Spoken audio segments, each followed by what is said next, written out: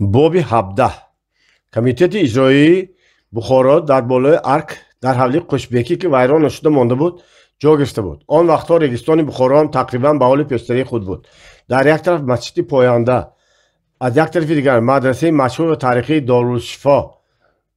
мегӯянд ки мадрасаи Дорулшифо дар вақташ Абуалӣ ибн Сино кор карда ва дарс додааст. дар миёна майдони сангфарш, дар охир роҳи калон ва баъд бозор, ҳафз ва масҷиди болои ҳафз. дар болои дарвозахона и арк ба хати ҷалӣ ва ҳарфҳои калон лавҳе буд бо забони туркӣ. Бухоро маркази иҷроии кумитасӣ навишта шуда буд. дар айвон кумитаи марказии иҷроии Бухоро навишта шуда буд. дар айвони нақорахонаи арк соати калони ақрабакаш 1 метре меистод. дар дами дарвозаи арк 2 нафар милитсия нигаҳбонӣ мекарданд, вале иҷозат буд ки мардум бо балои арк бароянд. ҳар арзие ки доранд ба комитаи инқилобӣ баён намоянд. лекин ба ҳар ҳол мардум ба он ҷо камтар мебаронданд. шояд воимии сулуки амирӣ ҳанӯз аз байн нарафта буд. дар бораи арк меҳмонхонаи раҳимхонӣ, айвону тахти мармарии он ҷо ба ҷо буд ва иҷозат буд ки мардум даромада тамошо кунанд. аммо дар дами дарвозаи ҳавлии қушбегӣ боз милитсия ва комендант буд ва фақат пас аз донистани мақсади муроҷиаткунандагон ба даромадан иҷозат медоданд. тарафи ҳарам ва урда ки тамом сӯхта хароб шуда буд, тахта зада маҳкам карда монда шудагӣ буд. он рӯз дар меҳмонхонаи калони ҳавлии қушбегӣ ки кабинети раиси кумитаи иҷроия буд, маҷлис давом мекард. дар маҷлис Мирзо Муҳиддин, Абдуқодир Муҳиддинов, Усмон Хоҷаев, Муинҷон Махдум, Азимҷон Шарифҷонов, Ҷӯра Корвон, Қодир Раҳмат Рафиқ, Мухтор Саидҷонов, Орифов, Аҳмадҷон Абдусаидов, Низомиддин Афандӣ, Ҳоҷӣ Ҳасанбек, Ҳайдарқул, Ҳакимов ва дигарон ҳозир буданд. дар як тараф Асад Махсум, муовинҳояш Оқилов ва Исматҷонҳо нишаста буданд. дар ин маҷлиси муҳим ки масъалаи фаъолияти Асад Махсумро муҳокима мекарданд, Файзулло Хоҷаев набуд. ба кори муҳим ба Москва рафта монда буд. ҳарчанд Ҳайдарқул хост ки то омадани вай ин масъаларо таъхир диҳанд, лекин барои чӣ буд ки раёси комитаи иҷроии марказӣ талаби ӯро қабул накарданд. бо баҳонаҳои бисёре масъаларо дар ҳамин маҷлис муҳокима карда шуданд. раиси маҷлис Абдуқодир Муҳиддинов буд. вай яке аз арбобони давлатии Республикаи Халқии Бухоро буда, заковат ва фаросати зӯр дошт. лекин давлат, мансаб ва ҷоҳ ӯро водор мекард гоҳ барои таъсири нуфуз ва мағлуб кардани тарафи дигар ки ба пеши роҳи ӯ ғов мешуд, аз Асад Махсум бар ин касон истифода барад. дар маҷлиси он рӯза масъалаи аввал масъалаи маориф ва ба хориҷа фирстодани талаба буд. дар ин хусус нозири маориф Қори Юлдош Пӯлотов сухан мекард. мо ба Дорулмуаллимин кушодем, курсҳои эъзорӣ кушодем. кӯшиш дорем ки ҳарчи зудтар барои мактабҳо муаллим, барои идораҳо хизматчӣ, барои хоҷагии халқ мутахассисон расонем. вале афсӯс ки мо ба талаби ҳаёт по ба по рафта наметавонем, қудратамон намерасад. агар борои худаш ба расидани кадрҳо мунтазир шавем, камаш боз 3-4 сол лозим аст. бинобар ин мо қарор додем ки ба хориҷа талаба фиристода кадр тайёр кунем. ҳоло дафъаи аввал ба Москва, ба Тошканд, ана баъд ба Германия, ба Берлин, ба Туркия талаба мефиристонем.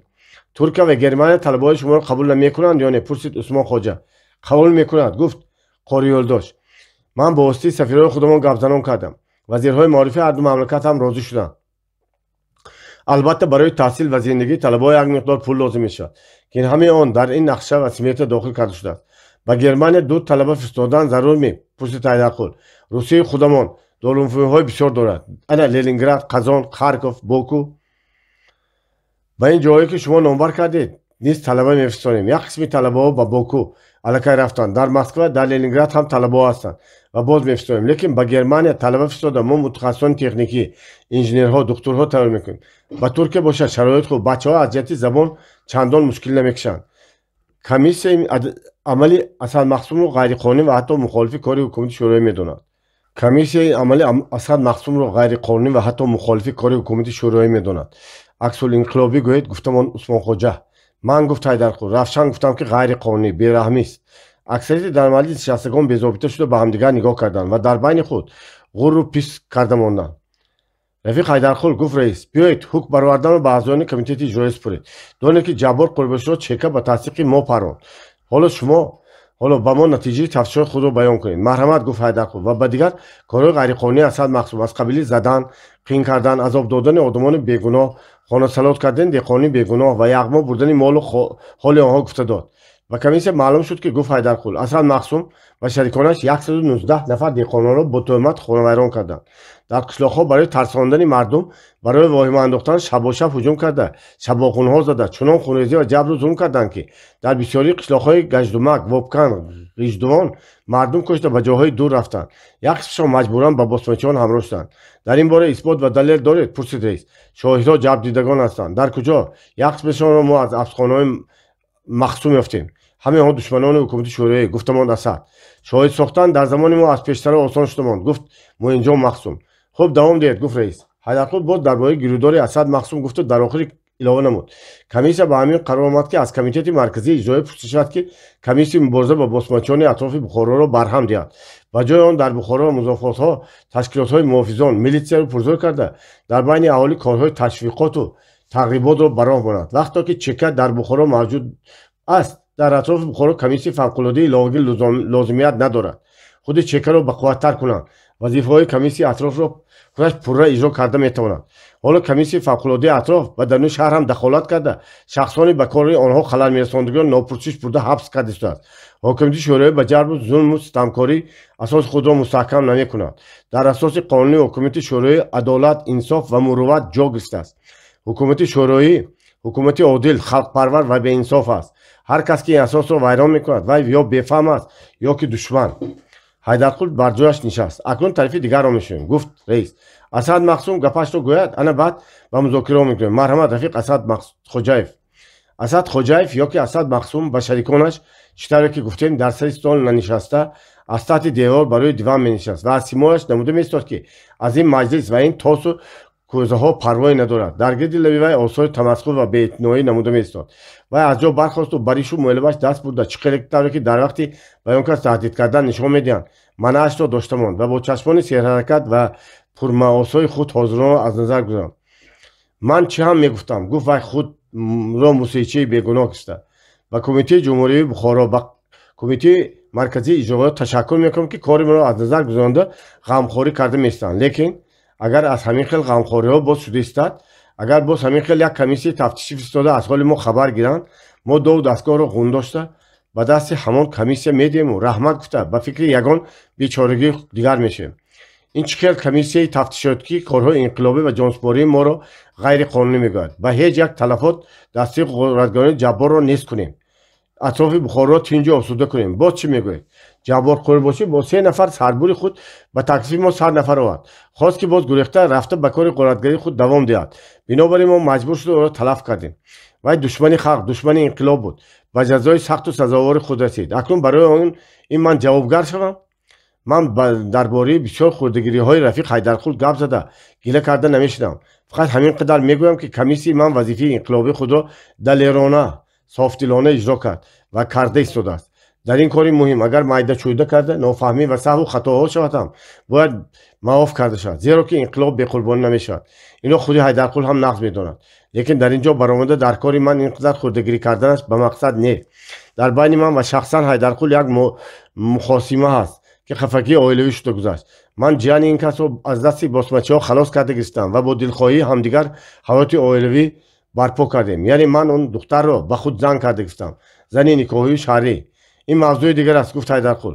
не ҳамин мавзӯъ сабаб шуд ки шумо ба ман ҳуҷумро сар кардед, гуфт Мақсум. ҳамин мавзӯъ сабаб шуд ки ман ғайриқонун кор мекардагӣ, золим ва ҳарчӣ шудам. набошад дар байни мо хилофие набуд, лекин аввал пурсиш баъд кӯшиш гуфтан. ман ҷияни шуморо ҷабран ва зулман ба худ зан накардам. ман бо розигии худаш, бо розигии модараш ба вай хонадор шудам ва ана Кумитаи иҷроӣ инро тафтиш карда метавонад.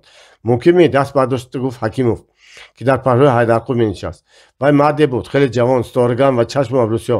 аз тарафи ҳукумати халқии Бухоро ва Комитети марказии фирқаи коммунисти Бухоро чун вакили байналмилали сеюм дар назди сафоратхонаи Русия кор мекард. мувофиқи хоҳиши Кӯйбишев ӯ ҳам дар тафтиши кори Асад Мақсум иштирок карда буд. даст бардоштани ӯ дода раиси маҷлис дарҳол ба Асад Мақсум ишора кард ки ба ҷояш нишинад ва ба Ҳакимов сухан дод. масъалаи шахсиро оварда ба масъалаи иҷтимоӣ ва сиёсӣ ҳамроҳ кардан хуб не, гуфт Ҳакимов. дар комиссияи тафтишотӣ Ҳайдарқул танҳо набуд. он чӣ ки ӯ дар ин ҷо ба самъи ҳозирон расонд, танҳо фикри вай нест. бар иловаи он чӣ ки рафиқ ҳайдарқул дар ин ҷо гуфт, ман низ гуфта метавонам ки комиссияи фавқулоддаи атроф ва ҳуқуқи худаш дар ҳақиқат сӯистифода мекунад. Он аризаҳои шикояте ки ба ваколатномаи Россия ба ваколати байналмиллии сеюм расидааст низ дар ин кор шаҳодат медиҳад. Асад Махсум аз даруни шаҳри Бухоро 10 нафар одамони гуногункасбро бо туҳмат гирифта ҳабс кардааст. Ба мо аз тарафи ташкилоти касабии машкобҳои Бухоро навишта шикоят карданд ки 3 нафар аз фаъолони онҳо ташвиқ карда шуданд.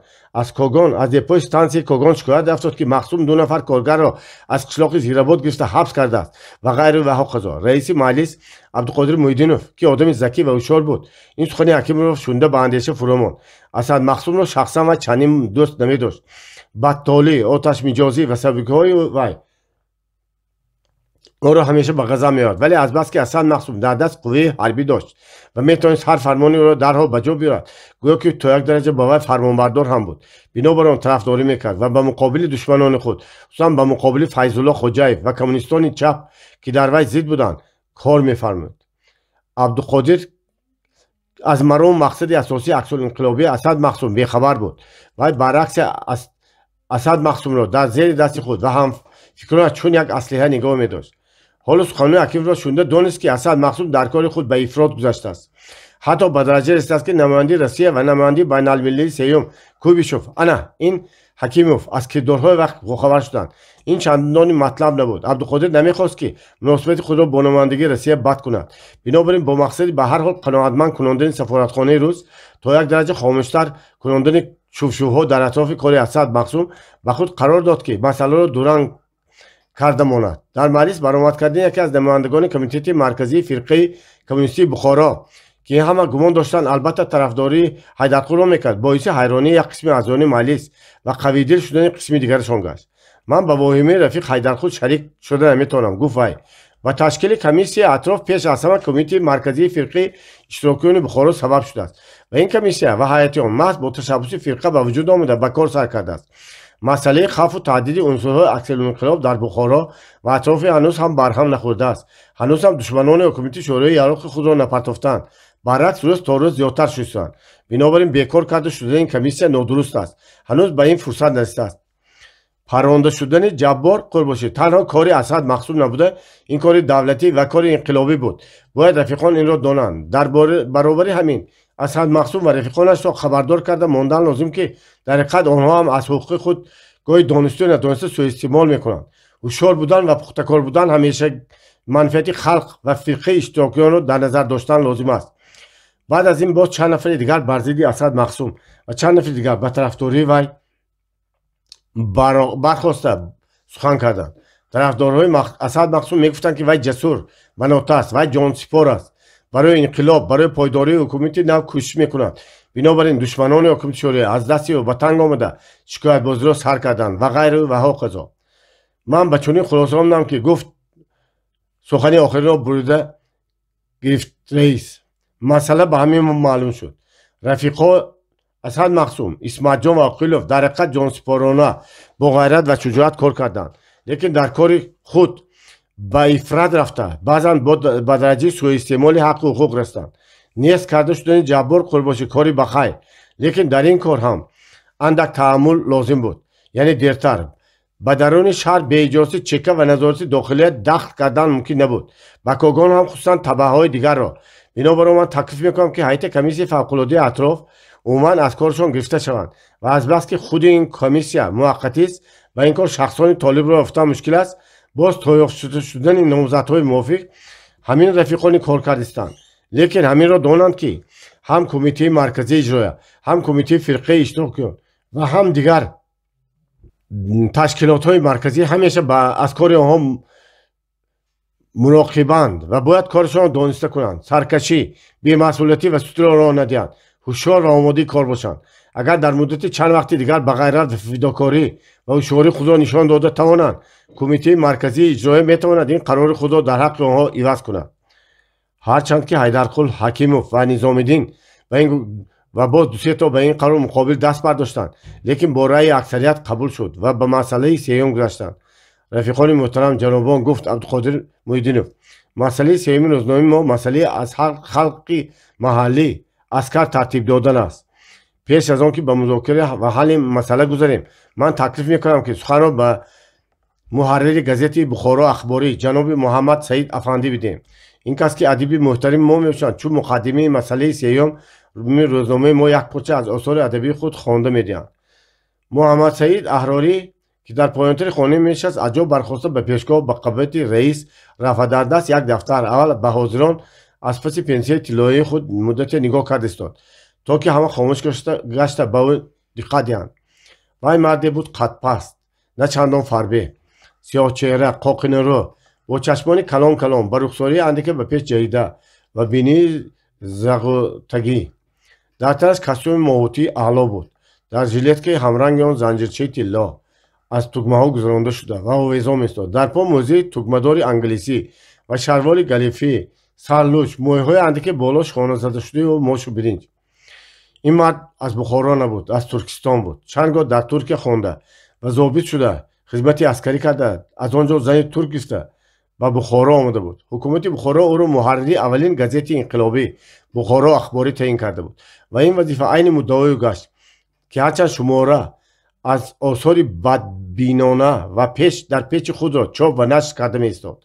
نوشتجات امروزی وی به ذوق بعضی‌ها فاریده بود، مگر که او پیش از مسئله مهم عسکرگیری سخن دادند. همه خاموش منتظر سخن کردن او بودند. اسد مخصوم که این خیل ادیب و شاعرها را دوست نمی‌داشت، تاب و طاقت شنیدن سفسطه آنها نداشت، رویش را توش کرده به شریکانش نگاه کرد و دلتنگانه آه کشید. محرر سر کرد. زمستان به انتها، روز میرسد و از شدت طوفان تمام گلها و درختان خم شده زمین را میبوسند، چمن میگیرد و دنیا تاریک میشود. ولی باز روزی میشود که این گلهای پژمرده از نو جان میگیرند، طبیعت باز گشته زنده میشود و از آفتابی دیگر بهره‌ور میشود. اما روحی من به قهقرا میرود، سرد میشود و خشکیده زهیر میکند. ای دل، افسوس که تو بهار خود را نخواهی دید. بعد این سعید احراری یک سر خم کرد و گویا تعظیم کرد و رفت به جایش نشست. اول همه خاموش بودند، بعد یک دو کس چپک زدند. حکیموف دست برداشت و سوال کرد: این چیز چاپ شده است مگر؟ ها، در شماره نهم گزیت بخارا اخباری چاپ شده است. گفت از جانب مؤلف رئیس. اجازه دید، گفت حیدرقل از جا برخاسته. مسئله خلق محله را به صف عسکری دعوت کردن یکی از مسائل مهم و حیاتی ریسپوبلیکا به شما می رود. این مسئله را پیشتر از این برداشتن لازم بود، لیکن ما دیر رفتیم کردیم. فقط امروز به حل این مسئله نزدیک شدیم. ما حیران به این مسئله مهم این پارچه ادیب محرر چی دخلی دارد؟ این پارچه بغیر از آهوای مایوسی، بغیر از ناامیدی چیزی دیگر دیده نمی‌تواند. ما بهار زندگی خود را سر کردیم، اما محرر درباره زمستان تیره و ناامیدی سخن می‌کند. به فکر من این چیز را چاپ کردن، در بین مردم خواندن ضررناک است. چی رسد به آن که پیش از مسئله مهم در کمیته اجرایی مرکزی خوانده شدن آن. شما مقصد ما را نفهمیدید، گفت عثمان خوجه. پیش از این مسئله خوانده شدن این پارچه غم‌انگیز برای آن است که به اعضایان کمیته خاطررسان کنید که اگر ما در حفظ ریسپوبلیکای خود به حفظ بهار امروزی برنخیزیم، همین طور طوفان‌های سخمانش و گل‌های نوشکفته ما را یغما کردنش از احتمال دور نیست. گل باز بهار دیدنش ممکن، لیکن گل آزادی ما چی میشود؟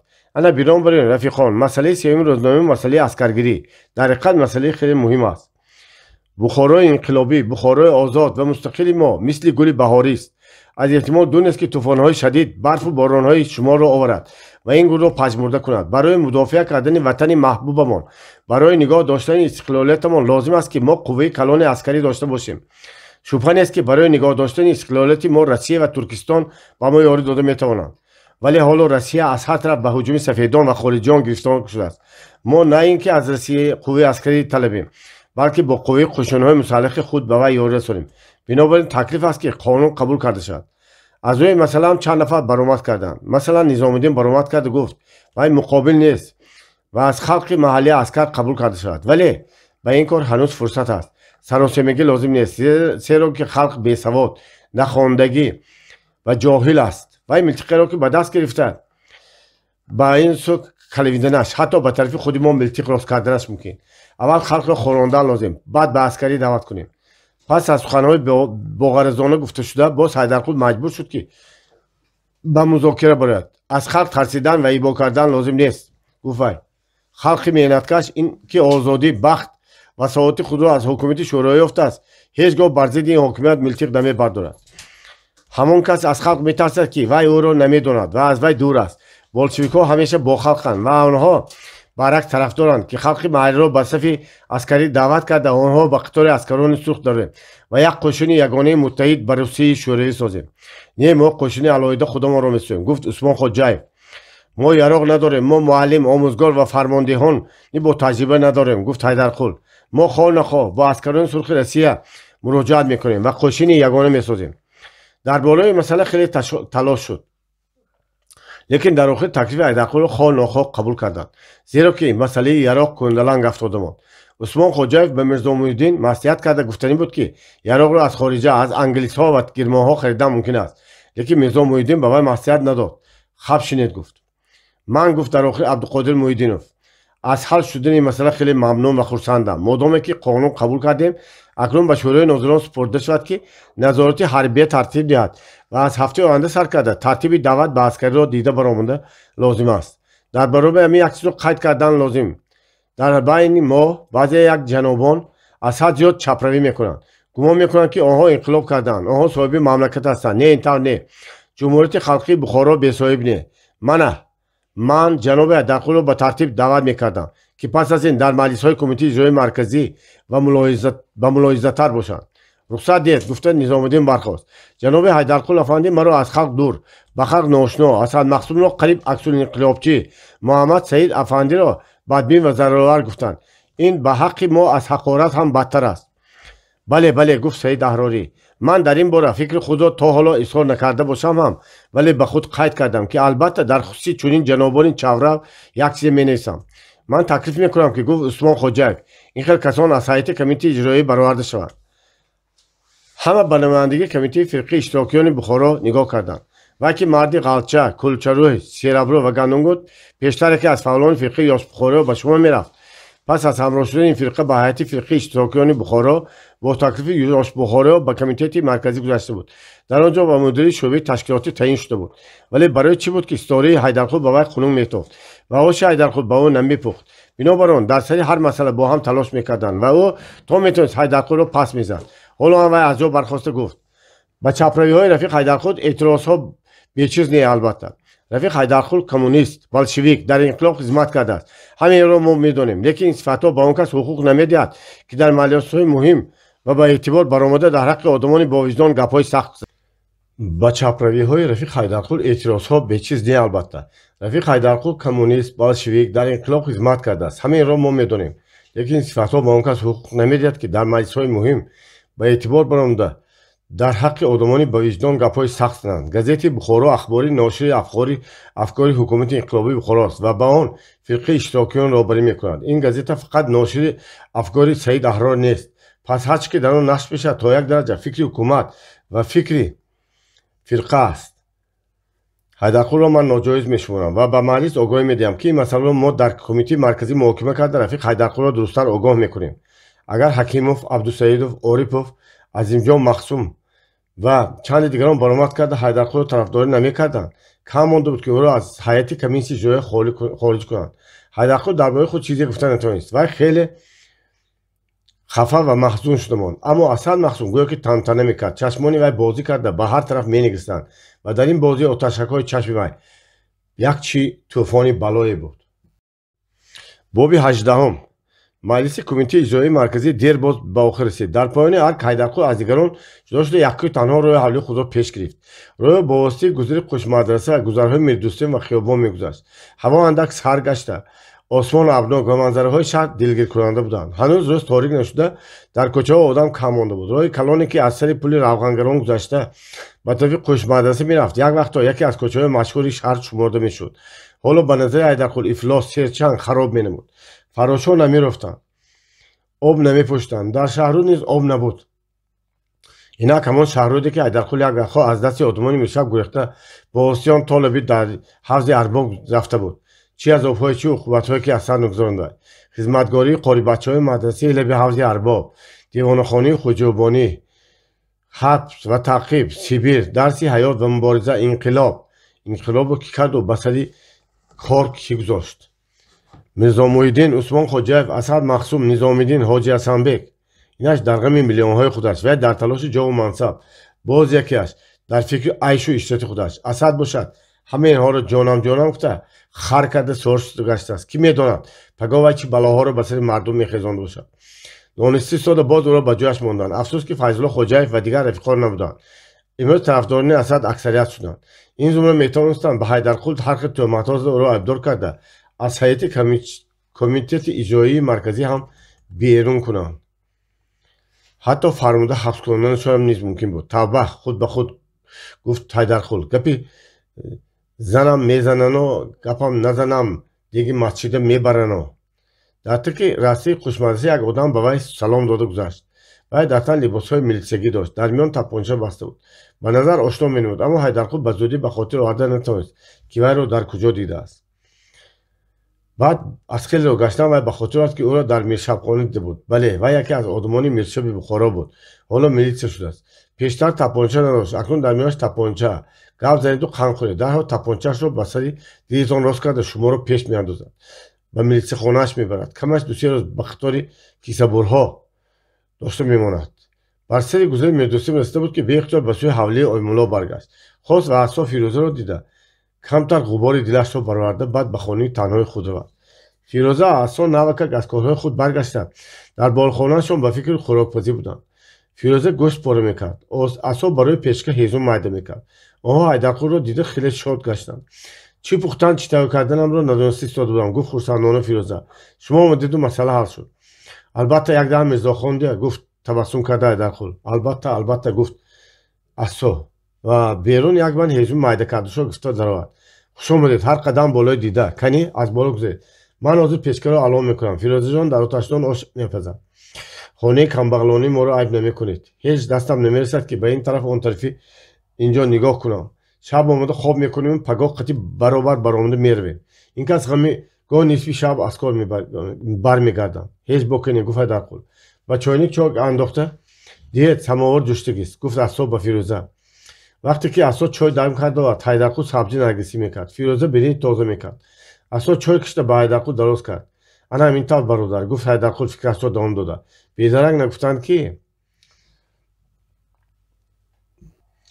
оварандии об хорузору шиканандии кӯза азиз.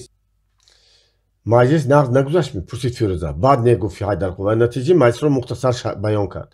ба ин Кӯбишев ва Файзулло Хоҷаев чӣ мегуфта бошанд? пурсид асо. чӣ мегуфтанд? хафа мешаванд, албатта меранҷанд, ғусса мехӯранд. аскар оварда зер карда Асад Махсумро бандӣ карда аз дасташон намеояд магар? Кӯбишев ин корро намекунад, гуфт ба боварӣ том Ҳайдарқул. ба корҳои дохилии ҷумҳурияти Бухоро ҳеҷ кас ҳеҷ вақт мудохила намекунад. агар ҳукумати Бухоро ёрӣ талабида муроҷиат кунад, гапи дигар. муроҷиат кунедтон де, гуфт асо ба Ҳайдарқул хитоб карда. шумо худтон ҳукумат ку. охир не. охир ҳамин тавр мешудагӣ бар ин, гуфтамон Ҳайдарқул. Асад Махсум набудааст, бало будааст, гуфт асо. бало ҳам гап мегуфт Фирӯза, ба гап ҳамроҳ шуда. Асад Махсум афсунгар, сер дорад. оишаи модарашро ба ҳамин дараҷа овардагии одам, калонҳои иҷроия бозӣ доранда метавонад. асо ханда монд. воқеан, гуфт Ҳайдарқул, дар бораи оишаи Бибирҷаб ҳамин гапҳоро нагуфта мондем. хуш, ҳамин кати оиша дилдори худаш Каримро фаромӯш кардааст гӯй? ба арвоҳаш фотиҳа хонд, гуфт ҳар ду маъно ба ду маъно Фирӯза. тамом бовар кунандааст ки Карим кушта шудагӣ. вақте ки зинда буданро фаҳмид, қариб беҳуш шуд. эҳтимол ду-се шаб хобаш набурдагист. бевафо. там нагӯед, гуфт Фирӯза. ин аз бевафоӣ не, ин аз ноилоҷӣ. ба оиша мушкил. хай бало ба пасаш, гуфт даст афшонда Ҳайдарқул. ба худаш мушкил мешавад. Асад Махсум ба ғайр аз худаш ҷонзодеро дӯст намедорад. оишаро дӯст медорад, гуфт таъкид кард Фирӯза. ман дидам ва бовар кардам. аҳволи Карим беҳтар шудааст, гуфт Ҳайдарқул гапро ба дигар сӯ кашида. ман хат гирифтам. вай дар куҷо бошад? дар Самарқанд, дар касалхонаи Самарқанд аст. баҳор меомадааст. илоҳо сиҳат шавад, гуфтамон Фирӯза ва аз ҷо бархост ки ошро кашида ба сари дастархон гузорад. Карим сиҳат шуда биёяд, худаш аз душманаш ниқор мегирад, гуфт асо. агар то он дам Асад Махсум бошад, гуфтамон Ҳайдарқул. дар куҷо мешуд, гуфт Фирӯза. гандае балоям намезанад. ин гапат ҳам рост, гуфт Ҳайдарқул. гандае бало намезанад, лекин ман монда шудам. аз корам истеъфо дода бароям мегӯям. ҳамин қадар кардем, бас неми? хай аввал ман ош кишта биёрам, ханда гуфт Фирӯза. баъд истеъфо медиҳед. вай берун баромад. рӯи ҳавлӣ тамом торик буд. андак отиши чӯд ки дар зери оташдоне буд дар торикӣ равшан ба чашм метофт. фирӯза пеш аз бардоштани сарпоши дег аввал нилсӯзи сари оташдон гиронд, баъд табақчаро пок карда ба оташдон наздик гузошт. кафкиро тоза карда монд. ҳамин тавр ба ину он худро машғул дошт, то ки фурсати дам хӯрдани ош расад. фикру хаёли ӯ парешон шуда буданд. андешаи ӯ дар бораи ҳайдарқул буд. монда шудам, аз кор меравам гуфтани ҳайдарқул барои фирӯза гапи хеле калон буд, зеро ки ҳайдарқул барои фирӯза ва асо қариб худи инқилоб буд. онҳо алифбои зиндагиро, муборизаро аз вай омӯхта буданд. онҳо чӣ будани инқилоб, чӣ будани ҳокимияти шӯравиро аз вай донистанд. агар аз фирӯза мепурсанд ки кори ҳақ ва рост чист, вай беҳеҷ як мулозим мегӯяд ки кори ҳайдарқул амак аст. ин мардак дар дунё ба ғайр аз манфиати инқилоб ва ғалабаи он, ба ғайр аз несту нобуд карда шудани дунёи зулму фасод дигар мақсаде надорад. чаро аз кор меравам мегӯяд. аз кор рафтани вай аз дунё чашм пӯшидани вай аст. вай зан надорад, фарзанд надорад ва дигар дар талабаш ҳам не. ҳамин фирӯзаро ба худ духтар хондааст. гулкунондани ҳаёти навро мақсади худ қарор додааст. не, ӯро аз ин ҳолат гузоштан хуб не, ба вай ёрӣ расондан, аз таи қаноти ӯ даромада бардоштан лозим. фирӯза хост ки сарпошро аз сари дег бардошта ошо кашад. касе аз берун дарвозаро тақ-тақ зад. барои он ки оймулло бо бузаргар ташвиш кашанд, фирӯза сарпоши дегро ба ҷояш дошту ба даричи шабгаҳ ба кӯча нигоҳ кард. кист? гуфт. аз поён овози мирак шунда шуд. ман апа фирӯза, ман мирак, гуфт вай.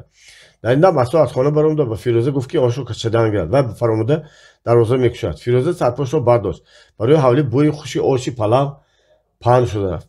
ассалом апаҷон, гуфт асо барои ҳавлӣ пайдо шудани мирак. ман ба шумо ёрдиам. чӣ тавр оши хушбӯ пухтед? оби даҳони кас мерезад. биё набошад табақро нигоҳ дор, гуфт фирӯза ва ба шавҳараш хитоб карда ба хонаш давом кард. шумо даромада дастурхон паҳн кунед, анор майда карда моед, турб дароред. дар вақти ошхӯрӣ сухан аз ошу пазандагии фирӯза рафту вақте ки дастархонро гундошта чойники чойро ба миён гузоштанд, мирак ба суоли ҳайдарқул гуфт. дадем нағз ба шумо салом гуфтанд. имрӯз рафта будам, камтар ба корашон ёрдам. дар вақти омада истоям фармуданд ки ба ҳавлии шумо рафта ба худтон як гап гӯям. ҳайдарқул пиёлаи чойро барои гилем гузошт. худ чӣ гап будааст? мирак ба сӯи фирӯза ва асо нигарон чӣ гуфтанашро надонист. гап задан гир, гуфт ҳайдарқул маънои тағофули ӯро фаҳмида. инҳо аз они худӣ, дар пеши инҳо ҳар гапро гуфта метавонӣ. мирак табассуме карду ба сӯи соҳибони хона нигарист ва ба ҳамин гӯё урсхоҳӣ хостагӣ бар ин шуду гуфт. дадем гуфтанд ки асад мақсум имрӯз ба босмачиҳо милтиқҳояшонро додааст. чӣ? гуфт фирӯзаи маҳмадоно. милтиқ додааст? ба кадом босмачиҳо? ба одамони ҷаббор қурбоши будагист, гуфт аз ҷониби мирак ҳайдарқул. вай қариб 200 нафар босмачиҳои гузари қурбошиҳо ҷавоб надода, гӯё тафтиш кардани шуда нигоҳ дошта монда буд. албатта моҳоро бозгашта мусаллаҳ карда ба қатори одамони худаш даровардагист. хайр газ босмачиҳо таҳсил шуда ба хизмат раванд розӣ бошад, бад неку, гуфт асо. бедарак саидпаҳлони хабарро нарасондагист, гуфт фирӯза. ҳа, гуфт андешаванон ҳайдарқул. бедарак не, асад мақсум ҳис кард ки дар пои ӯ ҳастанд ва ҳар рафтори ӯро ҳама бо як овоз маъқул кардан намегиранд. бинобар ин сафи худро мустаҳкам ва пурзортар карда имрӯз непагоҳ рӯйрост бар зидди мо қиём карданаш мумкин. агар хайр гӯед, гуфт асо, ин хабарро ба чека расонам. ман худам меравам, гуфт ҳайдарқул. ту миракро ба хонааш гусел кун. шаб торик шуда монд. вай аз ҷо бархост. ҳама ба вай тақлид карданд, вале чашмони фирӯза ба назари суол барои ҳайдарқул духта шуданд. гӯё пурсидан мехост ки акнун маслиҳати мо чӣ мешавад? ман бояд чӣ кор кунам? як рӯз не як рӯз бо асад даст ба гиребон шудан лозим. албатта, гуфт ҳайдарқул. шояд он рӯз расида бошад. ман рафту фикрамро мегӯям. чека танҳо ҳоҷи ҳасанбек не. канӣ чӣ мешавад? барвақт халос шавам, омада ба шумо хабар медиҳам. ту фирӯза то омадани асо ба пеши оймулло фаромада шин. зани дуҷонӣ, танҳо хуб не. асоҷон, ту зудтар миракро бурда мону баргард. ман худам, гуфт мирак. ман худам меравам дар кони ҳалок шуданашон. не, ҳеҷ гап не, гуфт асо. боз ман аз онет баъзе гапҳоро пурсиданӣ ҳастам. канӣ пештаро. фирӯза аз паси онҳо дарвозаро баста ба ҳавлии дарун ба назди оймулло даромад. хонаи поён чароғон буд. бо бозаргар лампаи сеюмӣ дар даврапилтаро гиронда ба чашм айнак монда аз симу пулакчаҳои тилло чизе месохт. оймулло дар пеши тирезаи миёна дар даст китоб чизеро мутоалиа мекард. ҳа, биё духтарам, биё, гуфт оймулло. болои айнак ба вай нигоҳ карда. ҳозира худаш дар бораи ту гап зада ҳофизро кушода будам. хайрат омадӣ духтарам, гуфт бобо заргар ҳам. ман ҳамин қадар қиссаи афсона гуфта ин касро машғул кардани шудам, фоида набахшид. ки даҳони бедандон дилгир кунад на хандон. саломат бошедон, гуфт фирӯза. кайҳо мефаромдам, лекин ҳайдарқул амака монда будам. рафтам мепурсид заргар. ҳа, рафтам, гуфт фирӯза. асо ҳам. фирӯза дар қилбиҳои оймулло нишаст. Оймулло ба симои вай нигоҳ карда донист ки дар ҳаяҷон аст ва чӣ андеше дорад. Бинобар ин гап напурсиду хост ки аввал ӯро андак осуда кунад. хоҷа ҳофизро олимғайб мегӯянд. рост гуфт. ту даромади ана ҳамин ғазали он касро дида мондам. гӯш кун. ногаҳон парда барандохтаӣ, яъне чӣ? маст аз хона бурун тохтаӣ, яъне чӣ? шоҳи хубонию манзури гадоён шудаӣ, қадри ин мартаба нашинохтаӣ, яъне чӣ? зулф дар дасти сабо, гӯш ба фармони рақиб, инчунин бо ҳама дар сохтаӣ, яъне чӣ? суханат рамзи даҳон гуфту камар сири миён ва аз миён тиғ ба мо сохтаӣ, яъне чӣ? фирӯза ба маънои шеъру рамзи оймуллои худ пай бурда сар хам карду гуфт: ҳақиқатан хоҷа ҳофиз ғайбдонанд, лекин ба ҳар кас ғайбдонӣ намекунанд. барои ғайбдонии он касро фаҳмидан шумо барои оймуллои авлиё буданаш лозим. агар ба назари ту ҳамин тавр бошад, агар ман авлиё бошам, гуфт бо табассум оймулло, набошад гӯя канӣ чӣ шуд? барои чӣ ин қадар хафа? ҳеҷ гап не, гуфт аввал фирӯза, вале баъд аз омадани мирак ва хабари нохуш овардани ӯ баён карду илова намуд: намедонам охири кор чӣ мешуда бошад. охири кор ба хайр, гуфтамон бобо заргар. насиб, гуфт оймулло, лекин ту ғам нахӯр, ба дилат нагир. касоне ки амиру тоҷу тахти амирро ба замин яксон карданд, ба асадмахсум таслим намешаванд. агар асадмахсум ба ҳуш омада чикор кард истодани худашро дониста монад, бахташ набошад, тақдири вай ҳам тақдири амир барӣ мешавад. ту ҳозир бе он ҳам дарди сарат зиёд. як духтар дар зери сина 15 духтар дар клуб дорӣ. дар зери сина барои чӣ духтар бошад? албатта писар дия, гуфт ханда бобо заргар.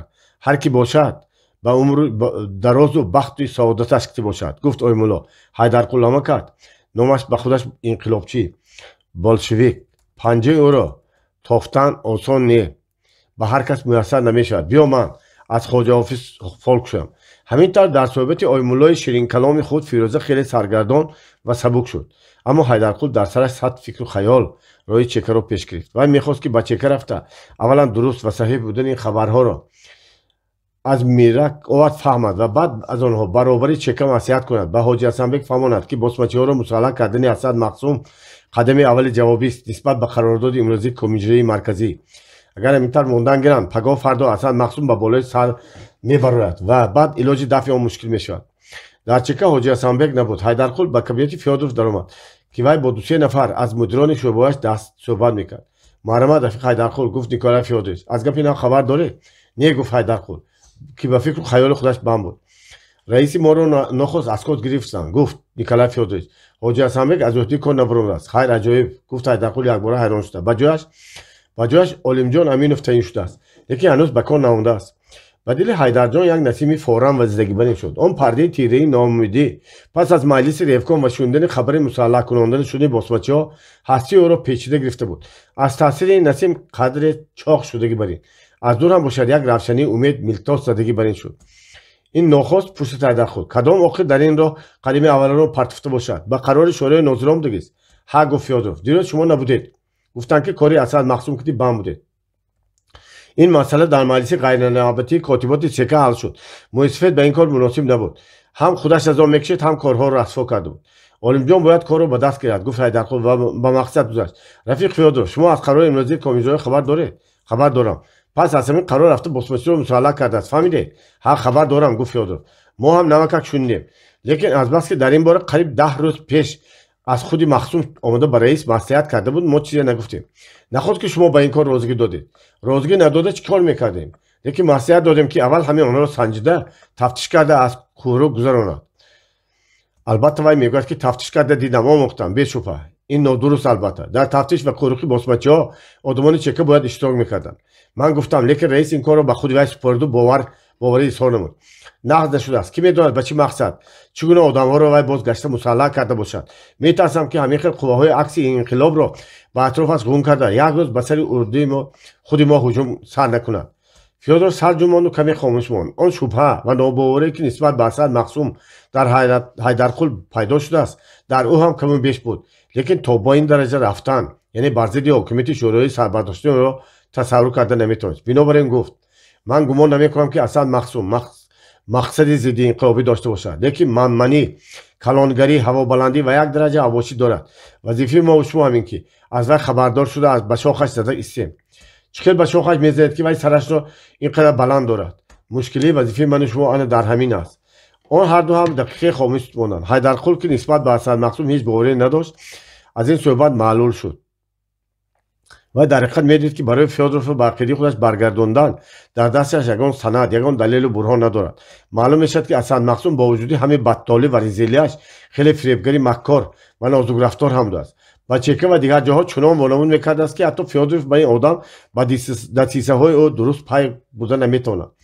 بله بنابراین است در کمیته مرکزی اجرایی نسبت به رفتار او بی‌اهمیتانه نظر کردند.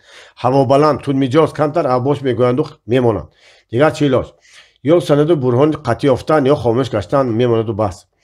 فیودروف از دل و جان میخواست که اسد مقسوم رو با همه خاصیت‌های جنگاورانه و نوتاسی که دارد آدم بی‌غل و غش، آدم فداکار راه انقلاب باشد. افسوس که در او خصوصیت‌های بدی هستند که گفته‌های حیدرقل اگر اهمیت نداده ماندن دارند آخران به نتیجه‌های نامطلوب رساندنشان هم ممکن است. پس چه علاج؟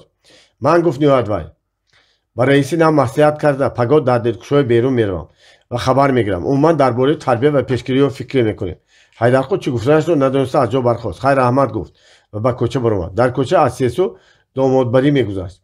داماد یا که پدری دامادی به دولت بودند مگر که دامادبری خیلی باشکو و سیرودان بود. 4 مشعل کلان تونوکاگی برداشته میبودند. پیشاپیش نقاره سورنه و کرنای بازیگرها بازی کرده بچه کچه های بسیاری های گویان کوچه را به سر برداشته بودند. از پس آن جوره های بسیاری داماد او را به میان گفته هر زمان نداهای شادی و غلغله خرسندی میبرداشتند. از پس آنها باز نقاره سورنه باز آدم های بسیاری میرفتند.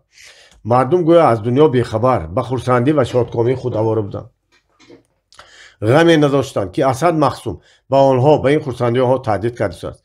نمیدانستند که وی دسته بسمتی ها را مسلح کرده است. به این کار هم نداشتند. داماد خرم بود که به این تنتنه به این دبدبه زنگ استیسو است. به این بگاه روی همسر خود را اولین بار میبیند و از وصالش بهره میگیرد. جوره های وقت خصم که چند روز بزم و عیش دارند. نصیب باشد آنها نیز به این مراد خواهند رسید. پدر و مادر داماد در بین مردم سربلندند که توی کلان کرده پسرشان را خانه‌دار میکنند. مایلش خرسندی شادکامی کنید. مایلش به آرزو و نیت‌های خود رسید. کی میداند شاید همین دم غنیمت است یاران. پس از گذشته رفتن دامادبری حیدرقل راست به سوی کمیته مرکزی پارتی کمونیستی بخارا قدم زد. از طریق توی صرافان به سوی دست راست برگشت و پس از چند دقیقه به آنجا رسید. اول به کابینت خودش درآمد. در روی استولش خبر گرفت. کاتب گازیتا و مکتوب‌ها را مانده رفته بود. گرفته خواند و کمی دم گرفت. هوش و حواسش را به جا آورد. بعد از آن برخاسته به قبرگاه کاتبات رفت. از کاتب‌ها آقچیرون در کابینت خودش بود است. اجازت خواسته به نزد وی درآمد. افسوس که گفت آقچیرون در کمیته به مسئله اسد مقسوم اهمیت ندادند. رفیقی از اینجا رفتگی را من هم به این درجه گمان نکرده بودم. البته معروضی را میشویم و همین چارهش رو میاندیشیم. در حقیقت به اسد مقسوم درستاً مشغول شدن لازم. من گمان میکنم که او را به حال خودش پرتافته ماندن ممکن است. یعنی چیکار کنیم؟ در نزد وی از طرف کمیته مرکزی یک کمیسر باید باشد و هر کارش مداخله کرده به شاخش زده است. در آن حال از وی نقص استفاده بردن ممکن می شود. نباشد وی چنان ذات که اندک راه کج باشد غیجده می رود. حیدرقل حیران شدم. اسد مقسوم به کمیسر راه نمیداده است. گفت وی اگر راه دهد هم سر فروردنش امر حال. شما اسد مقسوم را میدانید که گفت به آدمش البته. گفت آقشون هر چی طور آدم رفته به شاخ وی زده نمیتواند. من فکر کردم که به این کار بغیر از خود شما کسی دیگری نمیشود. نه گفت درها حیدرقل اسد در دو دنیا هم با من سازش نمی کند. بیفایده. شما وظیفه خود همین که سازش کنید. گفت آقچورین من در این باره با دیگر رفقا نصیحت کرده بودم. همه فکری مرا موافق دانستند. امروز شما نمی آمدید. پگاه خودم جیغ نبودم. سپارش همین طور شد. در اینجا حیدرقل دانست که در کمیته مرکزی علیه آدم‌ها فکر و نصیحت کرده ماندند و در غم کار بودند. خود همین او را شاد کرد که در حقیقت آقچورین یگانه راهی درست را فکر کرده است. اما نامزدی حیدرقل به این کار ناشدنی است. اسد مقسوم خصوصا پس از مجلس امروزه با وی قهری و نیلی شده ماند. وی دیگر به هیچ وجه با حیدرقل آشتی نمی کند. درباره این فکر شما من چی گویم؟ گفت حیدرقل خیلی خرسندم که نسبت به من در کاتبات مرکزی فکری مثبت است. این شد درباره به حضور اسد مخصوم کمیسر فرستادن مقابله ندارم. فکر معقول، لیکن منطقه اسد به هیچ وجه سازش نمیکند. رفیق اقچورین میکند، گفت اقچورین به طور قطعی. اگر سازش نکند از کارش دور میکنیم. پگاه من همراه شما میروم، مجلس میکنیم و تعیین شده شما رو به همه اعلام کرده برمیگردم. گپ همین. حیدرخان دیگر نیستان نکرد و مایلش گفت خیر خوش کرد و بیرون برود. اما در کوچه خودش به خودش سوال داده. حیران شده ماند. آخر این چه خیل میشده باشد؟ میگفت وای خود به خود، ولی جواب یافته نمیتوانست. کوچه ها تاریک و هولانگیز باشند هم حیدرخان پروایی نمیکرد. فکر خیال وای به این تعیینات نو بند شده بود. در کوچه ها رونده ها تقریبا نبودند. در هر جا در سری کوچه در پیش یگان مکتب یا اداره فانوس میسوخت. پاسبان شقلداق خدا شرقات زنده میماند. دیگر هیچ چیز. خصوصا در پیش پشته قبرستان بیکرآباد کوچه هولانگیزتر بود. نه یک چراغ، نه یک گذرنده. از پس دیواری دراز که کوچه را از قبرستان جدا میکرد قبرها مینمودند که بالا بالای هم پوشیده شده رفته بودند. در این کوچه دل هر گذرنده میلرزید. لیکن حیدرخان برعکس، محض در همین جا هر باری که گذرد، خواه شب باشد خواه روز باشد، البته کمتر میایستاد. عزیزانش را یاد میکرد. بر روح معصوم، پاک و نامراد آنها دعا میفرستاد و تعظیم میکرد. پس از آن گذشته میرفت و تا ساعت همین دیگر فکر و اندیشه ها از سر او بیرون میرفتند و جای آنها را خیالی زنش و عزیزانش اشغال میکردند. پیشتر در دوره امیر غنیجان در حق عزیزان وی جبر و جفا کرده باشد، حالا اسد مخصوم برنگ دیگر به عایشه سرسخت و مادر او جفا دارد. وی آنها را اسیر کرده گرفته است و بیرون برآمدن نمیماند. عایشه نازنین، عایشه شوخ و نمنهال در دست خونینی اسد. فیروزه میگوید که گویا اسد با عشق و محبت سوزانش عایشه را تسلیم کرده باشد. نه، وی باور کرده نمیتواند. در دل اسد مخصوم که با بغض و حسرت خودپسندی مالامال است، عشق و محبت شده نمیتواند. حیدرخان به حولی در آمد و در خانه را گشوده لامپه دهم را که در تاک خانه بود افروخت و یک نفسی آسوده کشیده به خانه نظر انداخت. همان خانه که در آن رحمتی دلارام کنیز اسقامت میکرد، همان خانه که در آن فیروزه و اسد توی خود را کردند، همان خانه و اما حولی قدیمه. حالا در آن یک گلیم نیم داشت که کت سیمین، یک ستول و مانند بعضی چیزهای ضروری زندگی پیدا شده است. حیدرخان شینل خود را کشیده به میخ آویخت. بعد از چایینک در تاک خانه بود یک پیاله چای یخنی کشیده بنوشید و لباسش را از تن برآورده بروی کت و جوگهش درآمد. خواست عینک را به چشم داشته کمتر گزیده خواند، لیکن خیالش پریشان بود. وی به اقچورین به کاتب کمیته مرکزی چیزی گفته نتوانست. سخنش را رد نکرد، لیکن در دلش قرار داد که روز دیگر باز گپ زده میبیند. از اسد سخت شبهه داشتن خودش را روشن و گشاد بیان میکند و میفهماند که در نزد اسد کار کردن برای قریب ناممکن است. حالا خیال کرد ایستاده به خود میگفت که از روی گفتی اقچور این مسئله را در کاتبات کمیته مرکزی محاکمه کرده به قرار قطعی آمدند و نامزد او را به کمیسری معین کردند. وی هی اعضای جانثار فرقه اشتراکیون است، هیچگاه فرمان فرقه را رد نکرده است. پس اگر او را مجبور کنند ناعلاج باید کار را قبول کند. مایلش وی در نزد اسد کمیسر شده کار میکند. کی میداند شاید این وظیفه نه به وی امکان میدهد که نزدیک فهمیده داند که همه شبهه های درباره اسد غلط است و در نتیجه به او آشتی می شود، یا که برعکس در مدت کار دلیل و برهانی به دست می دارد که رذالت اسد را آشکار می کند و به هر حال حیدرخان می تواند او را فاش کند. به هر حال به اسد نزدیک شدن هرچند که برای خیلی دشوار است ولی کار را یک طرفه می کند. ولی اگر وی کمیسر تعیین شود باید موقتا این خانه را ترک کند و از دلکشای بیرون به خود منزل کند. شاید سید پهلوان به خانه خود جا دهد. نه، خوب نمیشود. در اینجا با سید پهلوان مناسبت رسمی میکند. با واسطه و یگیتا و سرداران قشون اسد را به خود رام میکند. با اسد البته دانسته و با صبر و برداشت معامله کردن لازم. درباره جانش و خواهرش روزهای اول چیزی نمیپرسد تا که خود اسد گپ نکشد. آهسته آهسته مرام فرقه را جاری کردن، یچکی فرقی اشتراکیون تشکیل کردن و اعضایان آن چک را بسیار کردن لازم است. همین طور فکر کرده حیدرخان را خواب برد. در خوابش هم همین ماجرای اسد مخصوم. باب 19.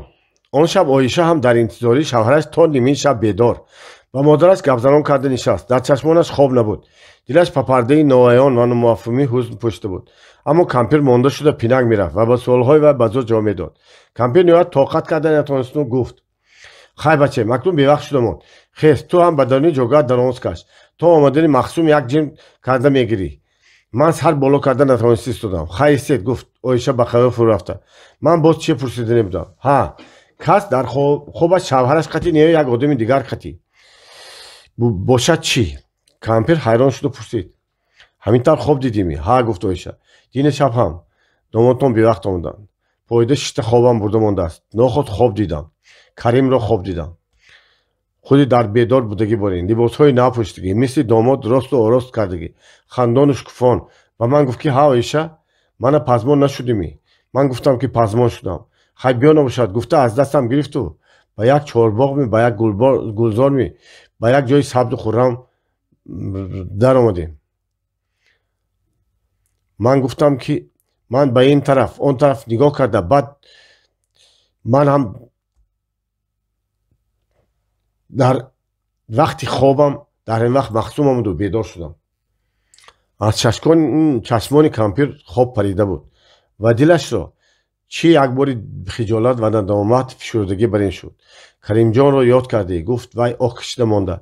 کس یگان چیز را فکر و خیال کرده خوابت البته به خواهش می‌دارد. نه، من فکر کردگیم نه، گفت آیشه. برعکس فکر کردم که مخصوم وقت‌های آخر کم شده ماندگی. شب‌ها به وقت می‌دارم. روزها سراغ نمی‌کند. پیشتر چیز علیم بود. یک ساعت نبیند دیوانه میشد. کارش بسیار، گفت به دخترش را تسلی دادن شد کمپیر. مردکی سرکار به نظرش بعضا هیچ چیز نمینمد، لیکن در دلش مهر دارد. تو پروا نکن، خوابی دیدگیت هم بسیار نقد. مردکی بیگانه در خواب فرزند پسر میگویند.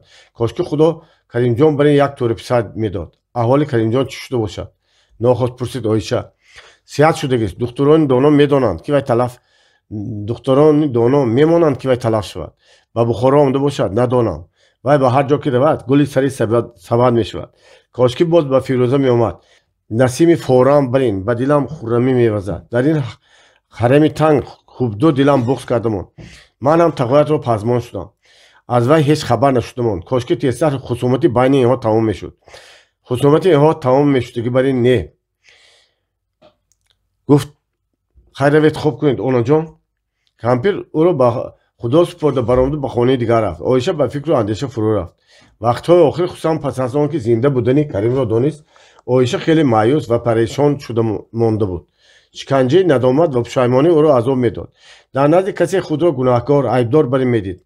گمان میکرد که به چاه ننگ و فلاکت خود را انداخته و دیگر علاج برآمدن از این چاه ندارد. در این حالت او را اسد مخصوم پای برده بود. باری او را دوستداری کرده نشسته گفت: این وقتها پریشان خاطر شده ماندیمی یا محبتت چی شده ماندمی؟ چی شد که معاملات های دیگر شده است؟ برای معامله های وی دیگر شدگی. اگر پیشتر هر دوستداری اصلا مخصوم او را بالو پر داده در آسمان فخری سعادت سیر میکنده باشد، حالا برعکس وی در این دوستداری ها آهنگ دروغ و فریب را حس میکردگی شده ماند. آخر همین اسد مخصوم نبود که کریم جان را بسمتی ها کشتن نابود کردن گفته بود. همین اسد مخصوم نبود که دست و دل او را از همه دیگران خنک کرده ماند و جایش عشق و محبت خود را پیشنهاد نمود.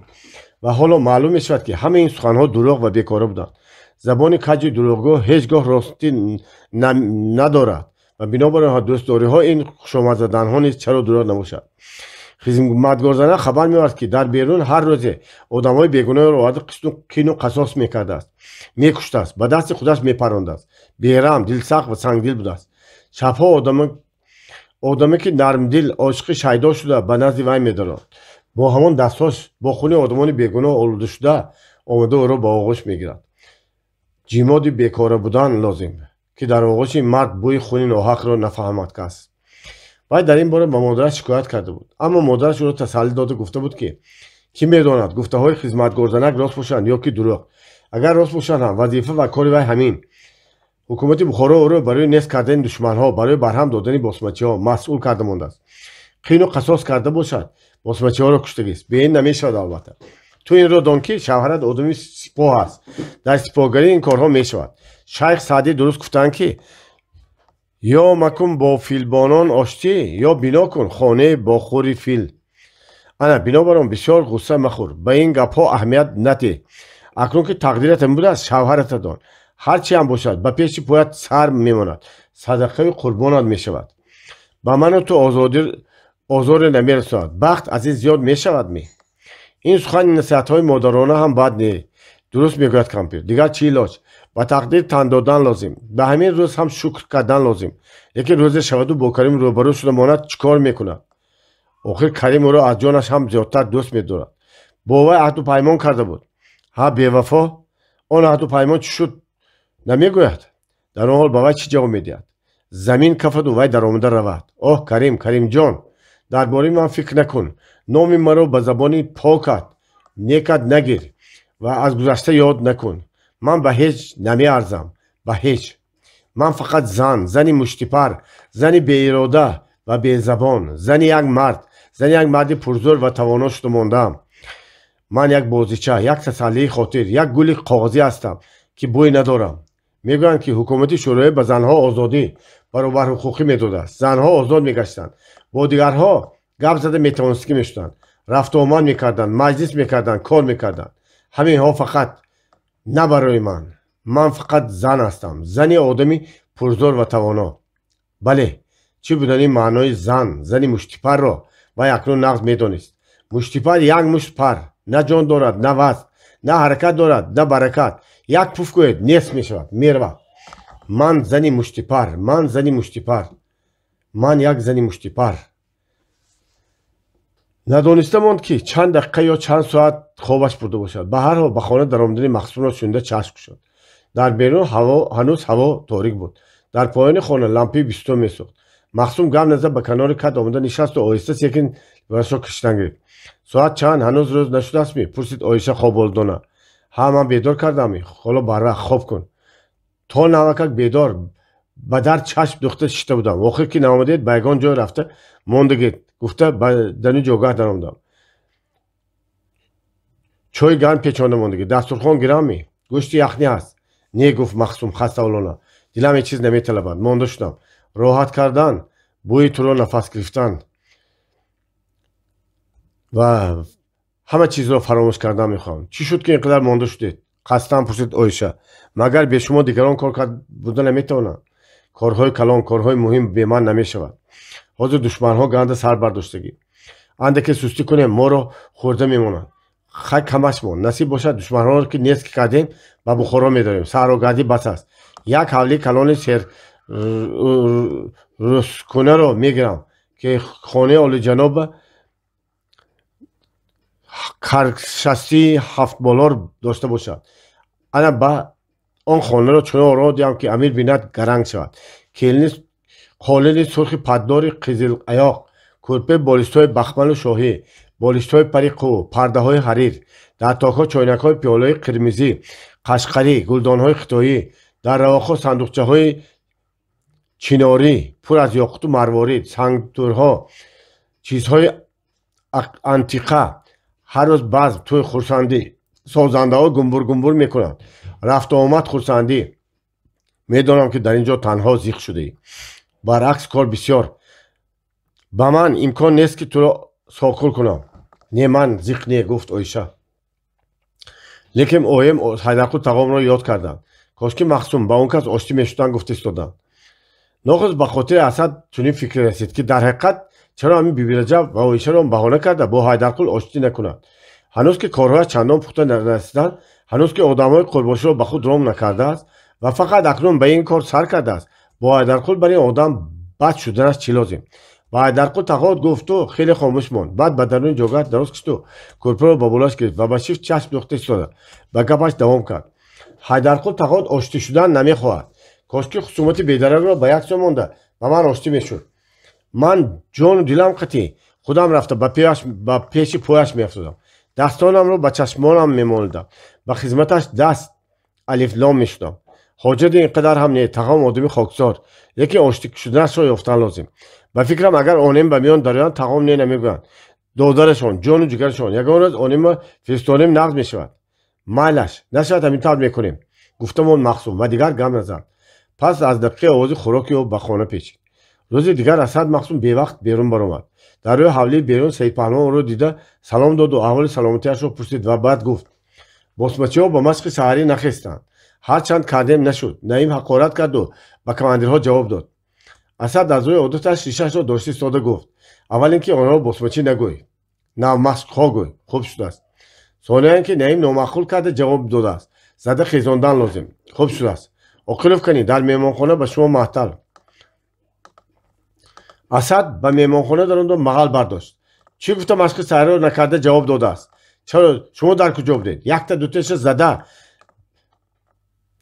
мепарондетон намешуд.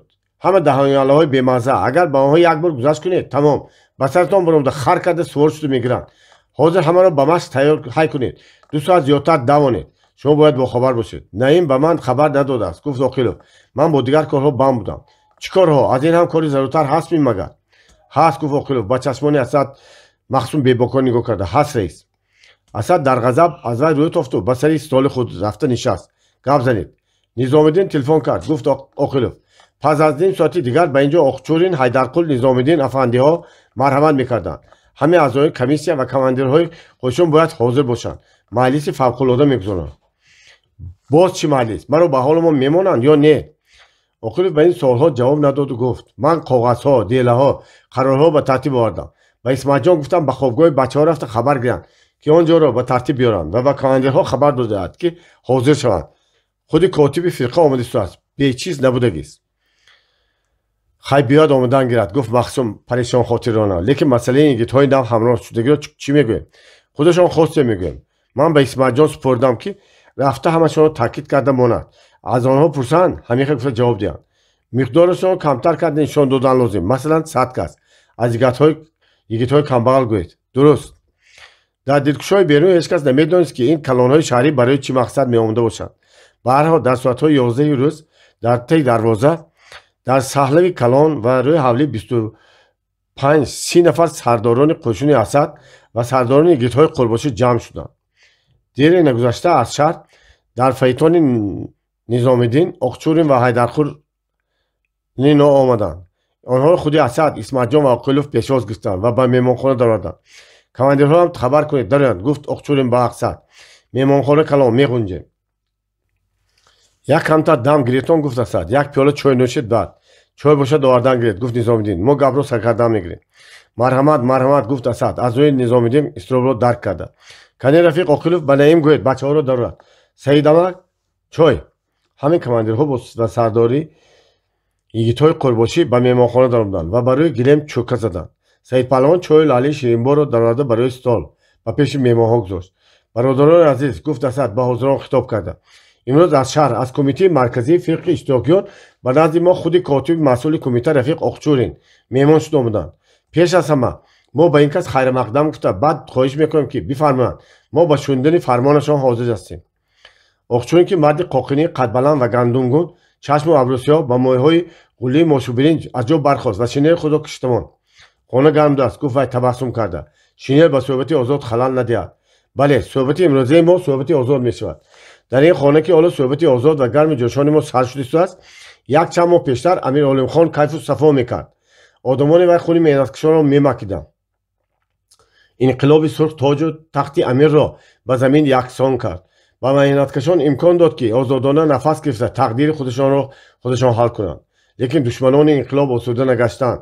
намонданд ки халқ ҳаёти нав ва озодани худро бемалол созад. бинобар ин ҳукумати нав, ҳукумати шӯрои Бухоро ба ғайр аз дастаҳои милитсия ва муҳофизони халқӣ ин комиссияи фавқулоддаи мубориза ба босмачиёнро ташкил намуда шумо дӯстон ва рафиқонро ба ин ҷо ба дилкушои берун ҷамъ овард. комиссия дар муддати кори худ ба муваффақиятҳои калон ноил гардид. лекин ба саҳву хатоҳои ҳам роҳ дода шуд ки инро комиссияи махсуси тафтишотӣ муайян намуд.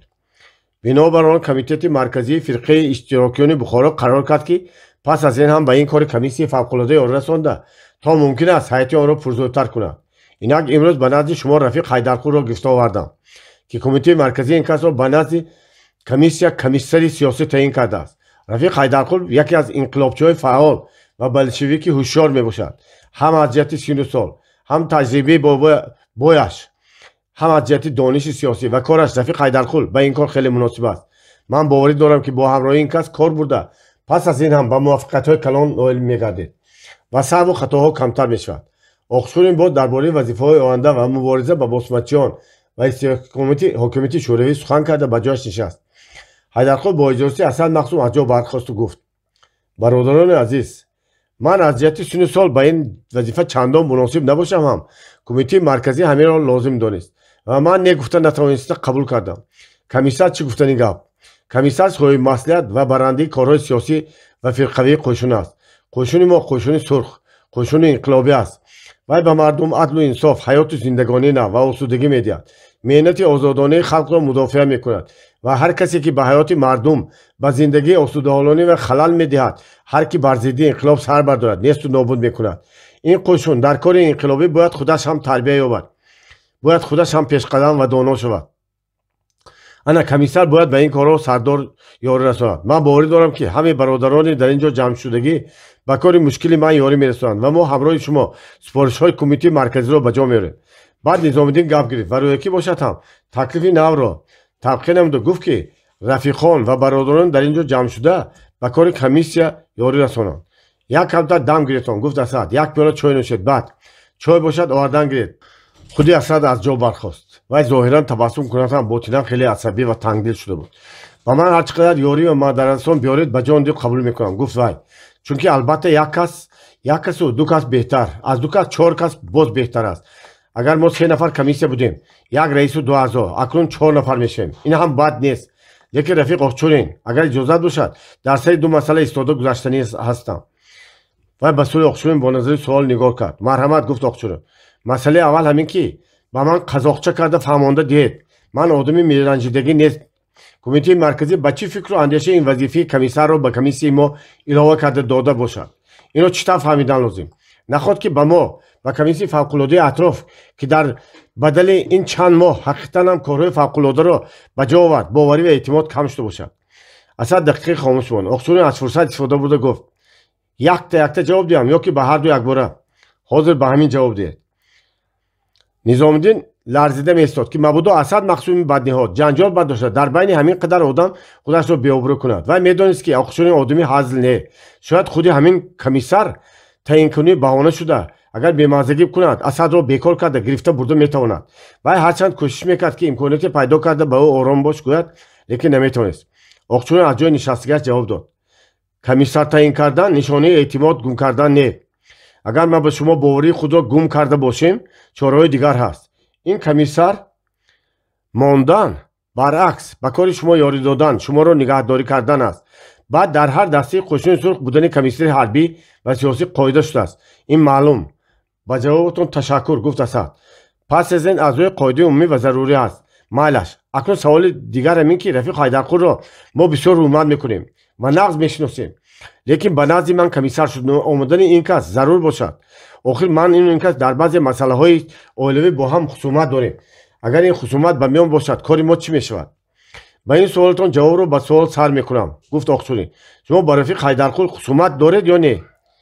ман, гуфт Асад, каме беш фикр карда. ман хусумат надорам. набошад, гуфт Оқчурин. ин кас ҳам хусумат надорад. ҳамин тавр не рафиқ Ҳайдарқул? бале, гуфт Ҳайдарқул. ман хусумат надорам. хусусан ин ки корҳои шахсиро ман ба корҳои иҷтимоӣ як намекунам. он чизро ки ин кас хусумат медонад ва гумон дорад ки зиддияти мо аз он аст, саҳв мекунад. зиддияти мо дар сари корҳои иҷтимоӣ ва давлатӣ буд. агар ин корҳо мувофиқи нишондоди фирқаи иштирокиён равад ва Асад Мақсум ғайрат ва суботкорӣ нишон диҳад, вай беҳтарин дӯсти ман хоҳад буд. ана, гуфт Оқчурин. ин масъала ҳам ҳал шуд. боз чӣ мегӯед? боз гуфтан мехоҳам ки аз ҷо бархост Асад. феълу хоҳи маро рафиқ Ҳайдарқул нағз медонад. агар ба ман дониста муомила кунад, ман ғуломаш мешавам. лекин агар ба ҳар кор ба ман зид баромада фикри худашро мегузарондагӣ шудан гирад, ман дар назди худи шумо рафиқ Оқчурин мегӯям ки ман худамро дошта наметавонам. Низомиддин зуд даст бардошт. гап ин тавр нашудааст, рафиқ Асад Хоҷаев, гуфт насиҳаткорона. мо дар ин ҷо моли мероси падарамонро тақсим карда истодагиамон не. феъли шуморо донад ва надонад бояд ба ҳам кор кунед. гоҳ он кас гузашт мекунад, гоҳ шумо. лекин агар шумо ту кун ман кунам, яъне баҳсу мунозираи бекора карда шунетон, душман аз фурсат истифода бурда ба кори хоҷагии мо зарарҳои калон расонданаш мумкин. ана бинобар он ҳам аз ҳамин рӯ сар карда шумо ба корҳои сиёсӣ ва тарбиявии қӯшон ёридиҳандии пухтакор доред. бояд ҳамин корҳо ба равнақ бошад. ба ин маслиҳат таъинот командирҳо чӣ мегӯянд? пурсид Оқчурин. ҳа гап занед, гуфт Асад ба поёнҳо хитоб карда. наим шокир орзуқул аҳмад гап занед мо чӣ мегуфтем гуфт орзуқул ҳарчи ки ҳукумат мекунад дониста мекунад мо хусанд наим гуфт ба ҳарчи ки хоҷаин розӣ бошанд мо ҳам розӣ ба ҷону дил набошад гап тамом гуфт оқшудин аз ҳозир сар карда рафиқ ҳайдарқул комиссари шумо мешавад барои вай ҷойи кору шароити зиндагӣ дуруст мекунед шумо рафиқ ҳайдарқул корҳоро ба роҳ монда ба кумитаи марказӣ маълум мекунед ҳар чӣ лозим бошад ёфта медиҳем ва ҳар камбудие ки бошад ба ислоҳаш мекӯшем мо бовар дорем ки пас аз ин хато ва нуқсонҳое ки пештар содир шуда будааст такрор нахоҳанд шуд ва қошонҳои шумо рафта рафта асоси қисми миллии лашкари сурхи қаҳрамон хоҳад шуд маҷлис тамом шуду командирҳо аз хона баромаданд омадагон бо Асад Мақсум ва ёронаш ба дида баромадани корҳои амалӣ сар карданд боби 20 зимистони қаҳратон ба ҳамаи сахтиҳо норасоиҳо ва азобҳояш гузашт баҳори нозанин бо ҳама хушиҳо зебоиҳо ва шодкомиҳояш омада ҳукмрон шуд ин аввалин баҳори халқи озодгаштии Бухоро буд баҳори дилафрӯз дар фазои ин мулки қадима парвоз карда нахустин бор медид ки деҳқон дар замин озодона меҳнат мекунад оби ҷойбор ҳама баробар шодон мегардонад дари зиндонҳо бастагӣ ва дар сиҳчолу хонаҳои парзоби он бандие нест регистон сайдгоҳи мардум гаштааст он сол барф чандон бисёр наборида бошад ҳам хунукиҳои сахт шуд ва бинобар он то худи расидани баҳор дар ҳар ҷо барфҳои яхбаста чанг зер карда мондаро дидан мумкин буд аммо дар баробари расидани баҳор ана ҳама ҷо аз барф тоза шуд мегӯянд ки хушбахт аст гадои он мулк ки шаб борон бораду рӯз офтоб шавад он баҳор дар Бухоро ҳамин тавр буд гоҳу бегоҳӣ дар ҳаво абрҳои сиёҳи боронӣ ҷамъ мешуданд барқ ҳар замон дунёро равшан мекард осмон гулдурос мезад баъд шатаршутур чакраҳои калонкалони борон ба болои шаҳр меборид пас аз соате насими фора мевазида абрҳоро пора мекард дар осмон ситораҳои дурахшон пайдо мешуданд ва дар субҳ бо нахустин чӯҳаҳои зарнии офтоб парвоз карда раванд ситораҳо нопадид мешуданд дар осмони лӯҷувардӣ гӯё ки аз оби борони дишаба онро шуста тоза ва мусаффо карда бошанд фаростурукҳо пайдо шуда ба бозӣ сар мекарданд овози хушнудонаи нақора задани лаклакҳо шунида мешуд ки дар ҳаво фараху сурури хурсандӣ мавҷ мезад дар кӯчаҳои Бухоро сумалакфурӯшҳо пайдо шуда буданд ки бӯи баҳор аст сумалак хӯрдан ба боб аст сумалак оши наҳор аст сумалакгӯён суруд мехонданд бачаҳо бошанд бозиҳои баҳоронии худро сар карда буданд аққолбозӣ гирамбозӣ тӯпбозӣ ва ниҳоят оббозӣ дар хонадони Фирӯза низ баҳор омада буд ва як духтарчаи зебо таваллуд кард ки оймуллои тамбур ба вай Гулбаҳор ном монда Фирӯза ва Асо худро хушбахттарини инсонҳои рӯи олам мешумурданд ва ба болои Гулбаҳор ҳафтларз буданд Фирӯза то аз чилла баромаданаш кӯчаро надид баъд ҳамом рафта бо сараш об гирифту парҳезашро шикаст ва маслиҳат карданд ки чӣ тавр ҳамон зиёфати ният кардагашонро кунанд занушо пас аз хобондани Гулбаҳор бо овози паст хеле паст суҳбат мекарданд ҳамаи имкониятҳоро ба ҳисоб мекуфтанд ва маълум шуд ки 100 ҷон гарав ҷома гарав кунанд ҳам он зиёфати калонро ӯҳда баромада наметавонанд баъд чӣ дар кор гуфт Фирӯза соли фаровонӣ бошад буд майлаш буд ҳозир аҳвол мушкил мо дар он тарафамон чизи казоӣ надорем бедарак қаз кардан чӣ лозим биёед ҳоло ҳамин тавр як зиёфатча мекунем ёри ошноҳои наздикро хабар мекунем баъд вақташ ки имконияташ шавад тӯи калонашро ҳам мекунем занушу бо ҳамин маслиҳати оқилона розӣ шуданд ва дар хона як зиёфатча тартиб дода хурсандиҳо карданд ба зиёфат дар болохона Ҳайдарқул Саид Паҳлавон Карим бо 2-3 нафар аз ҷораҳои асод ҷамъ омаданд дар ҳавлаи дарун муаллимаҳои клуби занҳо ҳамсоязанҳо ва чанд нафар аз дугонаҳои Фирӯза омада буданд суҳбати онҳоро оймуллои тамбур обод мекард Гулбаҳори ман духтари бадрашк мегуфт вай ба бачаи парпешро дар даст дошта намехоҳад ки онеш якка худаш дар бағали дадеш бошад бинобар он гаҳвораро қабул накарда тӯпаланг бардошт ки мана парпеш карда ба байн гиритон ҳар дутон фақат ба ман нигоҳ кунетон акнун ба ғайр аз ман дигар ҳама корҳоро гундошту монетон канӣ ба фармонам итоат накунеду қанд хӯред ҳа мегуфт Фирӯза аз барои ин шатто шуда аз клубу аз кор ҳам бехабар шуда мондам ҳарчи корҳо дуруст меои муллоҷон худо ба шукр гуфт яке аз муаллимаҳо ҷонишини шумо нағз ғайрат карданд боз як муаллимаи туркӣ омад номаш чӣ буд? Ҳа, Ҳусниддинова. ба духтарҳо кашидадӯзӣ хонагундорро ёд додааст. лекин забонаш чунон ғилдир ки ҳеҷ фаҳмида намешавад. Оимулло дар ҳаққи вай як шеър гуфтанд. ба шумо хонда надодамӣ? Не, гуфт Фирӯза ба Оимулло бо назари суол нигоҳ карда. дар хона фурсат нашудааст ки ба ту хонда диҳам, гуфт Оимулло. дар хонае ки бача бошад шиква намешавад, мегӯянд рост аст. гулбаҳори ман як худаш ҳамаи моро гӯсола мекунад. ҳатто бо бозаргараш ҳам ин вақтҳо дӯконашонро гундошта мондагӣ. ҳамин қити андармон. хай акнун шеъратонро мо ҳам фаҳмем, гуфт илтимос карда Фирӯза. Оимулло табассум карду бачаро ба дасти модараш дода аз ҷо бархост. то аз рӯи коғаз нахонам, гуфта наметавонам, гуфт вай. пир шуда ёду хаёла ҳаман гум шудааст. вай аз байни ҷузкираш ки дар токи боло буд, коғазро ёфта ба чашмаш айнак гузошта, рафта ба ҷои худ нишасту ба хондан сар кард. ба ин шеър забоната гунда газад ном монда мумкин. хуш чизҳо гуфтӣ нафаҳмидам. забоната гунда газад. ная гуфтӣ нафаҳмидам. забоната гунда газад. чӣ гуфтагед бурони оч? чӣ гуфтагед урони оч? чӣ гуфтагед шӯрони оч? забоната гунда газад. муаллима ҳамадон аст. оқилаю забондон аст. сақав бошӣ лақабмон аст. забоната гунда газад. ба ростӣ ки забонаш туркии ғализ. гуфт Оимулло. ба болокорӣ ҳамин моро айб карда масхара мекунад ки мо забон надорем, туркӣ гап зада наметавонем. бинобар ин қарам омаду ин шеърро гуфтам. ҳоло тамом нашудааст. вақт шавад боз дубора илова мекунам. аҷоиб, гуфт Фирӯза. пага рафта бинам канӣ вай чӣ қадр Зайнин муаллима будааст. вай зани Саид Аҳрорӣ, гуфт Отунчахон.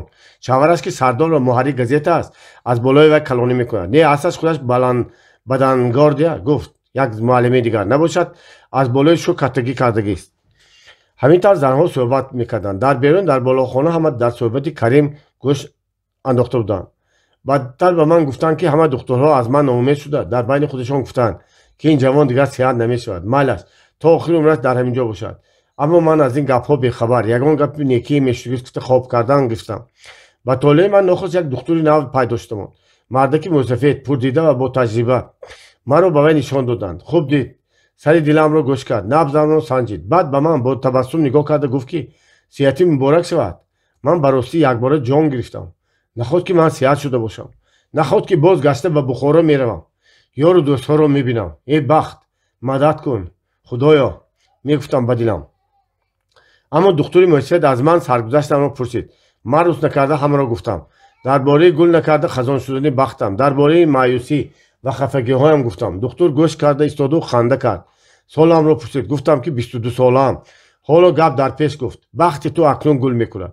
агар хоҳӣ ки ба муродат расӣ, пеш аз ҳама ба худат бовар кун ки ту метавонӣ, ту қодир ҳастӣ, ту ноумед нашав. ба ростӣ ки ин суханон ва ё ба монанди ҳамин гапҳоро дигарҳо ҳам гуфта буданд. лекин барои чӣ буд ки гуфтаи он пири доно ба ман таъсири дигар дошт. ман ба вай бовар мекардам ва гуфтаҳои ӯро як сухани муқаддас барин қабул мекардам. вай ба ман аз дорӯи даво дида бештар насиҳат медод ва бо мисолҳои аҷоиб мегуфт. саргузаштҳои ғалатиро нақл карда маро қоил мекард. ана дар натиҷаи кори вай ҳамин шуд ки имрӯз ман дар ин суҳбати шумо ҳозир шудам. ҳамин моро хурсанд кардед. гуфт Ҳайдарқут. ба сари ягид чӣ рӯзҳое ки намеояд. мард он аст ки ҳаросон нашавад. мушкиле нест ки осон нашавад. корашро пеш барад.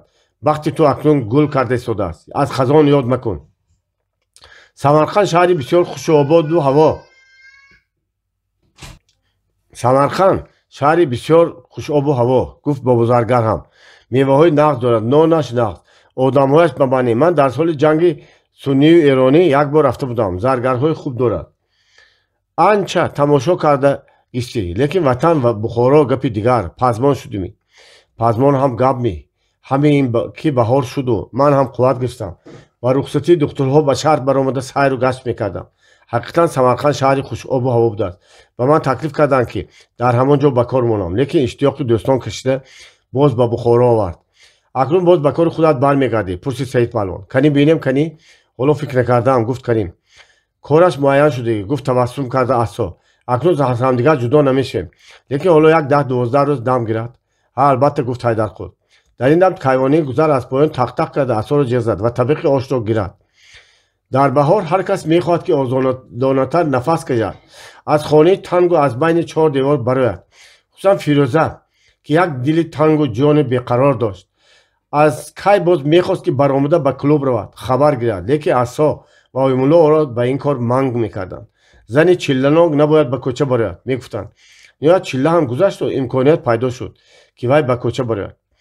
آن روز اولی پگاه بچه را سیر کرده به گهوارش بست و از آیمولا خواهش کرد که تا آمدن وی در بالاخانه در پیش بچه کتابش را خوانده شدند، زیرا که عصا هم اثری بر وقت به کارش رفته بود. جانم قطعی از نبیرکم باخبر میشم، گفت آیمولا. لیکن اگر بیدار شده ماند از من چی جیجی طلب کند چیکار میکنم؟ алда кунед китоб хондатед, гуфт Ширин табассум карда Фирӯза. Лекин ба гумонам то омадани ман бедор намешавад. Хуб сери хӯрда хобондам. Хай маҳл гуфт Ваймулло, бемалол рафтан гир. Бедор шавад ҳам илоҷаш ҳаст. Фирӯза ба сараш фаранҷӣ гирифта рост ба клуби занҳо рафт. дар клуб аллакай муаллимаҳо ба синфҳо даромада ба зану духтарони дар он ҷо буда машғулият мегузаронданд. Фирӯза ба идораи клуб даромада фаранҷию чашмбанди худро гузошта аз нав ба дод пурсид ки муаллими навомадагӣ Ҳуснул дар кадом синф даст додист аст. Вай нишон дод. Фирӯза ба daҳлези он хоне ки Ҳусниддинова дар он ҷо ба духтарҳо дарси ҳунар меомӯхт оҳиста рафта даромаду аз қафои дар гӯшт осистод. Занаки турк бо зубони худаш кимчиҳо мегуфт, аммо духтарони тоҷик намефаҳмиданд. Вай дар ғазаб шуда ба онҳо дуғ мезад, онҳоро ҷанг мекард. Азбаски Фирӯза дар ҳар камтар забони туркӣ ӯзбекиро омӯхта буд, диққат карда шунид ки муаллима мегӯяд: ман шумо каллахарҳоро маҷбур мекунам ки забони туркиро фаҳмиду омӯзед. охир ҳамаи шумоё авлоди турк, набираҳои Чингиз ва Темуру Чиғотой ҳастед. Фирӯза тоқат накарду ба хона даромад. духтарҳо ӯро дида ба аҷо бархостанд. Салом муаллима, гуфт вай бо забони ӯзбекии вайрон. Ба гапаш давом дод. духтарҳои мо забони туркиро намедонанд, аммо ӯзбекиро кам кам мефаҳманд. агар шумо мақсадтон осонтар карда ӯзбекӣ карда мефаҳмондед беҳтар мешуд. ту кисти? гуфт беэҳтиёна муаллима аз болои айнак ба вай нигоҳ карда. ман мудири клуб мешавам, гуфт Фирӯза. Ҳусниддинова ба ҷои салом гуфт: ба забонатон сӯхтанӣ баромадагимӣ? на ту ба забони туркӣ дуруст гап мезанӣ, на ин каллахарҳоят. хай, гуфт ғазабаш ба сар зада Фирӯза. пас аз дарс дар идора гап мезанем. вай аз синф баромада ба кабинети худ рафта даромад. телефонро ба худ наздиктар монд ва дасти онро сахт дофта хоҳиш кард ки ӯро бо раиси комитаи марказӣ пайванд кунанд. ба ман ҷаноби Абдуқодир Муҳиддинов дар кор, гуфт вай ба пурсанда. ҳа, шумоми? салом, салом, ман Фирӯза аз клуби занҳо гап мезанам. саломат боша, шукр. аз шумо хоҳиш мекардам ки ягон бор моро ҳам ба назар гирифта меомадед, аз ҳоламон хабар мепурсед. бале, бале, баъзе арзҳо дорем. ба ростӣ бисёр нақд. ман ба шумо мунтазир. агар нозири маориф ҷаноби Қори Ёлдош ҳам меомаданд, хуб мешуд, майлаш. вай трубкаро ба ҷояш монду тохта хест, рафта аз хобгоҳ ва ошхонаи маҷлисгоҳ хабар гирифт. гӯё ҳама ба ҷо буд. баъд занг шуду муаллимаҳо ва духтарчаҳо аз синф берун шуданд. Фирӯза аз ҷониби худ пурсида донист ки 3 нафар аз келинчаҳои саргузаштшуда омадагиро аз роҳ зада баъзеҳо аз корконаи масъул гирифта бурдаанд. шабу рӯз баъзе одамони бадахлоқ дар атрофи клуб мегарданд, ба занҳо хушомад мезананд, ҳатто бепӯшпӯш даромада духтарҳоро ба кӯча даъват мекунанд. ҳамаи масъалаҳоро ҳозир ҳал мекунем, гуфт Фирӯза ба муовинаш. ба ҳеҷ кас ҷавоб надода нигоҳ доред, ҳозир калонҳо меоянд, маҷлис мешавад. ба мардҳо чӣ хел мешавад? шуда мегирад. ҳар кас хоҳад бефаранҷӣ, нахоҳад боз фаранҷӣ шита мегирад. бо ки ниязони худӣ. соате нагузашта Абдуқодир Муҳиддинов, раиси кумитаи марказии иҷроия ва Қори Ёлдош Пӯлотов, нозири маорифи Бухоро омада даромаданд. Фирӯза онҳоро бефаранҷӣ пешвоз гирифта ба ҳамроҳии муаллимаҳои татор ва тошкандӣ, ки онҳо ҳам фаранҷӣ надоштанд, ба омадагон клубро нишон дод. баъд ба маҷлисгоҳ даъват карда гуфт: акун камтар арзи моро шунавед. Абдуқодир Муҳиддинов ки одами меонқад, сергӯшту ғалча ва хеле базеб буд, бо камоли одоб ва хушмуомилагӣ дар яке аз курсиҳои канори хона нишаста табассумкунон гуфт: марҳамат, мо муҳайёи шунидани талаботи шумо ҳастем. кумитаи марказии иҷроия ба корҳои умумӣ ва ҳаррӯза банд шуда, шояд бевосита ва аз наздик ба аҳволи шумо ошно нашуда бошад, вале ин маънои онро надорад ки масъалаи озодии занон, масъалаи маорифи занону духтарони Бухоро аз эътибор соқит шуда бошад, ё ки дар қатори масъалаҳои дуюмин ва сеюмин гузаронда шуда бошад. ҳам фирқаи иштирокиён ва ҳам ҳукумати шӯрои Бухоро ба масъалаҳои озодӣ ва баробарҳуқуқии занон аҳамияти махсус медиҳанд ва дар ин роҳ ҳар чӣ лозим бошад дареғ намедоранд. раҳмат ба шумо, гуфт Фирӯза. барои ҳамин ҳам ман беодобӣ карда ба худи шумо телефон кардам. و از شما امیدهای ما کلان است. کلوب زنها چه طوری که در خودتان معلوم است یکی از واسطه‌های مهم است در کارهای آزادی زنان.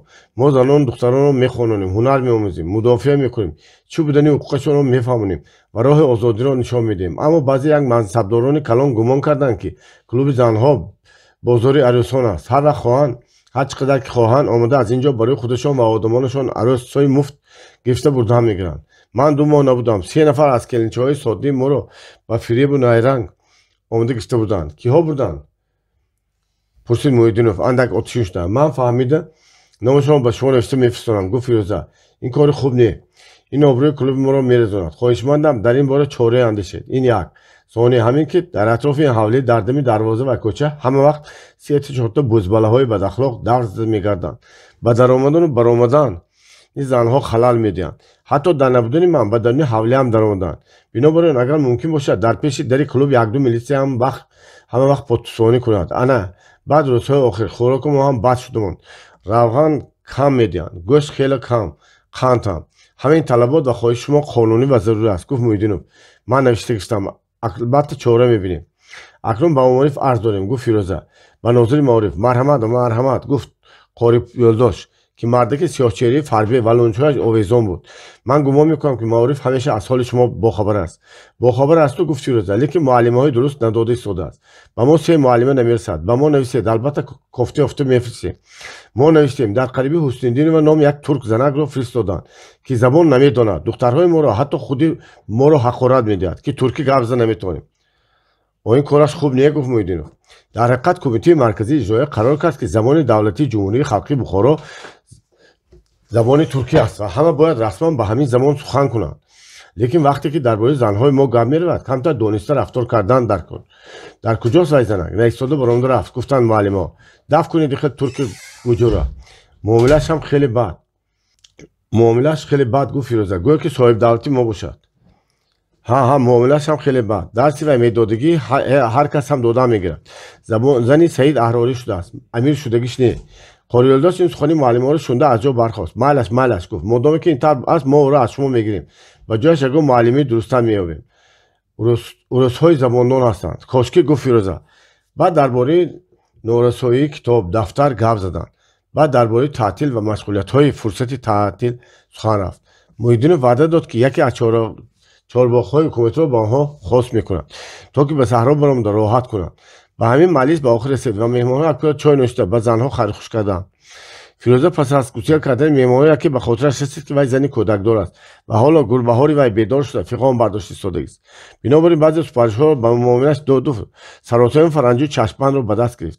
در روی حوله انبر اشک را دید که به دروازه درآمده ایستاده است. السلام فیروزه جان.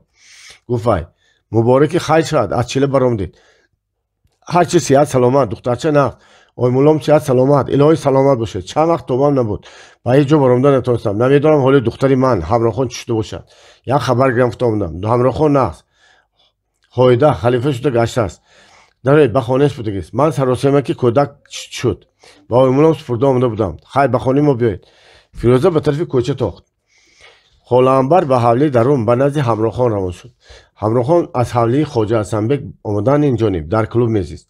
از بس که یک خط و سواد داشت در قطار دیگر زنهای بی خط و سواد به همین درس‌ها نمی‌درآمد. فقط درس‌های نو رو گوش میکرد.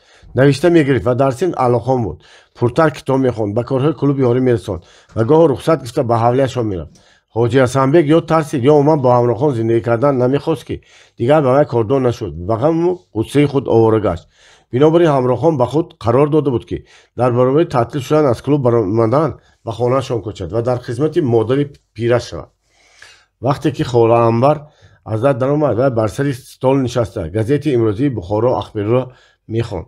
خاله عنبر را دیده دویده از جای برخاست و گرم جوشان بازی نمود. خیریت میآمدید گفت وی گیله‌مندانه در انتظاری کوک‌های چشمم کند. هر چقدر گیله کنید تق دارید آیم. گفت خاله عنبر نفس روز کشیده. روزگار و زندگی چنان پیچانده گشته است که یک کس به خودش بیخبر میماند. یک چند روز کسل شدم. پیریدم. موسیقیت هم مزهش نیست. بچه‌ها میخوانند. خیر احوال سلامتی خودتان خواندن‌ها چطور؟ شک نقص. گفت همراهان لیکن از یقی دلم به کفیدن رسید. از یقی حیران شدم. من پرسید خاله عنبر آدم‌ها زیقشان به کلوب آمده سبک شده میروند شما در کلوب استاد زیق شد میگویید؟ надонам гуфт ҳамроҳҳо як ок кашида. ҳеҷ чиз ба назарам наменамад, аз ҳеҷ чиз хурсанд намешавам. духтарҳо шӯхию бозӣ мекунанд, доиразанӣ, ашёлухонӣ мекунанд, аммо ман не, ба ҳеҷ чиз дилам намеравад. фақат як бор як келинча дарду ҳасрат карда саргузашти худашро гуфт. аз дилу ҷон гӯш кардам, баъд баробари вай важноб гирья кардам. оби чашм рафта буд ки дилам андак кушода шуд. духтарҳо қати ба болои бом баромадам. ба атрофу ҷониб назар карда озод нафас кашидам. баҳор шуда мондааст, ман бехабар. ҳа баҳор шудагӣ, гуфт Анбархола бо андешаи хаёл, лекин зиққи ту ба ман маълум не. бесабаб кас ба ин ҳолат намеафтад. саргузашти келинча чӣ будааст ки кас гирья мекардааст? сарсахт нозой будааст. шавҳарашро аз дилу ҷон дӯст медоштааст. модаршояш ғин карда ба ҷони ҳоли шавҳараш намонда зани дуюм гирифта доданӣ шудааст. бинобар ин келинча маҷбур шуда ба эшони дуонхон фарзандталаб шуд рафтааст ва эшони фосиқи лаънатӣ ба келинча даст дароз карданӣ шудааст. келинча ғазабаш боло гирифта эшонро зада афтонда ба дар рафтааст. аммо бадгӯёни хабарро чаппа карда ба шавҳараш расонданд ки гӯё келинча худашро ба гардани эшон партофтааст. шавҳари нодон инро фаҳмида занро ҷавоб додааст. занак аз қишлоқ саргузашт шуда ҳатто худашро куштанӣ шудааст. ғайрат ки як одами боинсоф ӯро ба кӯлоб оварда будааст. аз ин хел шавҳари нодон доштан бешавҳар некардан беҳтар аст, гуфт Анбархола. агар келинча шумо барин ҷавон бошад, ба ҳар тори зулфаш 100 то шавҳар. сайли соли навӣ фаҳмидетоми? не, гуфт Оймишов. нафӣ намекунед. чӣ хел сай? як сайли калон ки ҳеҷ мондан гиред. растаю руста чодарҳо зада, сирку торикистонҳо, чойхонаҳо, ошхонаҳо, агар бинед ҳайрон мешавед. шабҳо, бозори шаб, ҳама ҷо чароғон, ҳама ҷо базму хурсандӣ. ҳамин Насимҷон писари ҳоҷималӣ саркор барин. ман дидам ба аспи сафедаш суор шудагӣ. ду кас аз ду қафояш худи тӯраҳо барин фармон дода гаштааст. Насимҷонаш ки қасдан худро ба нодонӣ зада пурсид ҳамрохон. ҳар рӯзи байрам ба пеши ба аспи сафед савор шуда омада буд ва занҳо роҳ кушода дода буд ку? ҳо ту он вақт набудӣ. мо ӯро бо ту дар регистон дидем. ҳа ҷавонаки хушрӯй. хезед рафта ҳам ҷавонаки хушрӯйро бинем, ҳам сайру тамошо карда биёед. малаш гуфт якбора роҳ пешкашида ҳамрохон.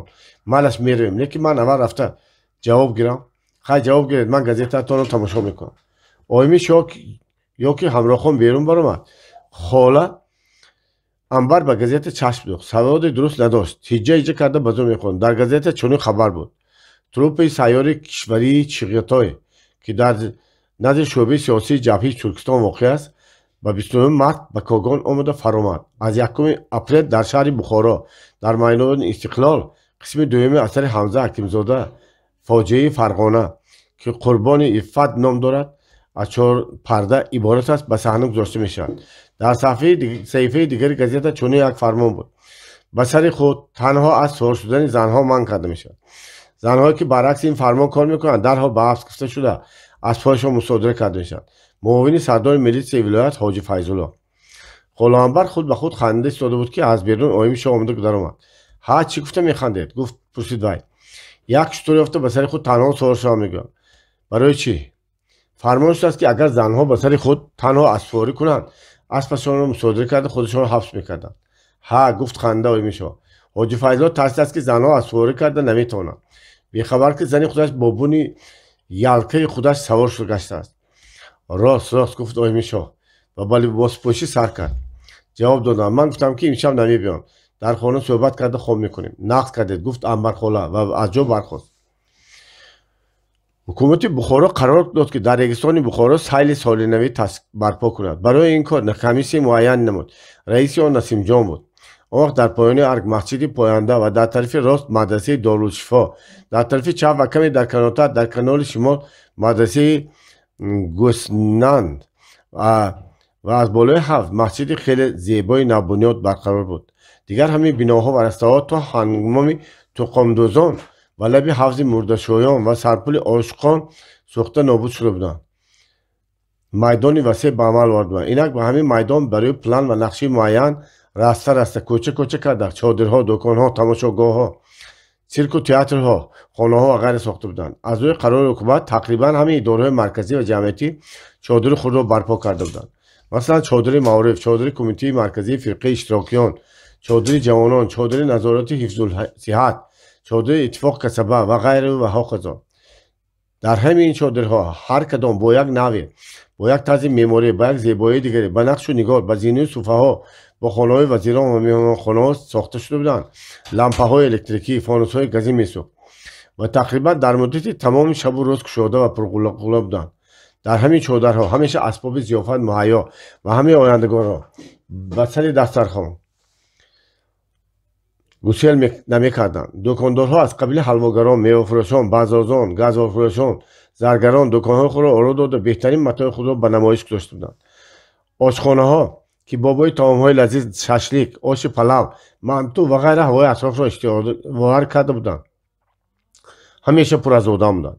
در میدان میان چادرها داربازان ستون بلند خود را استوار کرده به هر طرف رسما را کشیده بودند.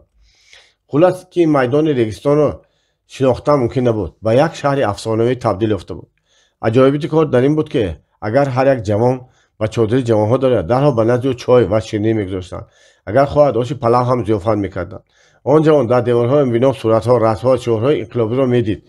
تقریباتشان به وی درباره حرکت‌های جوانان، درباره کمسمال حکایه‌ها کرده می‌داد و در وقتی از چادر برآمدند به یک مندت سرخ نامش را نوشته به دستش می‌دادند که و می‌گفتند که از این سکت و اعضای تشکیلات جوانان می‌شود. اگر هر یک زیایی معلم یا معرفچی با چادر معرف دارد البته روی خوش می‌دید. در حال پیشواز می‌کردند و ضیافت می‌کردند. در اکثریت چادرها بیگانه بحث‌ها می‌شد و در آن بحث‌ها بهترین حافظان و صنعتکاران شهر اشتراک می‌کردند. خصوصا چادر معارف آبادتر بود و در آن معلمان و شاگردان مکتب موسیقی ملی کار می‌کردند. نسیم جان که خود یکی از ایجادکاران این شهر افسانه می‌شد با فخر و شادمانی گاه به یک کوچه به استوها گام می‌زد، گاه به یک چادر نزد می‌شد. خاله عنبر دختر شوهنده خودش همراهخوان آن به همین شهر افسانه‌ای گرفته بود. روز بیگاه میشد. سیل در عین جوش خروش بود. همراهخوان که چندین روز این طرف بیرون نبرانده بود یک باره این دو دهنه این شهر افسانه‌ای دید حیران شده بود. نمیدانست که به کدام کوچه رود، کدام راسته را تماشا کند.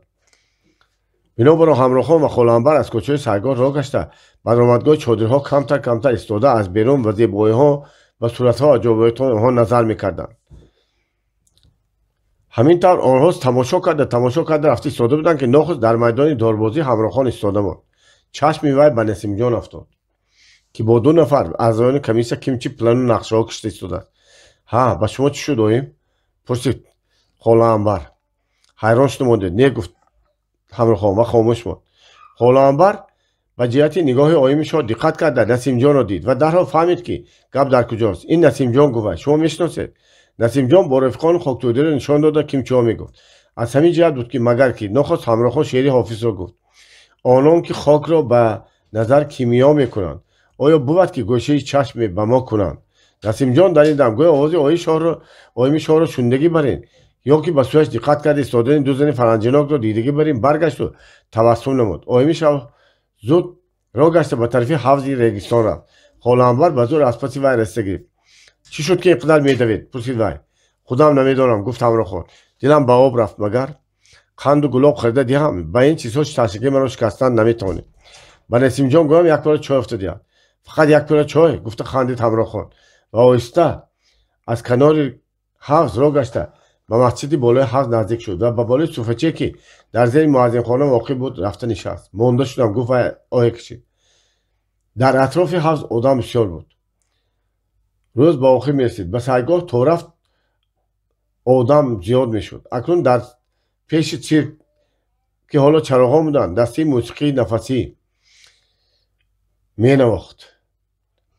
در نزد کینا و تئاتر نیز آدم بسیار بود. حیات عجایبی شبانه این شهر افسانه‌ای سر میشد.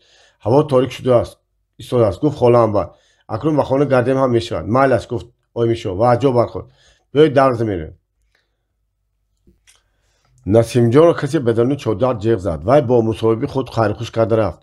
اکنون همه میشود. پرسید زنی خاله عنبر اکنون میشود؟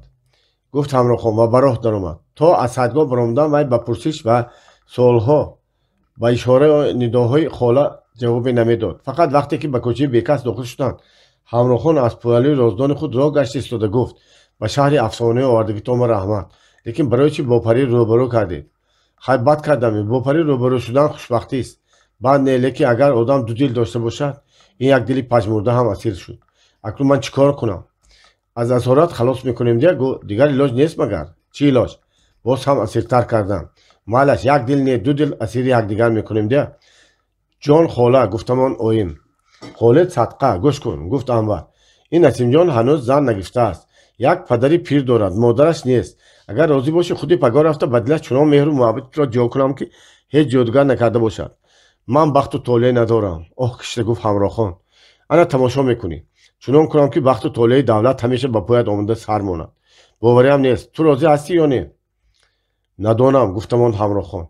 در این جا صحبت آنها با آخر رسید زیرا که در دم دروازه حولهشان رسیده بودند. باب 21. پدر نسیم جان که نامش حاجی ملیح بود در بستر بیماری افتاده. دور از این طرف حتی خوراک هم درست از گلهش نمیگذشت. موسیفید به کسلی خود اهمیت نداد و درباره فرزندش درباره یگانه پسرش فکر میکرد. انقلاب چی شد؟ از بخارا سرگریز شده رفت. در غربت به چه خواری و زاری ها رسید. انا اکنون انقلاب شده باشد هم این بچه آرام قرار ندارد. چکه میگوید، رفکا میگوید، کمیسیا میگوید و میدود. هر کاری که فرمایند نه نگفته دویدگیش دویدگی. شبها با عسکرها اسب دوان نمیگردد. روزها اداره بازی. اما درباره خودش فکر ندارد. رحمتی مادرش شاده شدن بختش را ندیده مرد. اکنون پدر پیرش هم افتاده ماند. نکرد که یک زن گیرد. خوشبختی او را پدرش بیند. با کیم کدام زنه که ترک کاته‌بازی میکند. کاش که وی زن یک مسلمان نباشد. نصیحتی پدر را گوش نکرده به فریب و نیرنگی و مکاره گرفتار شده. او را از این راه باز داشتن لازم. نقد مردم چی میگویند؟ نسیم جان آمد می پرسید موسفید از کمپیره که خواهر رحمتی زنش بود و به او نگاه میکرد. ها آمدگی گفت کمپیر در خانه خودش. باز با همون زنک نی؟ ها همون زنه که با قوش چشم. نسیم جان را گفت که اینجا بیاید. کمپیر برآمده رفت و پس از دقیقه نسیم جان به خانه درآمد. در تنش از بالای کرته ازار سفید جامعه کمپختی علاچی قرچگی و سرش کله‌پوش گلدوزی عراقی بود.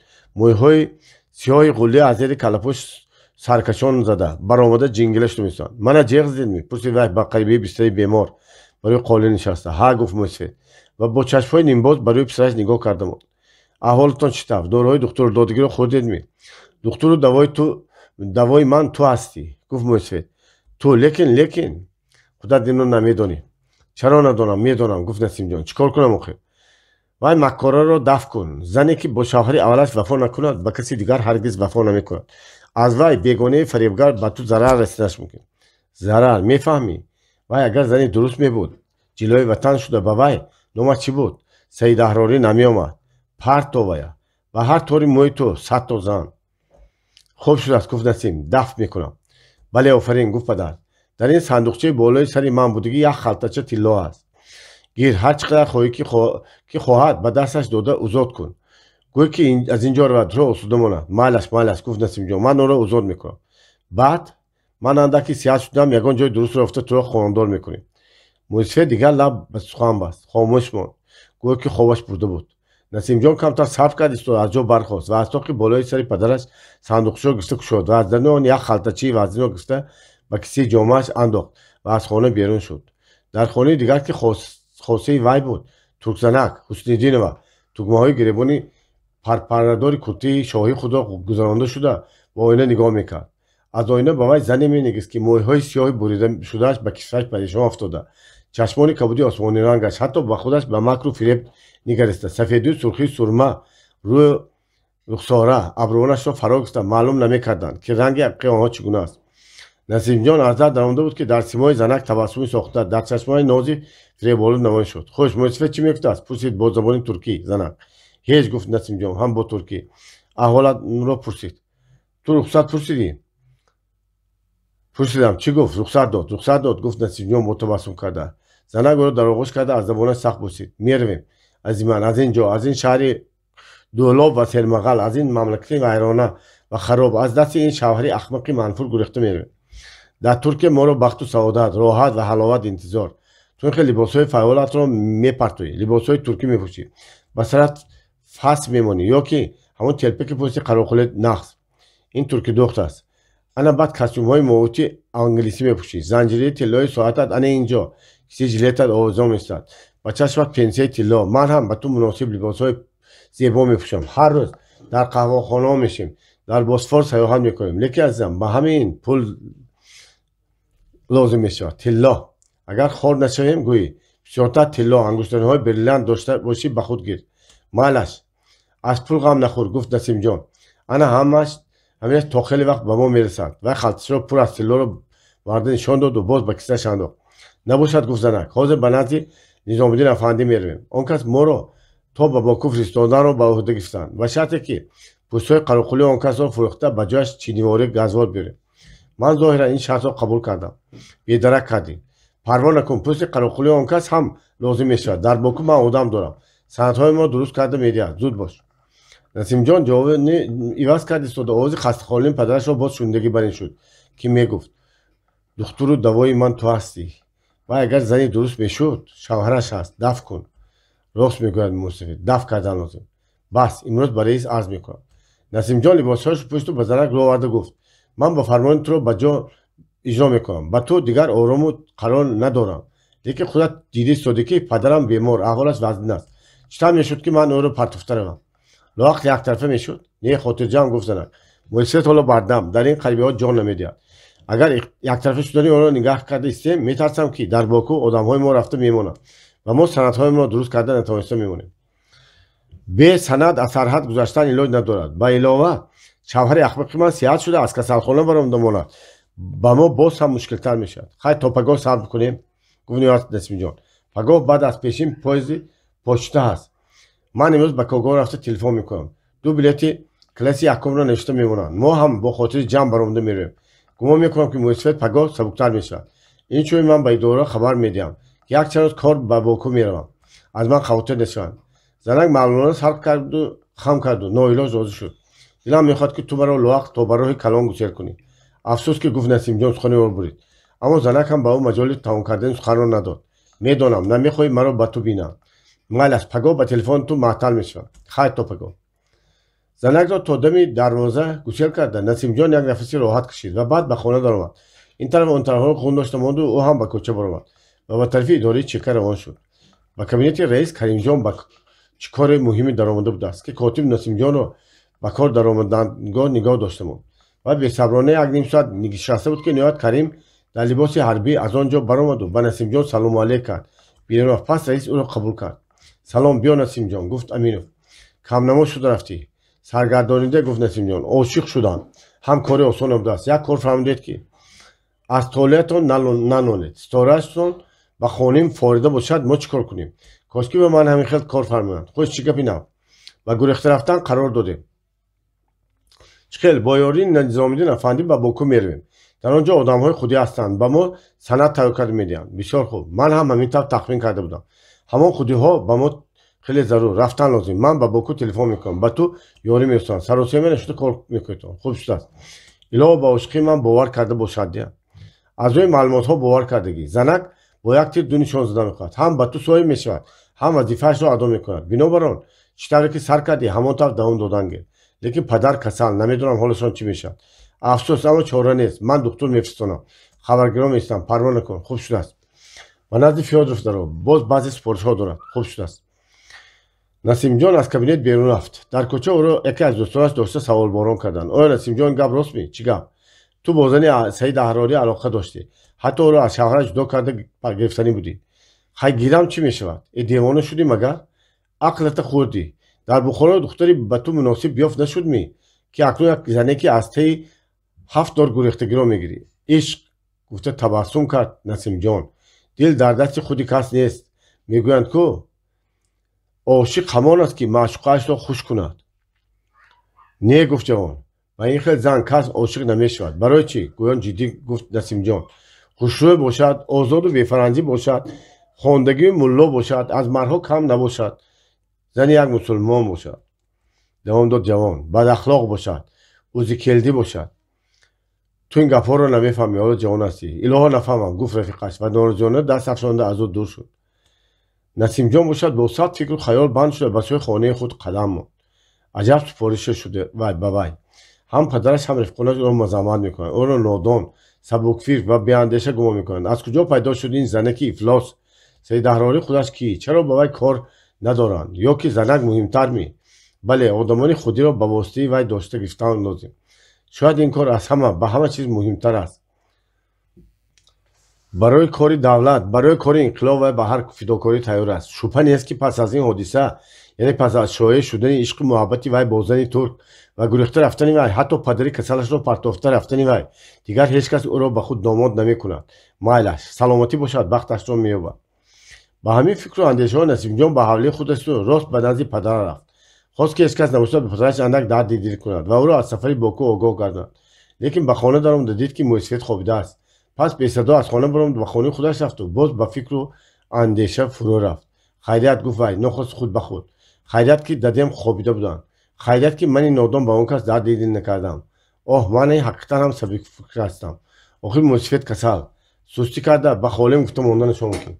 холем ба дугонашон ва дугонашон ба дугонааш. Дар як дам тамоми шаҳр аз кори ман хабардор мешуд ва ҳама меҳнату кори чандин касон бекора мерафт. он шаб вай дар назди падари бемораш хобид.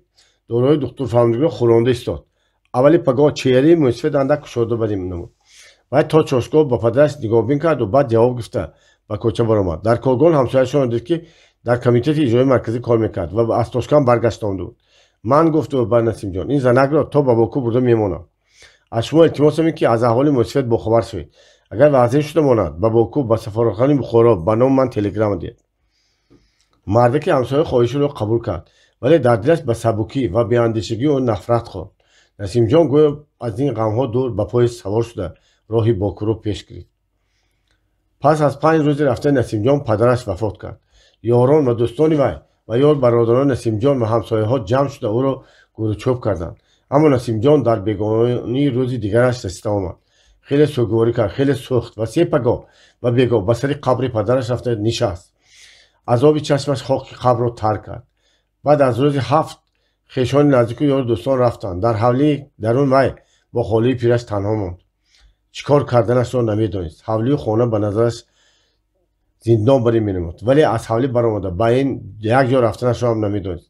рӯзи даҳум ба кор рафт. аз раиси чека аҳсан ва офарин шуд, ки корро хуб ба анҷом расондааст. ӯро баъд ба кори худаш монданд. рӯзонаҳо худро дар кор машғул мекард. шабҳо ба хона баргашта китоб мехонд, то ки камтар гам мезад. ҳатто тамбурро ба даст намегирифт, то ки аз вафоти падараш 40 рӯз нагузашт. он рӯз хеле ҳаво абрнок буду, аз осмон чанг меборид. ҳанӯз офтоб фурӯ нарафта ҳама ҷоро торикӣ зер карда буд. холаи Насимҷон як коса шӯрбо кишида ба хона даромад. биё бачам, як коса шӯрбо хӯр, гуфт вай. хеле бомазза шудааст. майлаш, монда равед, гуфт Насимҷон. аз болои кат бархоста. дилам наталабад ҳам. шӯрбои шумопухтагиро нахӯрдан гуноҳ. саломат бош писарам, гуфт кампир. ба корат кай меравӣ? ё ин шаб намеравӣ? не, имшаб ба ҳеҷ ҷо намеравам. майлаш, камтар дам гир, китоб хон. исто ки аз вай гумномат тамоман халос шудӣ? ҳа, халос шудам, гуфт Насимҷон. аз ҳамин ҷиҳат ман хурсанд, ки фармоиши қиблагоҳро ба ҷо овардам. худо илоҳим раҳмат карда бошад, гуфтам он кампир ва аз хона баромад. дар берун дар поёни суфра як занаки фаранҷӯи чашмбанднок рост истода буд. Насимҷон ҳастам мегӯё, мепурсид вай. кампир ҳайрон шуд, ки ин зан чаро рӯи худро дар даруни ҳавлиам намекушад. ҳа, марҳамат, биёед, гуфт кампир. Насимҷон дар хона як ҷиғ зида мемондед? хоҳиш кард занак. кампир баргашта ба хона даромад, Насимҷонро ҷиғ зад. Насимҷон ҳам ҳайрон шуда баромад. занаки фаранҷинокро диду салом дод. хуш, ба ман кор доред михола? пурсид вай. ҳа, ман ду се бор омадам, шуморо наёфтам. дар сафар будед, гуфт занак.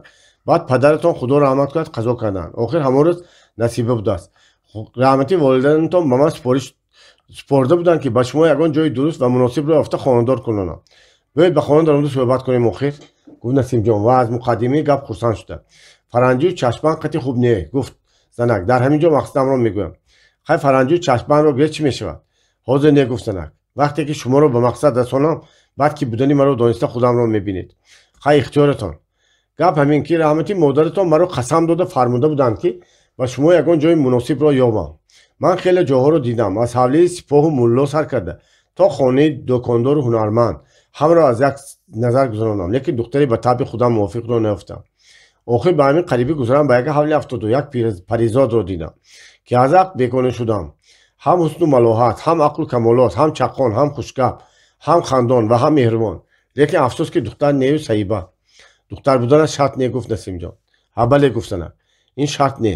зан гирифтан аз бозор мол харидан не. гӯсола харидан не.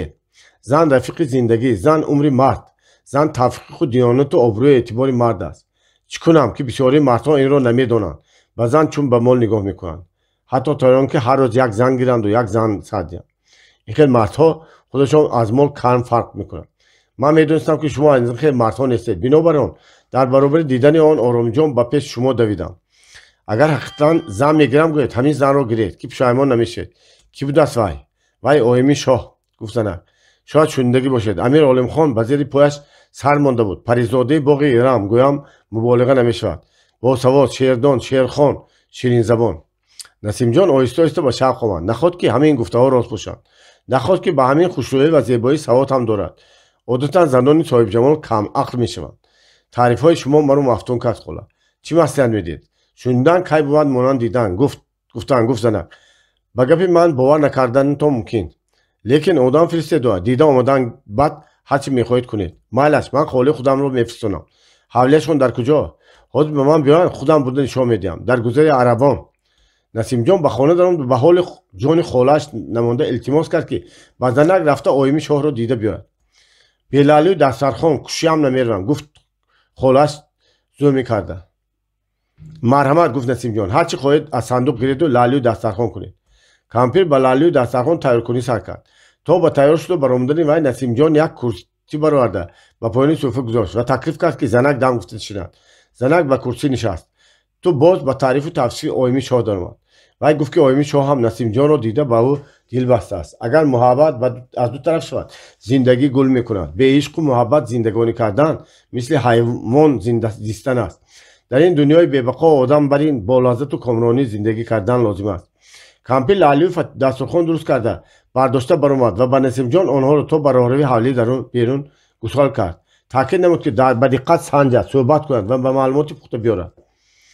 تا بازگشته آمدن کامپیر نسیم جان با ساکل کردن خود را نمیدانست خواست که برای نیمکت دراز کشیده کتاب خوانند نشد گویا شیطان وسوسه میکرد چه خیل باشد نخواست که همه گفته های این زنه که ناشناس راست برآید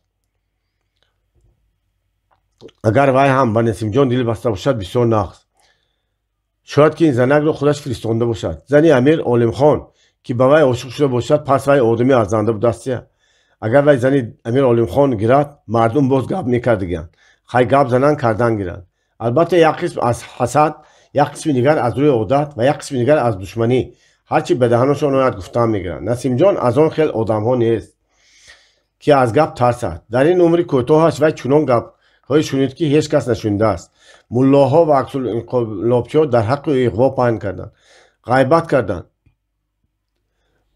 بعد از غلبه کردن انقلاب باز گپ پهن کردند که نسیم جان همین قدر عذاب کشید همین قدر جان کند من انقلابچی گفت و آمده چی شد یک منصبی درست نه یک درآمدی درست نه نهایت او را کلان پاسبان ها تعیین کردند همین هم منصب شد اما نسیم جان پروایی نداشت مادامی که لازم بود مادامی که این چیز به فایده انقلاب بود به جان اجرا میکرد اکنون البته گپ میکنند که نسیم جان فلانچه را گرفته است دختر نگرفته صیبه را گرفته است دیگر به وی هیچ کس دختر نمیدونست و غیره مالش گویند گفتن گیرند مادام میگویند و دم میشوند و از این گپ ها نمیترسد راست است که دروازه شهر را بستن ممکن است و دهان مردم را نه نسیم جان دل دارد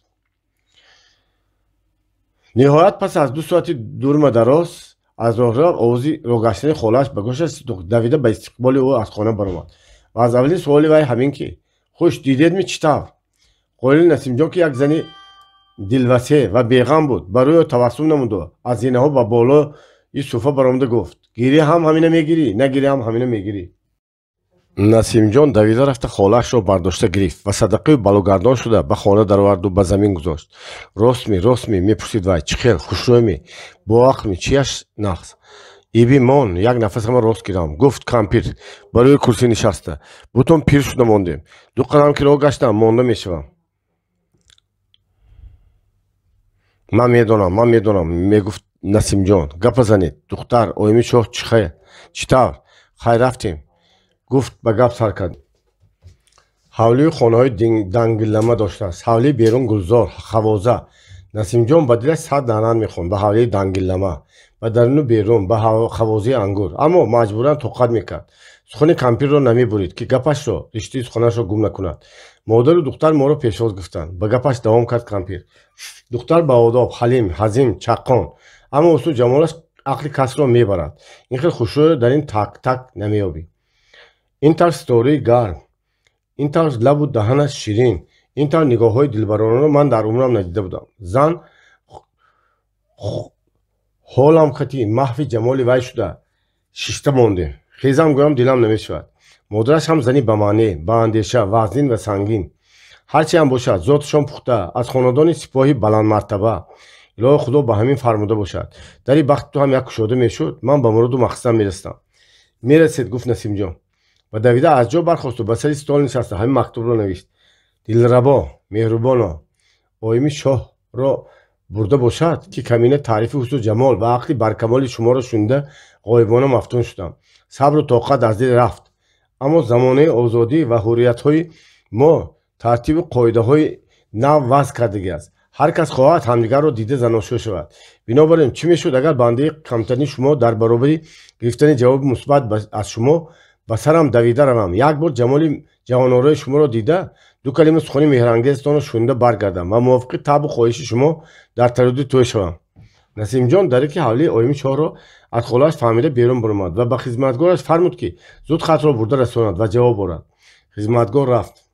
Насимҷон ба назди холааш даромада маслиҳати тӯйро кард. аввал фотиҳа мекардагистӣ? Дия пурсид холааш. фотиҳа мотиҳа дар кор не, гуфт Насимҷон. агар гапмон пазад худи пагоҳ ё фарду тӯй. иби ту девона шудӣ, гуфт кампир. бе ҳеҷ тараддуд тӯй намешудастми. ин тараф он тарафта бин кенгош хабар карда аз ёру ошноҳо ва аз колоншавандаҳои гузар маслиҳат пурс. ана баъд тӯйро сар кун. нахуд ки кас тӯй кунад. барои тӯйи нав, тӯйи сурхи инқилобӣ менгашам дар кор нест. гуфт Насим. телефон қити ҷойроҳо хабар мекунам. ошпаз омда кабобу ош мепазад. офисҳо, навозандаро мегӯем вассалом. халқи гузар чӣ? ёру ошноҳои дадет чӣ? хешу табории мо чӣ? ва ту ягон гап мешудааст. онҳоро баъди келна овардан ҳам ҷиғ зда мегирем. ту як рӯз не, чанд рӯз мешавад. ту ақлата хурдӣ. кампир ҳеҷ намефаҳмид. охир зан бечизу чора, белибосу беқалин мешавадми? миёнаравҳо рӯйхат бурда, рӯйхат мебиёранд. буру дӯз мекунанд, лаълию боркаш мебаранд, ҷиҳез меоранд. ҳеҷ гап не, ҳеҷ гап не. хулас ки холию ҷамъ ба ягон қарор омада натавониста истода буданд ки хизматгор омаду ҷавоби хатро дод. мактуб бо коғази қадимии абрешимӣ навишта шуда аз он бӯи атр меомад. Насимҷон ҳанӯз ба хати зебои оими шоҳ чашм надамонда аз бӯи он маст шуд. мактуб чунин буд. азизам, ба ҷон баробарам Насимҷонам. вақте ки мактуби шуморо ба ман расонданд, дилам тапиду чунин ғазалхон шуд. марҳабо, эй пайки муштоқон, бигӯ пайғоми дӯст. то кунам ҷон аз сари рағбат фидои номи дӯст.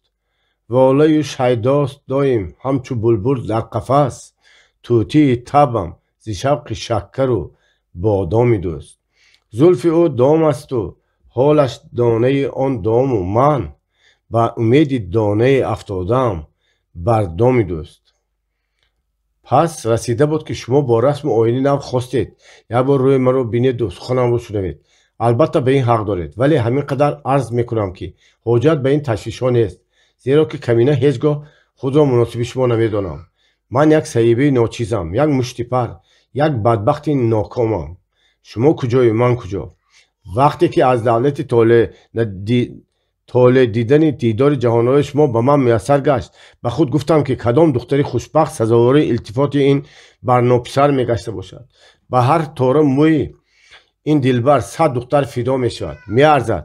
бинобар ин номаро навишта арз мекунам ки ба мани камтаринӣ нахандед ва ҳамсарии маро тақозо карда истеҳзо нанамоед ва монед ки фақат бо хаёли рӯятон умри боқимондаро ба сар кунам. канизи шумо ҳамроҳ. чӣ гуфтааст? пурсид холааш. ноз кардааст, гуфт Насимҷон ва ба ваҷду шавқ боз ба сари стол нишаст. ба ин мактуби навишт. азизам, дилбарам, паризодам, ҳамроҳхон буда бошад ки ин мактуби дилнавози шуморо гирифтам. аз мазмунаш огоҳ гашта як шавқам ҳазор шавқ шуд. худи шуморо дидагӣ, аз соҳибати ҷонбахш шумо баҳрабурдагӣ бар ин шудам. ҷонам фидои хоксорӣ ва фурӯтании шумо бод. акнун дигар ҳеҷ қайду шарти лозим нест. Он чӣ ки аз миёна рафт шундам ва он таърифе ки холам дар васфи шумо гуфт бо мазмуни мактубатон тасдиқ гардид. дуруст аст ки мо агар ҳамдигарро як бор бинем дигар ҷудо шуд наметавонем. бинобар он ҳамин расмиятҳои қадимиро дар канор монда худи ҳамин шаб тӯй мекунем ва ба дидори якдигар мерасем. барои ин фақат як калима розугии шумо лозим. каминии шумо Насимҷон. ман мактубро ба пакет андохту сари онро муҳр карда берун баровад ва ба хизматгояш дода илтимос кард ки ҳарчи зудтар рафта биёяд. агар ҷавобе негорад як ҷомаи алоча аз они вай. ин дафъа хизматгор ба умеди ҷома роҳро меомбур карда зуд рафта омад ва ҷавоби мактубро дод. ҳамроҳон навишта буд: соҳиби ихтиёрам, ҳар он чизе ки мехоҳед айни муддаои ман аст. ба ростӣ агар қоидаҳои коинотро шикастанӣ бошед дурусттар шиканед ки маълум шавад. ман ба дилам мегӯям ки ту ҳам турфи кӯлаҳ бишкан ки бишкан аст имшаб. ҳамроҳони шумо. хатро хонда Насимҷон ҷон гӯён аз ҷо парид. Насимҷон ба чашмонаш бовар накарда наметавонист. боз гашта хон. чӣ навиштааст? пурсид боз холаш. марҳабо эй пайки муштоқом, бигӯ пайғоми дӯст гуфтааст. гуфт чӯх кард Насимҷон. ман аз они ту аз они ман гуфтааст. ҳамин шаб тӯй гуфтааст. хизед ҳамсоятонро ҷиғ занед, хонаҳоро гӯғон доред ва тартиб биёред. келӣ мебиёяд. кампир чизе гуфта натавониста барои Насимҷон бо ҳайрат ва диққат нигоҳ мекард ва гумон дошт ки ӯ девона шудааст. хизед охир, гуфт Насимҷон ба сари телефон рафта. ёрдамчиёнатон ҷиғ занед, бевақт шуд. ман девона не хотирҷам бошед. кампир боз аз ҷо наҷунбид. гумон мекард ки вай шӯхӣ мекунад. Насимҷон дастгири телефонро софта чекаро гирифт ва ба раиси чека Аминовро пурсид. Аминов дар идора будааст. бинобар он зуд сару либос пӯшид иваз карду ба холаш боз як бор дигар огоҳӣ дода баромада рафт. аммо кампир чӣ кор карданашро намедониста ҳайрон мешуд. чанд дақиқа гузашт вале гарангиё намегузашт. ниҳоят аз рӯи ҳавли зараки ҳамсоя овоз дод: ой хола, кани шумо? манаман. дар хона биёед, гуфт кампир. донист ки Насимҷон оруф шудааст. муборак шавад, гуфт ҳамсоязанак ба хона даромада омада. Насимҷон гуфтанд ки тӯй мешавад. рост меҳам, мо бехабар? худи ман бехабар, гуфт кампири содда. дар як шаб хостгорию дар як шаб тӯй шуданашро ман акнун дидау шунида истодам. замонаҳо дигар шудагӣ. гуфт занаки ҳамсоя. чӣ илоҷ? тӯй бошад тӯй деҳ. хизед хонаҳоро ғундорем. кампирам беихтиёр аз ҷо бархост. Насимҷон ба назди раиси чека рафта арз кард ки худи ҳамин шаб як тӯи фавқулода карда маҳбубаашро ба хона овардан мехоҳад. ин кори мушкилро ҳеҷ кас накарда бошад ҳам вай карданем. Аминов дар аввал қадри ҳайрон шуда бошад ҳам баъд хандиду ин кори Насимҷонро ҳатто ба вай маъқул шуд. Аминов умуман аз хизматҳои фидокоронии Насимҷон хурсанд буд. вай медонист ки ба ғайрати вай як гурӯҳ одамони бадхоҳ ва зарарнок ба даст афтоданд. пас аз воқеаи занаки турк дар он қарибаҳо хонадор шудани Насимҷон аз имкон дур буд. инак ёфт шуда мондани арӯзро ғанимат шумордан лозим. бинобар он вай гуфт: аввалем ки муборак шавад. ба шумо бахту саодат мехоҳам.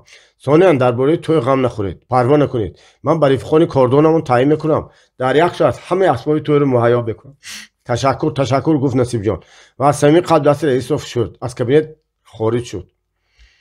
вай боварӣ дошт ки раис илтимоси ӯро рад намекунад ва низ боварӣ дошт ки тӯи имшаба ки чунин фавқулода барпо мешавад бад намешавад. вай аз чека баромада рост ба гузари худашон рафт.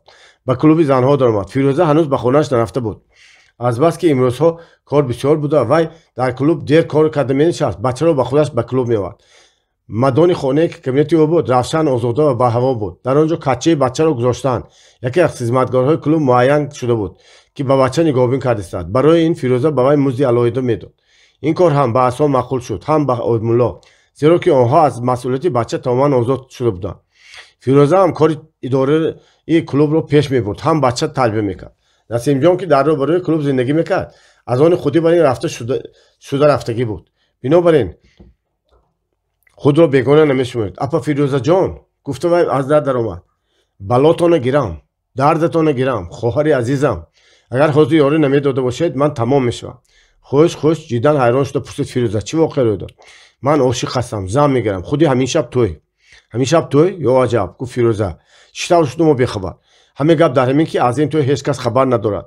на фақат шумо, балки холаи худам ҳам як соат пештар аз ин хабардор шуданд. Насимҷон воқеъро гуфта дода аз Фирӯза хоҳиш кард, ки خودش سردار توی شود با معلمه و مربیه ها گذرد و خاله نادانی و یاری رساند.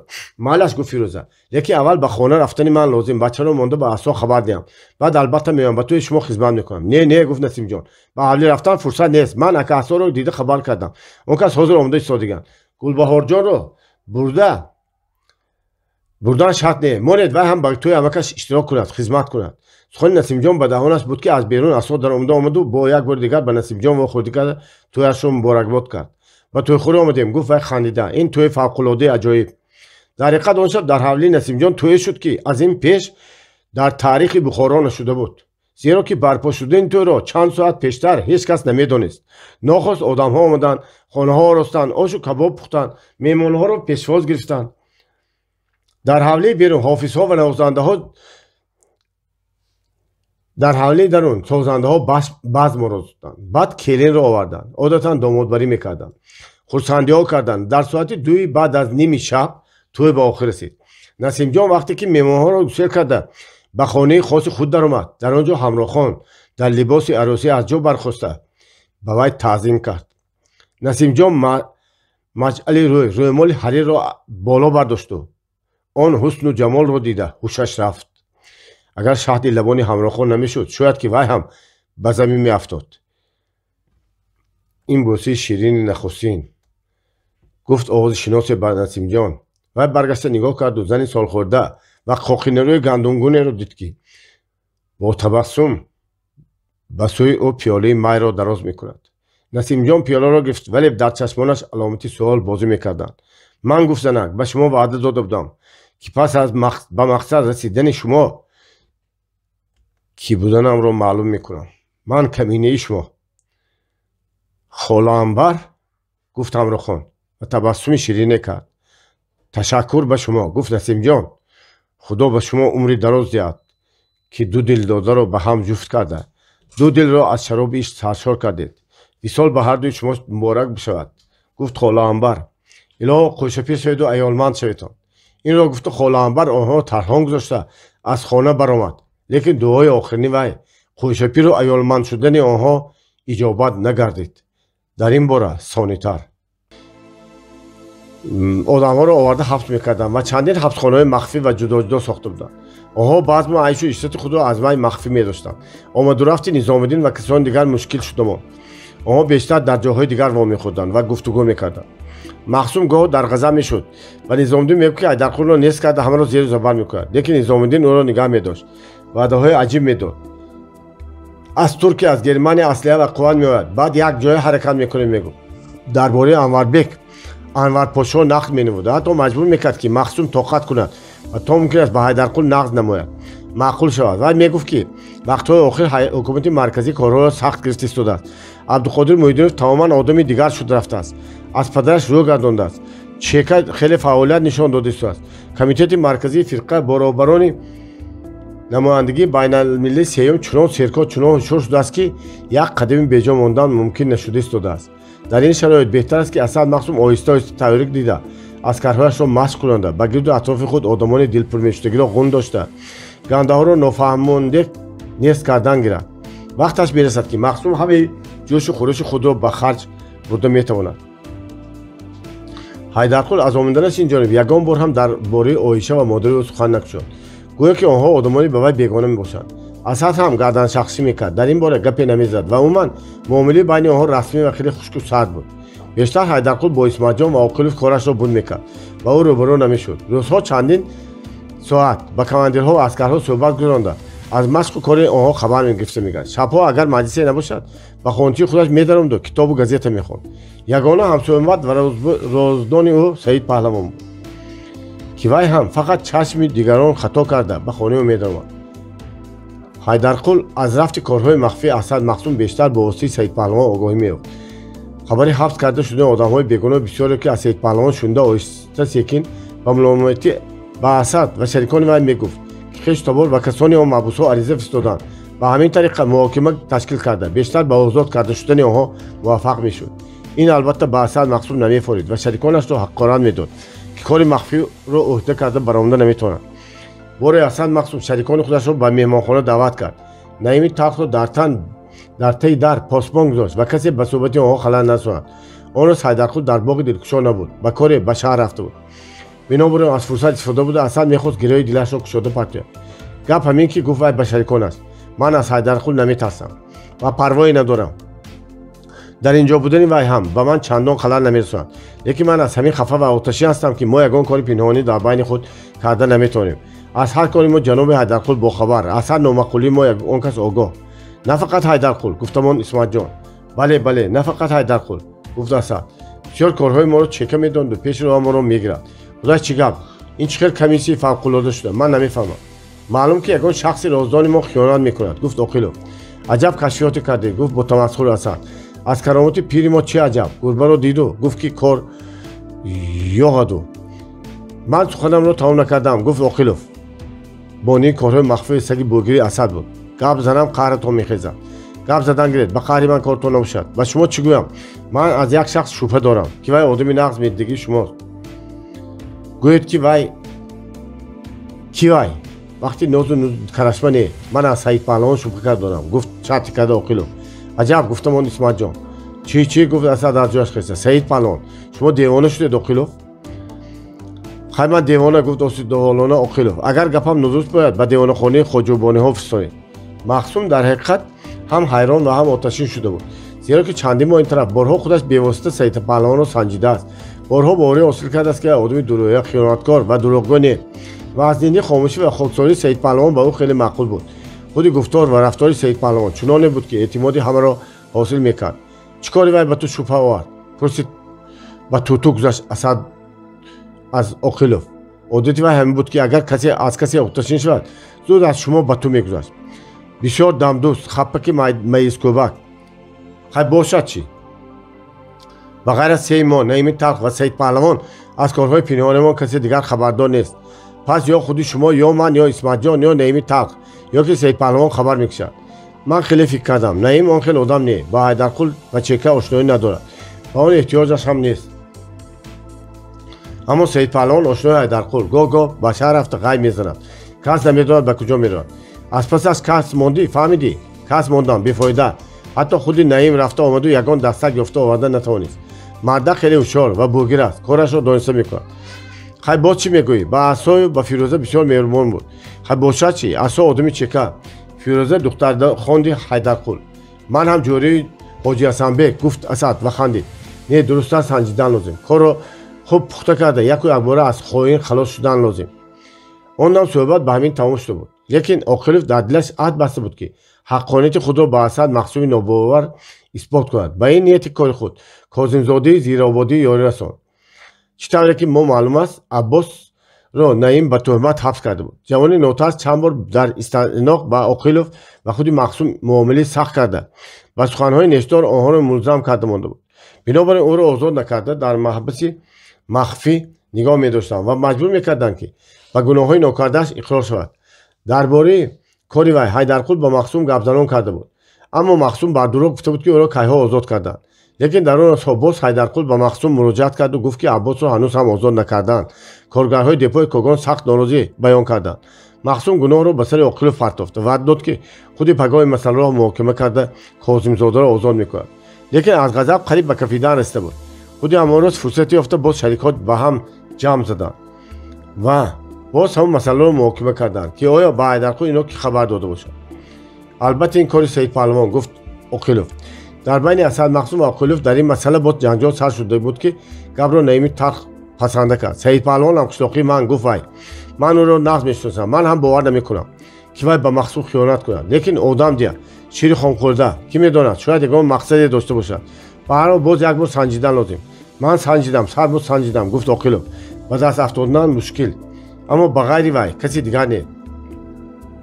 не гапи ман дар ҷои дигар, гуфт Наими Талх. ҳилагарон ба озор нигоҳ карда.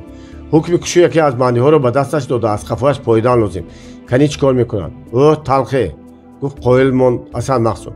ту аз Оқилов ҳам бадтолтар баромадӣ. гуфтаи ту рост, аз ин хубтар маҳак намешавад. лекин ба ҳайдарқул чӣ мегӯяд? ин корро бе ҳайдарқул кардан лозим, гуфт Оқилов. хайр ҳукми куш дорем ё не? пурсид Исматҷон. Козимзода чӣ? пурсид Наими Талх. Козимзода гуфта хаёл кардам он Оқилов. баъд аз каме фикр кардан ба суханаш давом дод. از کاظم‌زاده بهترش نیست. انا اکنون این طرفش رو به اختیار من بگذارید. من درست فکر کرده چنان کنم که هم حیدرقل حیران ماند هم شما. نخواهد خرسند شد مقصود. مالش به شما یک روز مهلت.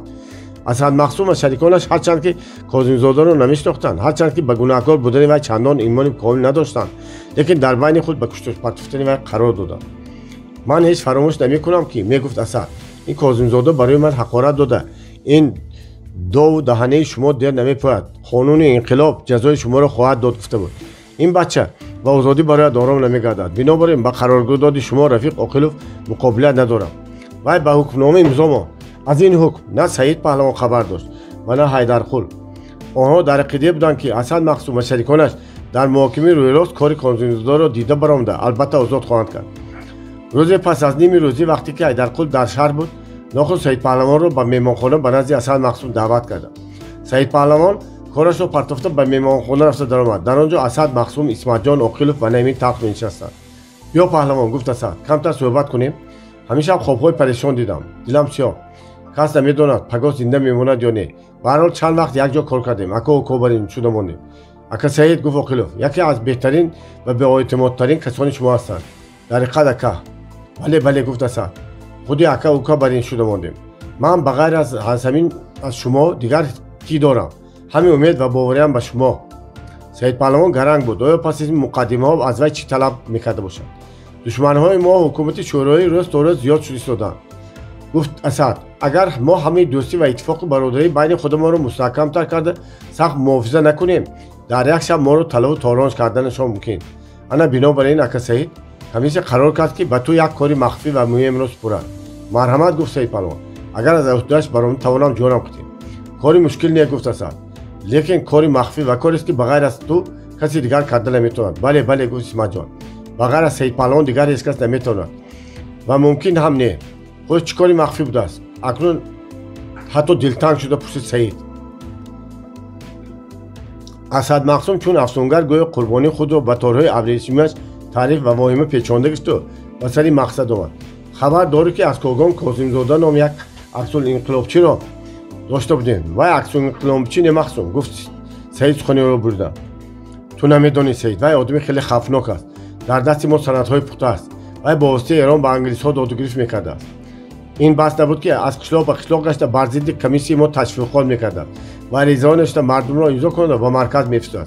در این باره به خود من اقرار شد. بنابر همه ما رو دزد و متهم و خونخوار گفت. بنابراین ما او را به جزای سخت لایق دانستیم. لیکن خودت حیدرقل ما رو می‌دانی و این بچه را می‌شناخته است. البته به میان دارم در حکم ما رو ویران می‌کند.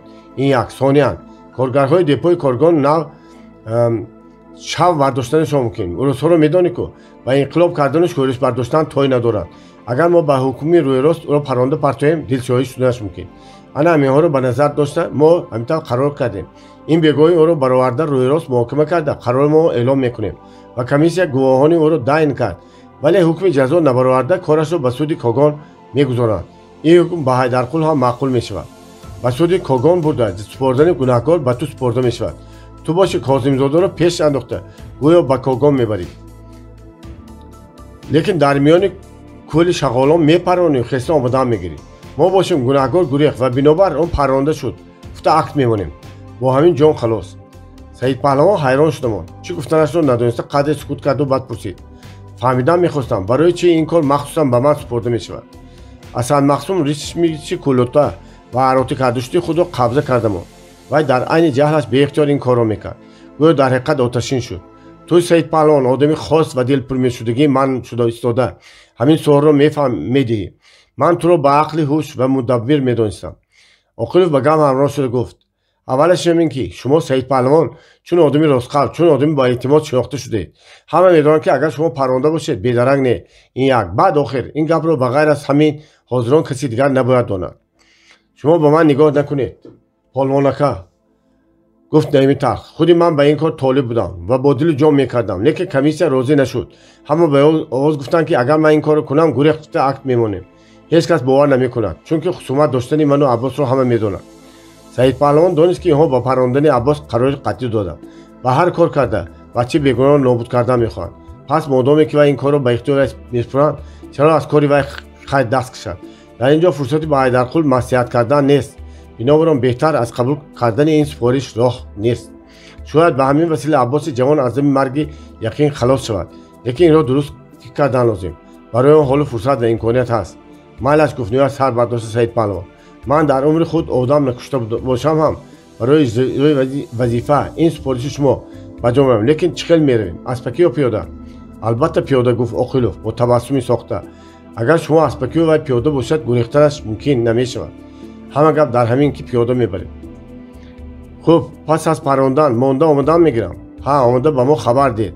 баъд аз он ҷо ароба рафта ҷасадашро мебардад. хуб шудааст. бо ҳамин маҷлис ба охир истод ба Саид Паҳлавон рухсат шуд ки рафта дам гирад. бегоҳӣ Ҳайдарқул аз шаҳр барнагашт, аммо комиссияи фавқулоддаи атрофи Бухоро маҷлиси худро барпо намуд.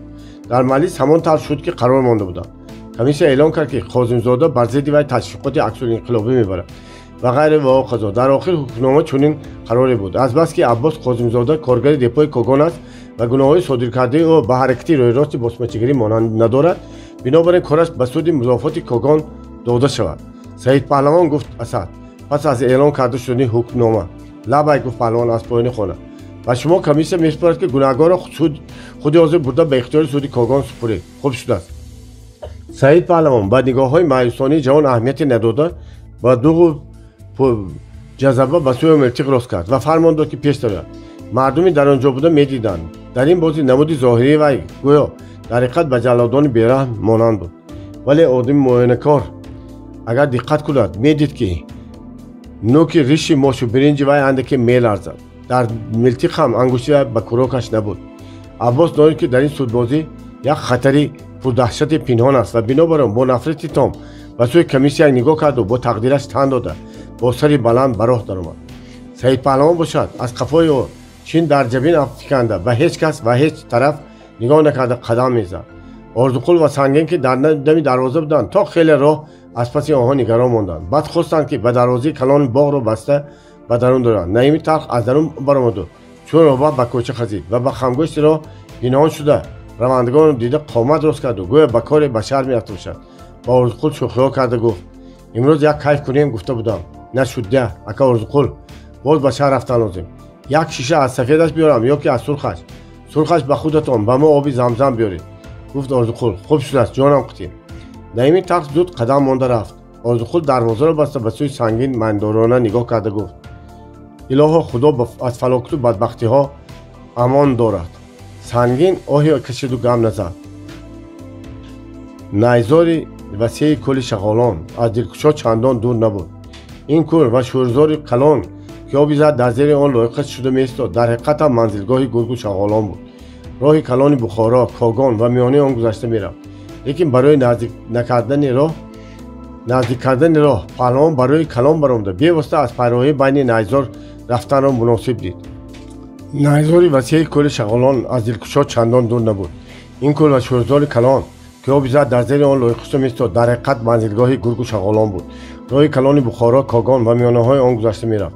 лекин барои наздик кардани роҳ Саид Паҳлавон аз роҳи калон баромада бевосита аз пайроҳии байни найзор рафтанро муносиб дид. рӯз бегоҳ шуда ба атроф торикӣ афтода буд. абрҳои тираи боронӣ осмонро фаро гирифта буданд. сояи он рӯзро пеш аз вақт ба охир расонад. дар дили Саид Паҳлавон чаро ҳар хел фикрҳо буд. худаш дуруст сарфаҳм намерафт. охир вай ба азми иродаи худ устувор буд. ба худ қарор дода буд ки ҷавонро озод карда худаш ҳам дигар ба ҳамин бона ба боғи хунин барнагардад. вай боварӣ дошт ки Асад Мақсумиро ба ҳаракат, рафтор ва дӯғу ҷазабаи ӯ ба чашми қаноатмандӣ нигоҳ мекарданд ва ҳоло мунтазиранд вай Аббосро ҳадафи тири бало гардонда меояду арзу ниёз мекунад. вале не, ҷавон халос мешавад. Саид Паҳлавон аз кори худ мамнун баргашта ба шаҳр меравад. пас чаро дили вай торик аст? чаро абри сиёҳро аз осмони қалби азму нияти ӯ дур мекунад? Аббос бошад ба қафояш нигоҳ накарда бо қадамҳои устувор пеш мерафт. вай гӯё андешае надошт. камтар истодааст, гуфт нохост Мӯйсафед аз қафо ба овози нарм. Аббос истоду ба пасаш нигоҳ накарда ба ҳаяҷони қалб мунтазири даҳшати охирин гашт. лекин ба ҷои садои тир боз овози нарми Мӯйсафед ба гӯш расид ки мегуфт ба ман фармон шуд ки туро парронам. инро дарк кардагисти, лекин ман туро озод мекунам. бале, озод мекунам. акнун рост рафтан гир. то мумкин аст тезтар роҳ гард. дав, лекин ҳушёр бош. барои калон ки баромдӣ то метавонӣ ягон извош ё ки ароба савор шуда пинҳон шуда ба Когон ба хонаи ягон уруси коргар рафта паноҳ шав. ба қишлоқатон нарав, фаҳмидӣ? аббос ба гӯшҳояш бовар карда наметавонист. Вай баргашта дид ки муосифет барои ӯ бо табассум ва меҳрубонӣ назар мекунад. Чӣ шуд ки вай нохост гиря карда сар дод ва бо ашкҳои шашқитор омада худро ба оғӯши муосифет партофт. муосифет ҳам тоқат карда натавониста чашмаш аз ашк пур шуд. хай фурсат танг аст, гуфт вай. тезтар рав, ма ин пулҳоро гир, дар роҳ дар кор мешавад, лекин шарт ҳамин ки ба қафоя нагашта медавӣ. Кани ҳа, аббос пулро гирифту ба роҳи муосифет нишон дода давида рафт. Саид Паҳлавон дар ҳақиқат ои сабука кашиду мехост ки ба қафо баргаштад. аз пайроҳаи Наими талх давида баромаду бо овози пурдаҳшат гуфт: хоин, Аббосро чӣ кор кардӣ? гурезондӣ? Кани вай, исто, исто. вай милтиқро ба сӯи рафти Аббос рост карда мехост паронад. муосифет бо қундоқи милтиқи худ зада яроқро аз дасти ӯ дур кард. лекин Наими талх ба дарду бозуяш аҳамият надода худро ба болои Саид Паҳлавон партофту бо кали калонаш чунон ба сари дили вай зад ки муосифет ба замин афтод. ҳақ хоин, гуфт Наими талх дандонҳояшро гич карда. мехост ки худро ба болои вай партофта хуб гӯбад, беҳол карда дасту бозуяшро бандад. лекин Саид Паҳлавон бо як ҳаракати тез ва нохост болоғидаш чунон ба зонуи ӯ зад ки вай ҳам аз по дарафтод. муосифет ҷаҳида ба болояш свор шуду бо муштони гирекардашуда се-чор бор ба сари каллаи рӯи ӯ фуровард ва бо зонуаш қафаси синаашро сахт зер кард ки Наим бехтиёр дод зад. доди ӯро фаҳмида се-чор нафар одамони мусаллаҳ бо сардори худи Оқилов давида омаданд. муосифетро зада кулла карданд ва дасту бозуяшро бастанд. дар даҳлези меҳмонхонаи калон ки зери пои Асад Мақсум чун шер дар банд буд, Саид Паҳлавон дар пойгоҳ партофта шуда буд. аз сари пешони вай хун ҷорӣ буд. ҷомоааш дарида ба хуну лой оғӯшта шуда буданд. ҳа Паҳлавони номдор, гуфт ба вай бо истеҳзо Асад, ин чӣ ҳол аст? барои чӣ дар ин ҷо хобидед? пушту паноҳтон Айдарқулбой ва одамони чека барои чӣ омада ёрӣ намедиҳанд? кани гап занед. ҳай мегуфт Олиқов, ба ин кас беҳурматӣ накунед. кас ҷашму гӯшти чека дар даргоҳи шумоянд, дониста гап занед ки хабар медиҳанд. майлаш, агар ба номақулиҳояшон иқрор шаванд, агар бовар карда бошанд ки Асад Мақсум ва шариконашам гӯсола не аз кирду кори ин кас бохабар буданд, агар номи шариконашонро ва мақсади онҳоро гуфта диҳанд, мо боз ҳурматашонро ба ҷо меорем, ҳеҷ набошад озод карда мефиристонем. агар иқрор нашаванд, худашон медонанд ки 44 қини подшоҳӣ дар пеши истиқлол мо номақбул кунад, гуфт Оқилов дасташро ба қабзи тапончааш бурда. солҳои мушкил не, гуфт Асад. шуморо ба ин ҷо ки фиристод? шумо ба вай ва ки хабарҳо бурда мерасондед? мақсуду мароми душманҳои мо чиҳо кардани? ана ҳамин. муосифет ки ин суханҳоро намешунид ва касеро намедид, фақат сахт нафас мекушид. гоҳ-гоҳ аз шиддати дарди сар бошад дандон мехоҳед, сардии ғишти ташнаам мефорид, ҳам пешонаи сарашро ба дард меовард. ба бинияш бӯи хуни худаш барқ зада мерасид. агар ҳозир камтар ҳаво як андак насиб мешуд, шояд ин бӯйро мебурд. ба ҳолати муосифет дуруст диққат карда Асад ба сӯи Оқилов лаб газида нигоҳ кард. Оқилов ҳам маънии нигоҳи ӯро фаҳмида гуфт: ман боварӣ дорам ки Мақсумҷон, Саид Паҳлавон мақсади шуморо фаҳмид. вай бача не ва нағд медонад ки гамназидаш қати аз мо халос шуда наметавонад. азбас ки ҳозир бачаҳо ӯро камтар азият доданд ва имконоти дуруст фикру мулоҳиза кардан ҳам надошт, бинобар ба рухсати шумо ӯро камтар ба ҳоли худаш гузорем. вазъияташро хуб фикр карда барояд. агар ба ҷонаш умед дошта бошад, ин дафъа ба ҳама кораш иқрор шуда аз дилу ҷон ба мо хизмат мекунад. мо ҳам аз гуноҳи гузашта боз ба кораш мемонем. майлаш, гуфт Мақсум, агар шумо гуфтагӣ баред ба мо садоқаташро маълум кунад, хеле фоида расонда метавонад. баред ӯро ҷудогона монед ки имконияти фикр кардан дошта бошад. бо фармони Оқилов ду нафар омаданду Саид Паҳлавонро кашон ба таххона гирифта бурданд. Оқилов аз паси Асад ба меҳмонхона даромада гуфт: ба одамшиносӣ ман қоил шудед? бедарак падари ман оқили рангу бор ном надоштааст. ман қоил, гуфт андешамандона Мақсум, лекин дилам чиё, ҳеҷ гумон намекардам ки ҳеҷ. лаънати талх гирифта оварда буд. худаш кафил шуд. ана дар охир ҷазояшро ҳам дид. ҳоло аҳволаш чӣ тавр? девона барин, сараш гич, лабу қавоқҳояш варам кардагӣ, хоб рафтааст. муштҳои паҳлавонӣ кори худашонро карданд. ба духторхона фиристодан лозим дар кор. мефиристонем, лекин аввал як масъалаи муҳими дигарро ҳал кунем. хуш? лапе карда барои Оқилов назар кард Асад. вай ба касе монанд буд ки аз ҳар тараф хатар таҳдид карда бошад. агар худи ҳамеша масъалаи Ҳайдарқулро ҳал накунед, ҳабс карда шудани Саидро шунида, ба сарамон ягон балои дигарро хезонда монданаш мумкин. алиф ки гуфтед беро ҳам гӯед. ин гапат ҳам рост, гуфт Асад. ва пас аз камтар мулоҳиза ба суханаш давом кард. лекин ин кори мушкил. охир Ҳайдарқул одами андакмундак нест. чанд моҳ боз комиссар шуда дар байни бачаҳои худамон обрӯ эътибор пайдо кардам. дар марказ ҳам пушту паноҳаш зӯр, ҳама мешиносанд. Ҳайдарқулро ҳабс кунем, рӯйрост ба чека ва фирқа даст ба гиребон шудан лозим мешавад. ҳабс накардан ҳам мумкин нест. набошад бояд таслим шавем. фикр кардан лозим, гуфт Асад. исматҷонро ҷиғ зад. боби 23.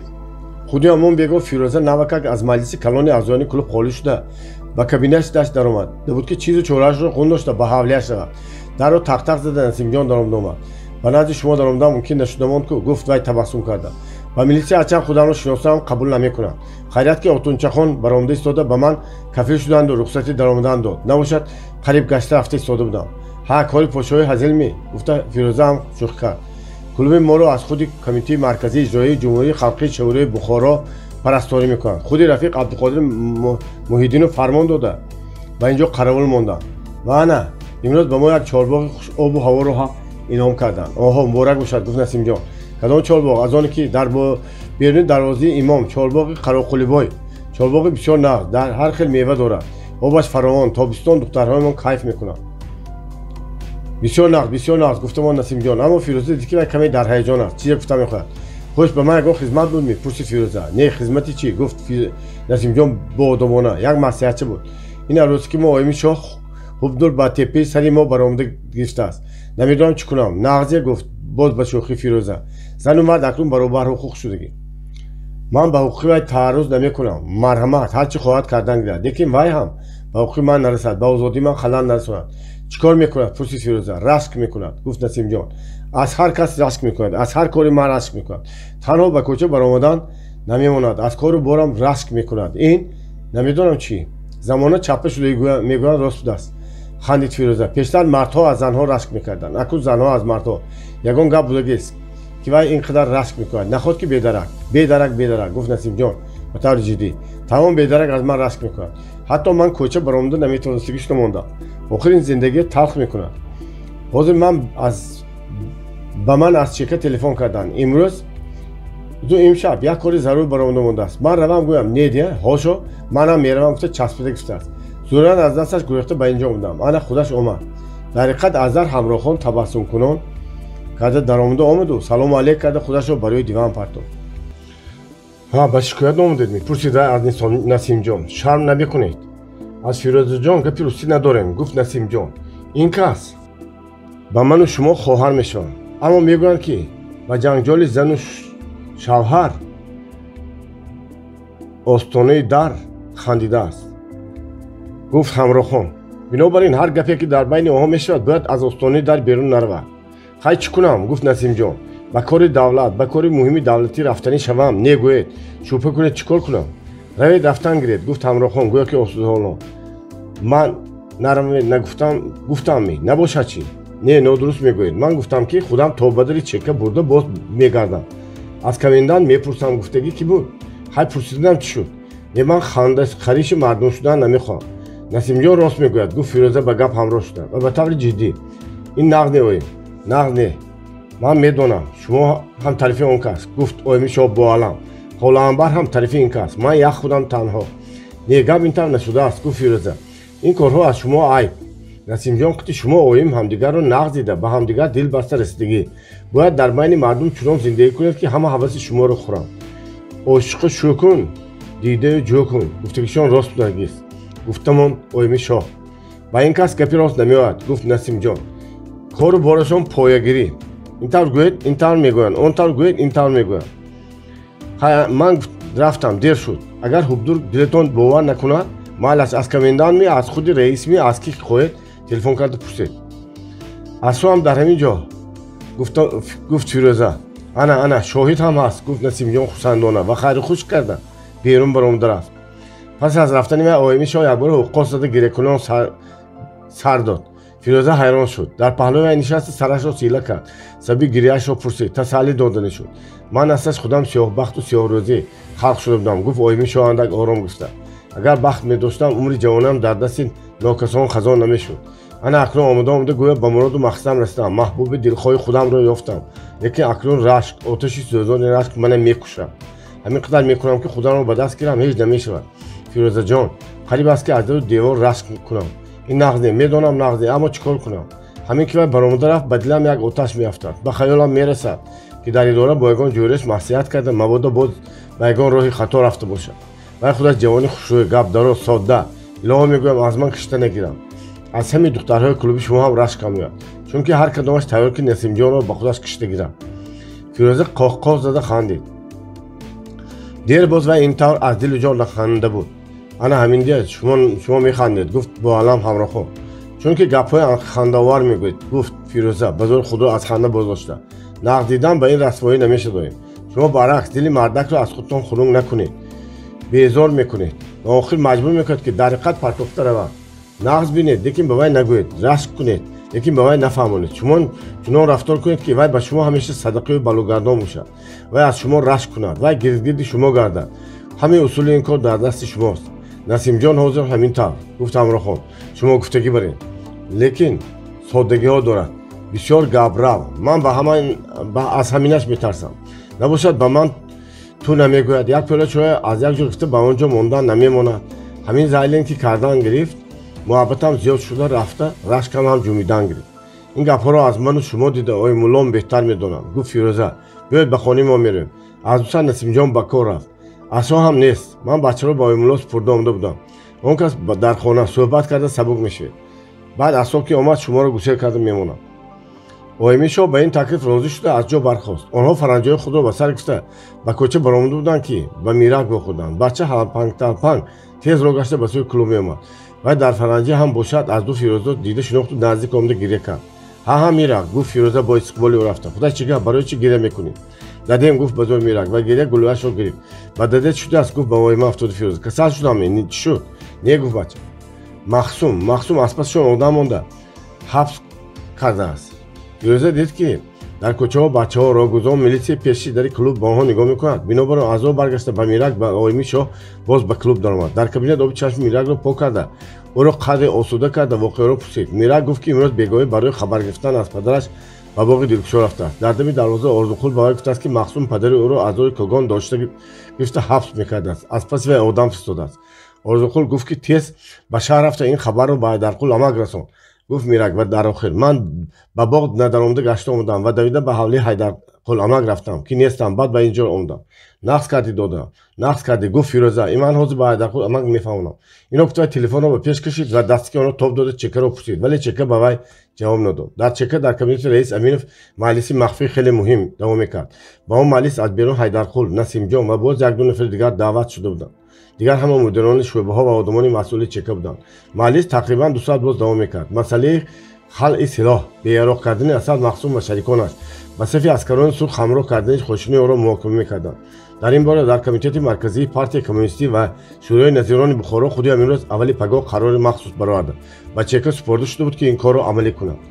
вақте ки Ҳайдарқул аз вазъияти нобоби дилкушои берун нақд мекард, Асо аз берун даромада иҷозат пурсид. як дақиқа мумкин ми?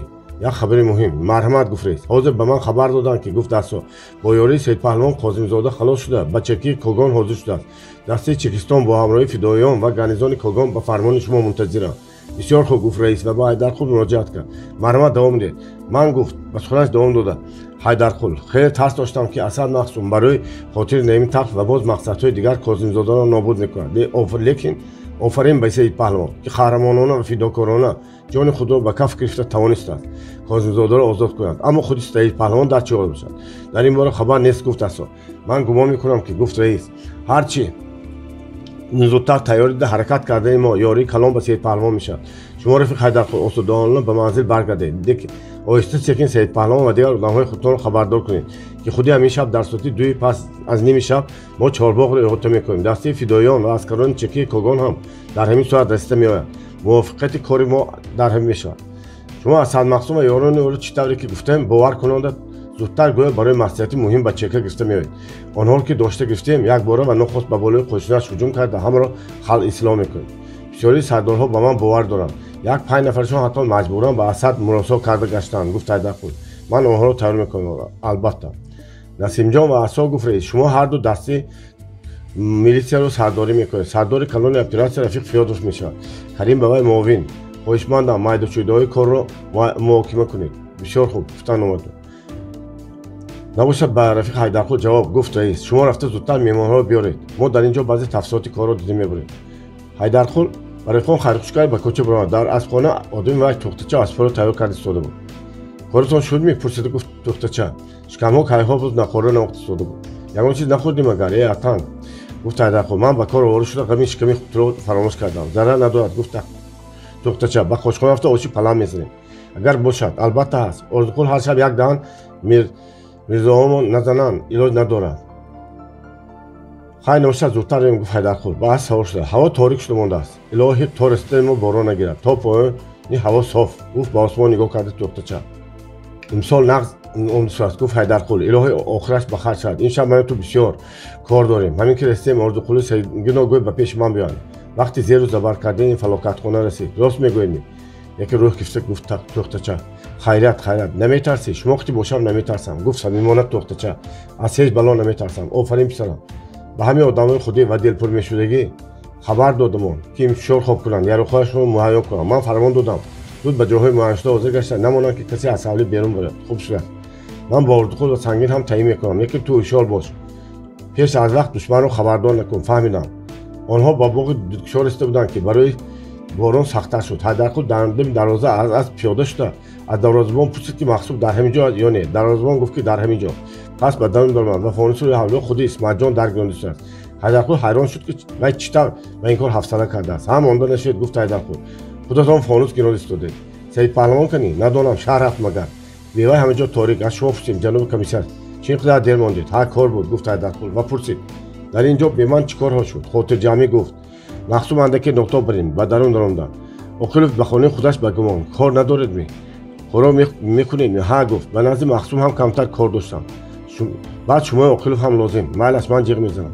шумо камтар дам гиред. бо ҳамин Ҳайдарқул ба хонаи худаш рафта даромад. хона торик буд.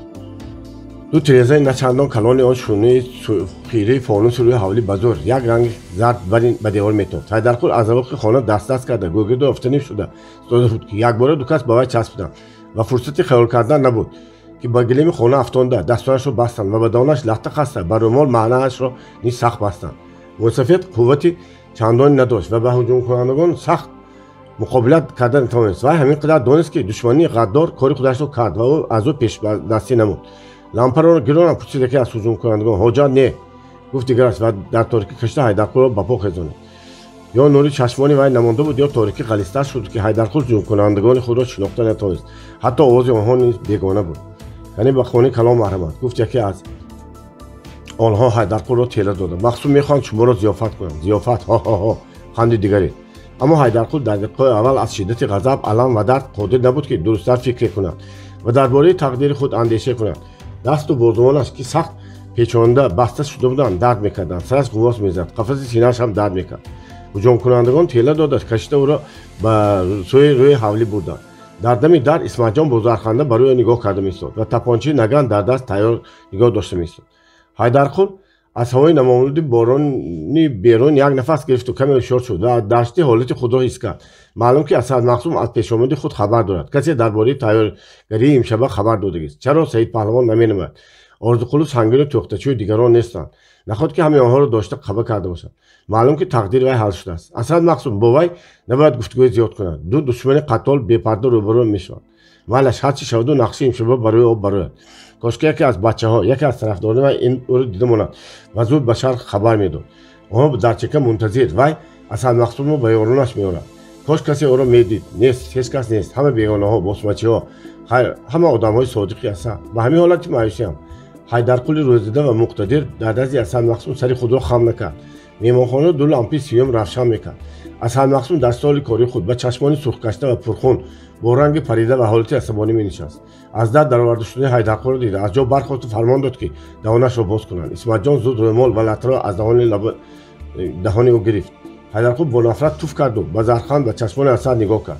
ана боз дар вазъияти дигар рӯбарӯ шудем. ҷаноби Ҳайдарқул гуфт Асад. лекин ин дафъа шумо ва раиси комиссияи тафтиш на комиссари ҳарбӣ ва на тағои зани ман шумо як аксулинқилобчии оддӣ барин дар зери истиқноқи ман афтода мондед. ба ин чӣ баҳо медиҳед? шори синфи мо ё кундии шумо? Ҳайдарқул дар поёни хона бо дасту бозуони арғамчинпеш рост меистод ва фақат бо истеҳзо барои Асад нигоҳ мекард. аз вазъияти он ду чунин менамуд ки Ҳайдарқул ҳарчанд асир ва дастбаста бошад ҳам сарбаланду ба ифтихор аст. чашмонаш ғолибона медурахтанд. аммо Асад Мақсум ки истиқноқ мекард гӯё ба аз вай метарсид. аз ҳаяҷон рангаш парида дастонаш меларзанд. вай барои пинҳон кардани ин ҳолаташ барои хона як ду қадам зуд боз рафта ба сари столаш нишаст. хуш гуфт боз Асад. вақте ки ба зери ман чоҳ мекардед, вақте ки барои буридани сари ман кор тез мекардед, ҳамин дақиқаро фикр накардед. نگفتید که با دستی مردک افتاده ماندن ممکن. برای چی گمان کردید؟ یا فکر کردید که ما و شما خیش و تبار شدیم به خاطر این خیشگری هر چی کار کنید من میبخشم، عفو میکنم. آخر نمیدانید که این مسئله زندگی است، این مسئله بودن یا مردن است. ها گپ زنید. ایستا که خودت تو کیستی چی میخوای؟ اکنون پرده را از رویت گریان میشود. این سوال ها که به صحن سخت و درشت و دهان حیدرخان برآمد، اسد مقصود به خود لرزاند و از جاش جدی خسته با جل و غضب به دور روی حیدرخان دو شب رانی زد. از چشمان و آتشک‌ها پرده رفتند. من مرگ تو فهمیدی؟ گفت ای نره کشته. خیر باشی چی؟ باز به همون لحظه پشت حیدرخان چی میخوای؟ کشته شدی من به تو چی چیز اعلام میکنم؟ تو گفت اسد با غضب بار نره کشته بود. نخست شد که یک بار خاموش بود و دست افشاند و برای خانه قدم زد. آرام رفتن گرفت. در وقتش در زمان امیر عبدالرحمن بیگ نشان میخواست با من همین خیلی معامله کند. گفت حیدرخان با آوازی غفل و پیرانه خود، اما از دستش کاری نمود. بعد سودیا و پلیس آقپاشا مرا همین طرف بست و در رو برو شدن و من ترسیده نادید به سبیل فرستاد. گمان کرد که در زیرهای کوههای یخ ابدی گور میشم. لیکن پس تقدیری همه آنها را تو میدانی. گوی به کدام سو به چی مقصد رفت ایستادی؟ شاید که پیش از مرگم به تو مصلحت دیم. خیرت تو و خیرت مردم جفادیدی بخارا در آن باشد. اسد مقصود با غضب یک به سوی حیدرخان نگاه کرد. باز گام نزده برای خانه قدم زدن گرفت. ما مرگی تو گفتی. دوام کرد به گپش حیدرخان. مایلش اما تو دغدغه با اون کن که وای از تو یعنی از مرگ میترسه باشد. تو از سر آن کس ما نارزن که آواز بلند رو نشونده باشد. بهتره که خودنمایی را با یک سوق نوشته به سر مقصد گذار و گوی که چه کسی هستی و چیکار کردن میخوای. حکومت شورای به تو همین امکانیت و قدرت رو داده مانده است. با چی کمی داری؟ با چی میخوای؟ مالش گفت اسد آسودتر شده که بریم با آواز خسته. مالش به تو میگویم با من همین خیر تو برای این بندی های شتا مقبول میشوند. گوش کن من حکومت شوروی شدن میخوام. فهمیدی؟ حکومت شوروی با من چکه هم در کنی، فرقه هم در کنی، فیض الله هم، عبدالقادر هم، تو هم، دیگرها هم. همه کش و همه کت خودی من تنها من میشم.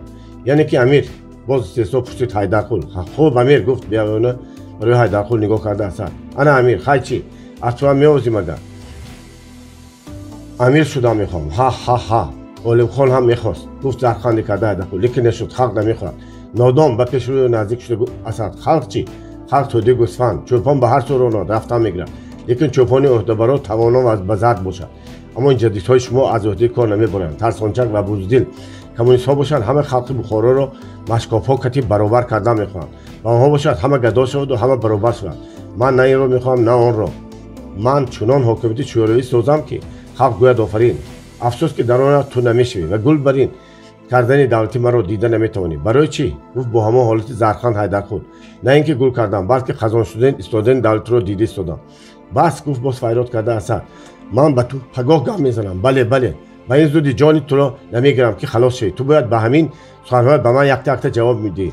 اگر زبان یاری گپ زدن نداشته باشد از قبرگویت کشته بپرسم. اگر آنها هم جواب داده نتوانند دل شاهی پرخوین خونت را برای کرسی مانده از وی میپرسی. گرفته برید مرا دردسر کرد. اسد خود را به درون کرسلای چقور و ملایم پرتافت. دو آدم در دمی دهلیز راست داده بودند. حیدرخان را کشته گرفته بودند. اسد مقصود چند دقیقه در حالت مهتوشی نشسته. بعد وقتی که چشم شد در رو برو عقیل هراسان لرزان ایستاده بود. چه گپ؟ گفته پرسید اسد. از مرکز خبر دادند خودی همیشه به ما هجوم میشده است. عسکرهای چکه گانیزان بخارا میلیسیا کی گفت نظامی‌الدین خبر داد بگوید که تیار شده ایستاده جنگ کنید. نامعقول کرده است گفت اسد من دیوانه می در این مشخانه خودم را دست بسته دیم. هر چه علاج؟ همان گفته ماندگیم برین. زود فرمان داده به کوچیدن حرکت کنم و شما و اسمت جان 200 مهلت همین چیز چهارها به عربه و اسبها بار کنید. یگان دانه تیر و یراق رو نپرتید. به عسکرها گوید که به مشق ابی به سفر دور میرویم. من در مدت خانگی را تمام میکنم. بندوی هفته‌ها رو چیکار کنیم؟ سعید حیدرخان و چند تای نوبت توپشون رو پیش از رفتن خودتون بنایمی تخت در آمده پرانید. دیگرها مونده رفتن میگیرید. خوب شده است. آخرش زود برآمده رفت. مخصوم به قنداشتن سعید سال و مهمانخانه سر کرد. بابی 24 و تخانی تنگ تاریک زه و نم که درازش 8 قدم و برای 3 قدم بود حیدرخان را دراده ارغمچین را از بازو شده گرفتن و برایش یگانه دری قفس را پشته از بیرون قفل کرده رفتن. حیدرخان چند دقیقه به حرکت ایستاده بود که آهسته چشمش به تاریکی عادت کرد و دید که در کنج درآمد در قریبی شیفت یک سوراخی مربع نیمگز موجود است که از اونجا کمتر شونه فانوس در روی حوالی میسوخت داخل میشود. این را دید و یک آه کشید و بگرد و اطرافش سینچه کرد. در کنج پیشگاه تخانه جسته آدم برای سیاهی یک وهمیده بود. حیدرخان در این اندیشه بود که یک چیز یمان جسد حرکتی کرد و آواز برآورد. ана дар ин ҷо дар ин пешгофтар коҳу хаст рафта шудагӣ омада шинед дам гирифт. Ҳайдарқул овози Саидпаҳлавонро дарҳол шинохт. ҳам дар дилаш як ҳаловате расид, ҳам аз ғусса пуртар шуд. маълум мешуд ки ӯро ҳабс карданд, зада бемадор карда партофтанд. бале бале барои ҳабсу доманагӣ кардани шудани ман онҳо як асос, як дастаки лозим буд. ин асос Саидпаҳлавон бояд бошад, аммо Саид набояд чизе гуфта бошад. не вай аз он хел одамҳо не, вай марди нотарс ва далер аст. Саидпаҳлавон гуфт бо овози паст Ҳайдарқул ва наздиктар рафт. ин тумӣ Ҳайдарқул? чанд дақиқа тахтхонаи тангро садои пасти гирии аламангези марди паҳлавон пур кард. Саидпаҳлавон ки дар марги падараш ба ин дараҷа аламу андӯҳ нагириста буд, ҳоло Ҳайдарқулро оғӯш карда мегирист. вай аз он мегирист ки ҳама умеду орзуяш Ҳайдарқул буд. муттако ва қуввати дилаш Ҳайдарқул буд. марому мақсади вай, марому мақсади Ҳайдарқул буд. ва ҳоло ҳамин Ҳайдарқулро ҳабс карда, бандӣ карда ва дастгир карда ба ин зиндони фалокатбор, ба ин таххонаи даромадгоҳи оқират бар назди вай оварданд. пас на орзу монд, на умед, на мақсад монд, на маром. ана ҳамин алам тахта шуъур бошад ҳам ки вай як ба вай асар карду оби дидии ӯро равон сохт. Ҳайдарқул ӯро аз китфонаш сақф шуда монду гуфт: бас ай бас, одами капа калон ба ҳамин ришу фаш гиря мекунанд. ҳеҷ боки не, дар зиндагӣ ин корҳо мешавад. не ман ҳамту, нахуд ки шумое ҳам. охир ин худаш чӣ гап? ҳеҷ гап не, гуфт бо овози тасаллибахш Ҳайдарқул. бар сари фарзанди одам ҳар чӣ ояд бигзарад гуфтанд. зарар надорад. аҳволат чита? барои чӣ туро ҳабс карданд? кай ҳамин бего 1-3 соат пеш аз шумо бон доштам ки барҳол шумо ҳастед. шумо?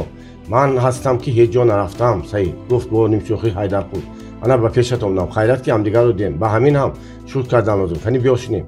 онҳо зону ба зону аз рӯи коҳу беда ва ба фарши қиштини пурнами он рехтани шуда буд нишастанд.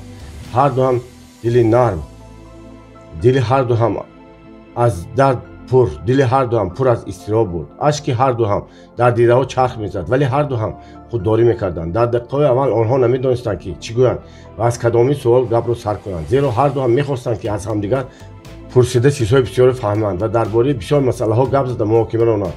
ҳарду ҳам мехостанд ба ҳамдигар охирин суханҳои дар дил гирифтшуда мондаро кушоянд. ҳарду ҳам мехостанд ба ҳамдигар васият кунанд. охир онҳо дар маҳбаси Асад Мақсум ҳабс шуданд.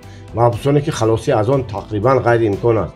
маҳбусе ки ниҳояти он мисли шаби султони бедодгари зимистон торик, сард ва ноён аст. кӣ медонад, шояд пас аз соати онҳоро ҷеғ зада бароварда тирборон кунанд, ё ки ҳамин замон дар кушодаш мешуд. 2-3 нафар ҷаллод даромада дар худи ҳамин ҷо кори онҳоро тамом мекунанд. чӣ сахт, чӣ пуразо ва чӣ мушкил аст ин маҳбусӣ. ҳар санги ин девор ба пайроҳани ин болор, дар чакрии нами ин фарш як гурзе саркӯб, як ханҷари хуношом. бале инсоне ки бо каломи бадеъ, бо сеҳри сухан ва латофати шеър, бо навои дилфреби мусиқӣ ва тарона, ба ҳунар ва санъати нафис рӯҳи касеро он қадар навозиш карда ба улвияти боло бардошта метавонад. инчунин метавонад ҳамон рӯҳро дар ин ҷо ба афсала софалин ронаду чунон ба қаҳқаҳа фистонад ки ақлҳоро ҳайрон ва моту маҳбуд мешавад. чӣ бузургӣ ва чӣ разолат!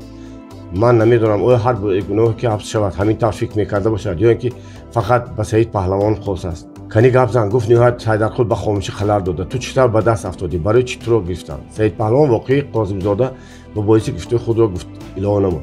ин қадар пухта ва маккор будани Асадро ҳамин қадар гашта надониста будам. аз паси ман Наим Тахров фиристод. аз паси Наим Кали Оқилов бо 2-3 нафар калабур ҳамроҳ шуда озод карданд. агар оқангироҳо намешуданд кори Наимро баробар карда ба шаҳр мерафтанд. маълум мешавад ки онҳо ба Когон фиристодани Козимзодаро сохтааду дар ҳақиқат туро санҷида ӯро кушта партофтанӣ буданд. ягон кори ту онҳоро ба шубҳа андохтааст. надонам, ин мақсуд набудааст, як балои осмонӣ будааст. бале, гуфт Ҳайдарқул. ӯзбекҳо мегӯянд ки агар худро мард донӣ, дигарро шер дон. ин гапи пухта аст. душман маҳкор ва фиребгар мешавад. андак ки ғафлат кардӣ, ман бар ин ба дом меафтӣ. Ҳайдарқул ҳам дар навбати худ воқеи гирифта шуданашро гуфта доду илова кард. шоир рост гуфтааст ки ҳар касе гумон буда аз худ гумон набуд. ман ҳам аз худ бехабар ба нақшуи планҳои кор ва амалиёти имшаба саргарм шуда фориғбол ба хона рафта будам ва ба даст афтодам. ҳама як чизи муҳимро ба шумо нагуфтам. боз мабодо ба дилтон накида бошед ки шуморо ман кашида бошам. не ҳаргиз. ё ки ягон сухани беҷой ё ҳарфи беҷой бошам. не ҳаргиз. онҳо ҳанӯз аз ман ягон даҳан гап нашундаам ва шундам наметавонам. не хотирҷам бош, ман медонам ту чаро маро ҷел кашид. сабаби асосии гирифтории ман ту ҳамин ки дами охирини Асад Мақсум расидааст ва ӯ марги худро ба назар дидист. бинобар ин девонавор худашро ба ҳар тараф мезанад. Мехоҳад ки бо ҳар чӣ василаи ҳаёти худашро нигоҳ дорад, аммо бефоида. гирифтории ману ту ӯро аз ҷазо наҷот намедиҳад. теғи қасоси халқ ба сари ӯ барҳақ мезанад. ин капитон ҳамроз ҳатто одамони худаш аз вай рӯй гардонистанд.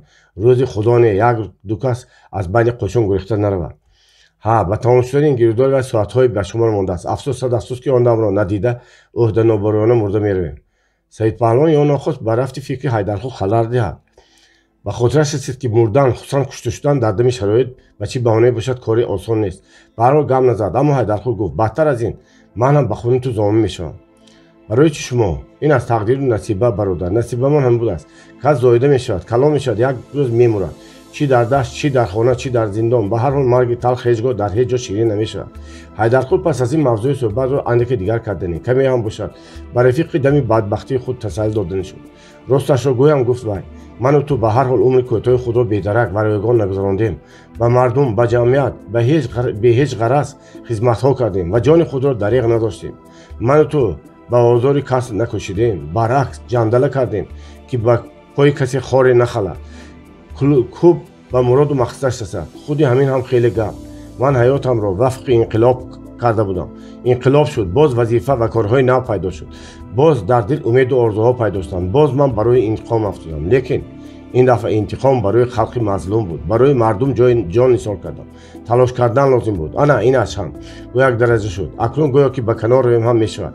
лекин зиндагӣ боз ба пеши кас орзуи умедҳои нав мегузарад. насиб бошад ба ин орзу мақсадҳоятон мерасед, гуфт саид паҳлавон. дилдорӣ намуда. нахоҳад ки кори мо бо ҳамин тамом бошад. нахоҳад ки давлат ва ҳукумати шӯроӣ шуда истода монанд ки шумо бар ин одам ба дасти кадом як махсуми фосиқ талаф шуда равед. не, боварии кас намеояд. бояд онҳо чора бинанд. агар онҳо донанд ки албатта чора меоянд. лекин тористани ёрӣ худо медонад я. чанд дақиқа хомӯш сода шуд. истед ки гуфт нохост саид ки будани асад махсумро болонгоҳ намедонам. бародар, гуфт ҳайдарқул, одамро шинохтан кори мушкил будааст. дар ин 55 сола ҳаёту зиндагии худ чӣ қадар одамҳоро ки надидам, аммо боз саҳв мекунам. 100 дӯст кам аст, як душман бисёр. гуфтани мардум бечиз нест. албатта як одами бад ба монанди Асад Махсум корҳое мекунад ки ба ҷамъият чунон харобиҳое меорад ки садҳо одами нағз чандин сол бояд онро ислоҳ кунанд. бале, агар одамро шинохтан осон мешуд, гапи дигар буд. одамҳои бад бар рӯйшон ниқоб гирифта ба қатори одамҳои нағз мегузаранд ва аз нағзи онҳо истифода бурда ҳамеша ба рӯи об мебаранд, ҳамеша ба сари кор меоянд ва обро лой карда мегарданд, то ки он замоне ки разолаташон маълум шавад ва маҳкум гарданд. лекин то ба фош шуданашон корҳое мекунанд ки ҳеҷ ҳайвони ваҳшӣ нисбат ба ҳамҷинси худ накарда бошад. агар лозим шавад онҳо падару модари худро, зану фарзанди худро қурбон мекунанд. аз ҳеҷ бадӣ, аз ҳеҷ разолат ро наметобанд. халқеро талаф медиҳанд, то ки лаҷоми ҳокимиятро ба даст гиранд, мулкеро зеру забар мекунанд, то ки мақсади ифлосашон ҳосил шавад. оҳ, аз дасти ин касони разил. ҳайдарқул хомӯш монд. асабҳои вай ба шиддат таранг шуда майнаш ноист кор мекард. дилаш мехост ки гӯяд ҳар чӣ дар бораи одамҳо, дар бораи зиндагӣ, дар бораи дунё медонад. гӯяд майлаш ки Саид Паҳлвон ӯро нашунавад, майлаш ки ӯро серҷоғ ва лаққӣ пиндорад, лекин майлаш ки ба суханҳои бовар кунад ё накунад, лекин гуфтанаш, диро хорӣ карданаш лозим. Асад Махсум чӣ? Шамшери зангзадагӣ дар дасти дигарон. гуфт боз Ҳайдарқул ба гап даромада. сиёсат ва фармонфармоии касони пухта хеле пинҳонӣ мекунанд. онҳо ба ҳама ҷо одамҳои худро доранд, ҳам дар комитаи иҷроии марказӣ, ҳам дар шӯрои нозирон, ҳам дар корназоратҳо ва ҳатто дар комитаи марказии фирқи иштирокиён. обрӯи ном ва эътибори аъзои фирқаро паст мекунанд. ин зотҳои бевиҷдон билети фирқаро фақат барои таъминоти маишати худ, барои мансаб дар бағал медоранд. набошад на ба фирқа кор доранд, на ба халқ, на ба ҳукумат. инқилобро ки карду кайфу сафоро ки мекунад. халқ инқилобро карду ба сари кор як қисм муфтихорҳо ҳам баромада гирифтанд. ман гуфтанӣ нестам ки тамоми аъзоҳои ҳукумати Бухоро одамони баданд. не асло. аксарияти аъзоёни ҳукумат одамони ҷонсипор, одамони фидокор ва ғамхоранд.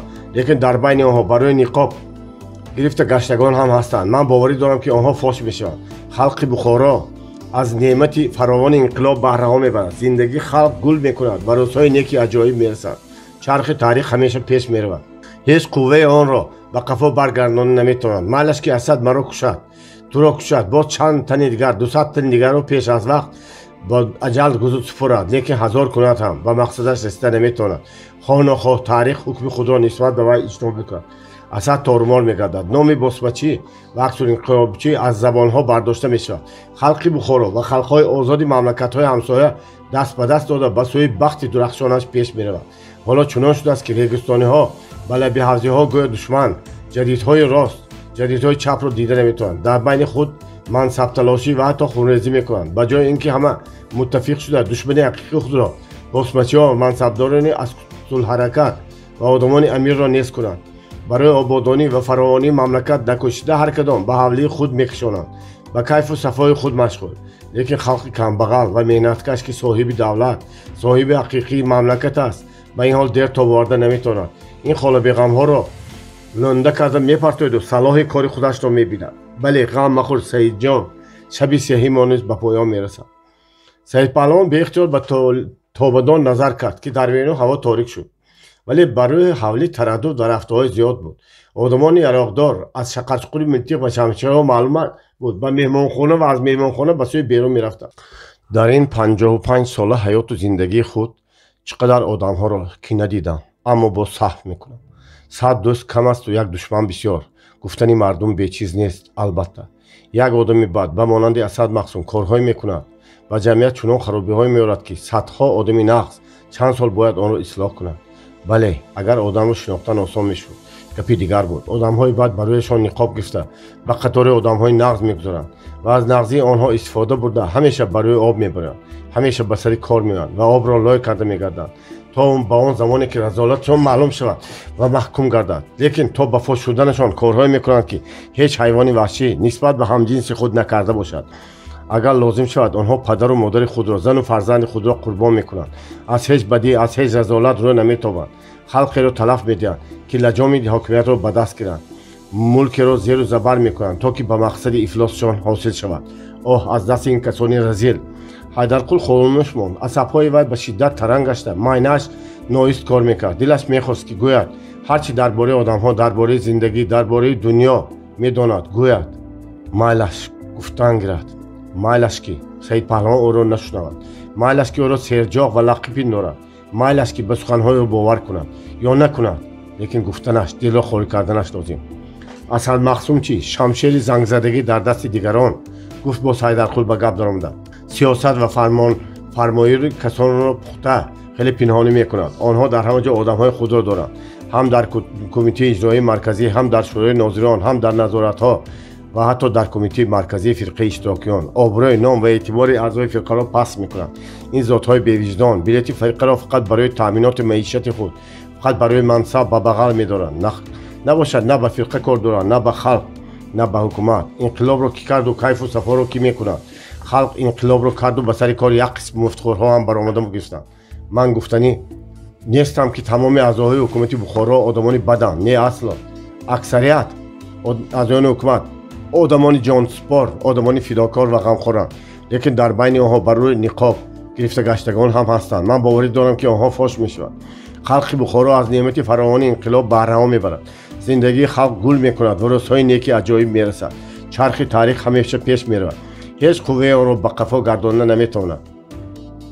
مایلش که اسد مرا کشد، تو را کشد، با 100 تن 200 تن دیگر را پیش از وقت به دست اجل سپرد، لیکن هزارها کند هم به مقصدش رسیده نمیتواند. خواه نخواه تاریخ حکم خود را نسبت به وی اجرا میکند. اسد تارمار میگردد.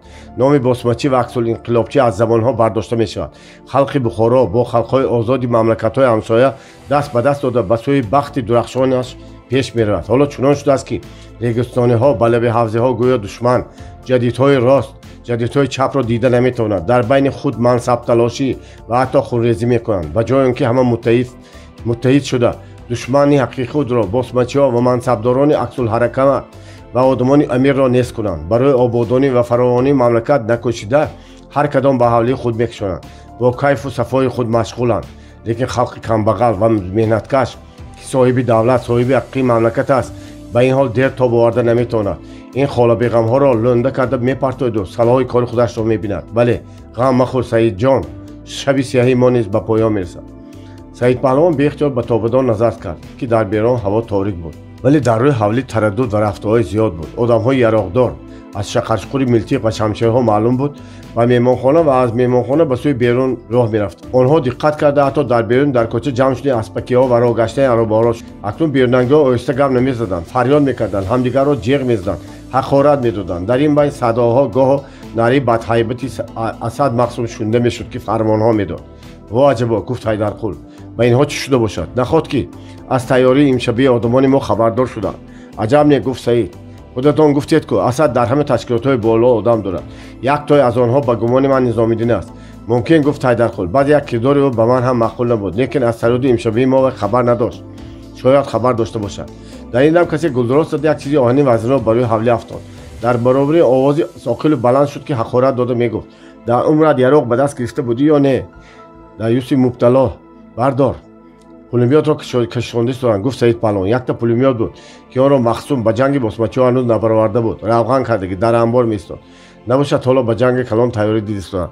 метарсам ки одамони моро бехабар карда мепошанд. онҳо ҳам ҷон доштагианд. Асад Мақсум маккор, ман медонам.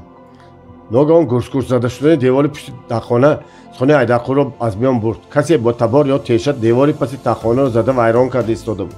равшан маълум буд ки касе ба ёрии онҳо мерасад. онҳоро аз ин ҷои пурхатар озод кардан, барои онҳо дари озодиро боз кардан мехоҳад. якбора ҳардуи онҳо ки аз ҷони худ даст шуда буданд, рӯҳ гирифтанд. ҳарду зарбаи тезшот табаре ки аз берун ба девори онҳо зада мешуд, мисли садои мусиқӣ ба гӯши онҳо мефорид. ба ҳаяҷон ва беқарорӣ гӯши онҳо ба каси девор, ҳам ба паси дар буд. оҳ, агар мегуфт худ ба худ Ҳайдарқул, то растани одамони Асад ин озибахши мо муваффақ мешуд. афтодани ҳар ғишт, ҳар кӯлоқ ба ҷони онҳо марҳам барӣ мефорид. гӯё ки як бандиҳои вазнин ва сахт аз сари онҳо меафтода бошад. лекин дар ин дам аз рӯи ҳавлӣ овози Асад ба гӯши онҳо расид ки ба Оқилов мегуфт: ним соат вақтатон монд. дар ҳамин ним соат тайёр шавед. ба анҷом расондани кори хоинҳоро фаромӯш накунед. ман ба ҳавлӣ дарун рафтам. фойтун тайёр шавад. хотирҷамъ бошед, гуфт Оқилов. ҳамин гуфтагӯҳотон дар сари вақт анҷом меёбад. шумо дарунангиҳоро тайёр кунед. Ҳайдарқул дасти Саид паҳлавонро дошт ки сард гашта буд. андак меларзид. дар худи ҳамин дам аввалин ғишти даруни таххона афтод ва сурохӣ кушода шуд. он шаб Оиша бо модараш гуфт ки аз ҳавлӣ аввали шаб ин тараф абрӯи чапаш мепарад. илоҳо ягон дилсиёҳие нашавад. ҳаме корҳои занҳо чап. гуфт модараш. абрӯи чапат парида бошад, насиб бошад хурсанд мешавӣ. не, гуфт Оиша. таи дилам сиёҳ аст. илоҳи тағом сеҳат саломат бошанд. ман ба гапҳои Мақсум дигар ҳеҷ бовар намекунам. худи вай намехоҳад ки мо тағомро бинем. бинобар он бар дурӯғ мегӯяд. зане ки ошпаз мегӯяд ки тағо дасткарҳои Мақсумро машқ медодааст, ба онҳо вазм мегуфтааст. гуфт бибираҷа ноинсоф намекунад ки ба мо рӯбарӯ шуда аҳволпурсӣ кунад. Мақсум намемондагӣ. вай аз Мақсум наметарсад. худо илоҳӣ, гуфт Оиша. мехост ки Мақсумро дуои бад кунад. якбора чахмоқ заду, пас овози рад хонаро лартонд. модару духтар ба гиребоншон туф карда тавба гуфтанд. борони сел мездааст, гуфт Оиша. занат, борони раҳмат фоида дорад. пас аз фурсати борон борид. модару духтар хомӯш дар равшании лампаи сеюм яке чокдӯзӣ карда, дигаре кишида духта ба бому ба нақора задани борон гӯш мекарданд.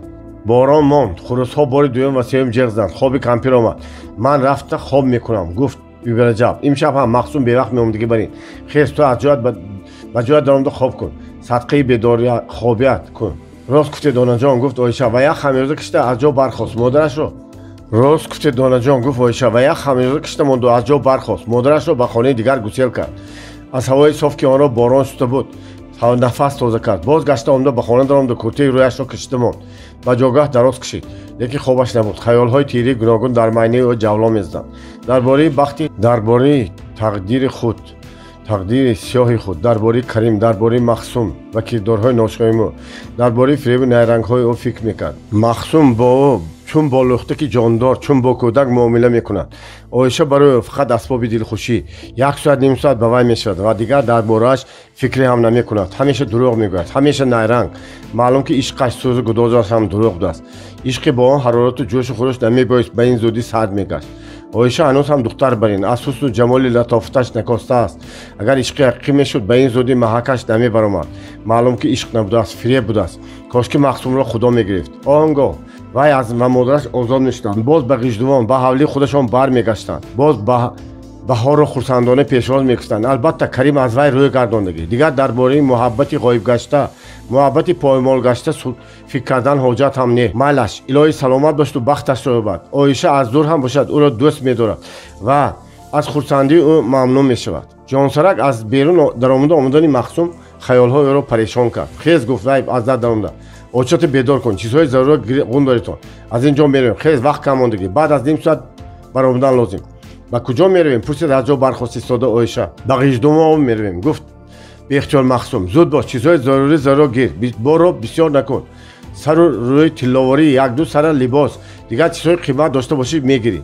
оиша фаҳмид ки ғиҷдувон яке аз дӯрохҳои муқарраре аст ва аз саросебигии парешонии Махсум аён аст ки ӯро танг кардаанд ва акнун ба куҷое гурехта рафтан мехоҳад. боз сарсонӣ, боз саргардонӣ. ман ба ҳеҷ ҷо намеравем, гуфт якбора оиша. ба рӯи Асад бо хунсардӣ нигоҳ карда. худатон равед, кортон карда боз гашта биёед, мо дар ҳамин ҷо истодан мегирем. Махсум дар ҳақиқат ҳайрон ва гаранг шуда ба рӯи оиша нигоҳ кард. вай ба гӯшҳои худ бовар намекард. оё ба ростӣ зани вай ба ӯ ҳамин гуна гапҳоро гуфт ё каси дигар? ту чиҳо мегӯӣ?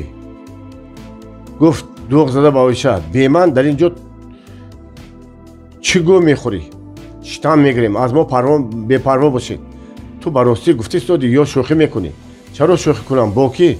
гуфт сахт карда оиша ва аз канори кад нишаст. ман худам кӣ ва кӣ боз шӯхӣ кунам?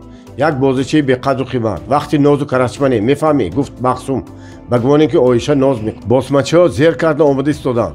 зудтар аз ин ҷо рафтан лозим. босмачи ба ин ҷо чӣ мекунад? ман ба ҳеҷ ҷо намерам.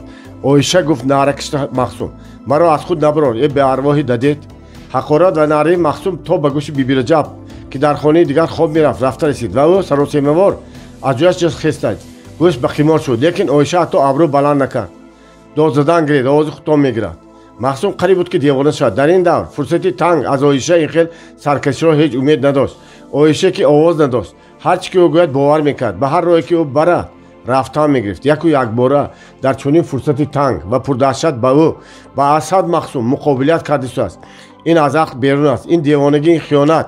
бале хиёнат ба Махсум, хиёнат ба шавҳри никоҳи худ. ин суиқасд бар ин гап. хайр гуфт Махсум дандон хоҳад истода. ҳоло ҳамин тавр гӯя рафтан намехоҳӣ? ва азми қамчини даст қамро ки овезон меистод ба даст гирифт ва бо чашмони пурхун ба сӯи оиша қадам партофт. хез фоҳиша, фарёд кард вай. не оиша ҳам фарёд кард, вале шартоси тавзёна садоеро бурид. хез теғ қамчин ба китф, ба бозу, ба тахти пушти оишаи гирён шарт афтодан гирифт. якбора дар ин хона кушода шуду модари сарсахт тохта омад. худро ба болои оиша партофта зарби қамчинро ба тани худ гирифт. дар ин дам чағонсирони занҳо баланд шуду Махсум камтар даст нигаҳ дошт. мехезӣ ё не? боз фарёд зад вай. мехезад гардам Махсумҷон, гуфт тавалло кард модар. ҳозир мехезад. лаънатиҳои ношук, гуфт Махсум ҳарсозанон. агар ҳозир хеста чизу чораҳоятонро нағундорӣ, ана ҳамин ист салучу получ гирифта мебарам. ҳаминро дони ки агар мурдаатро аз дасти ман нагиранд, зинда халос шуда наметавонӣ.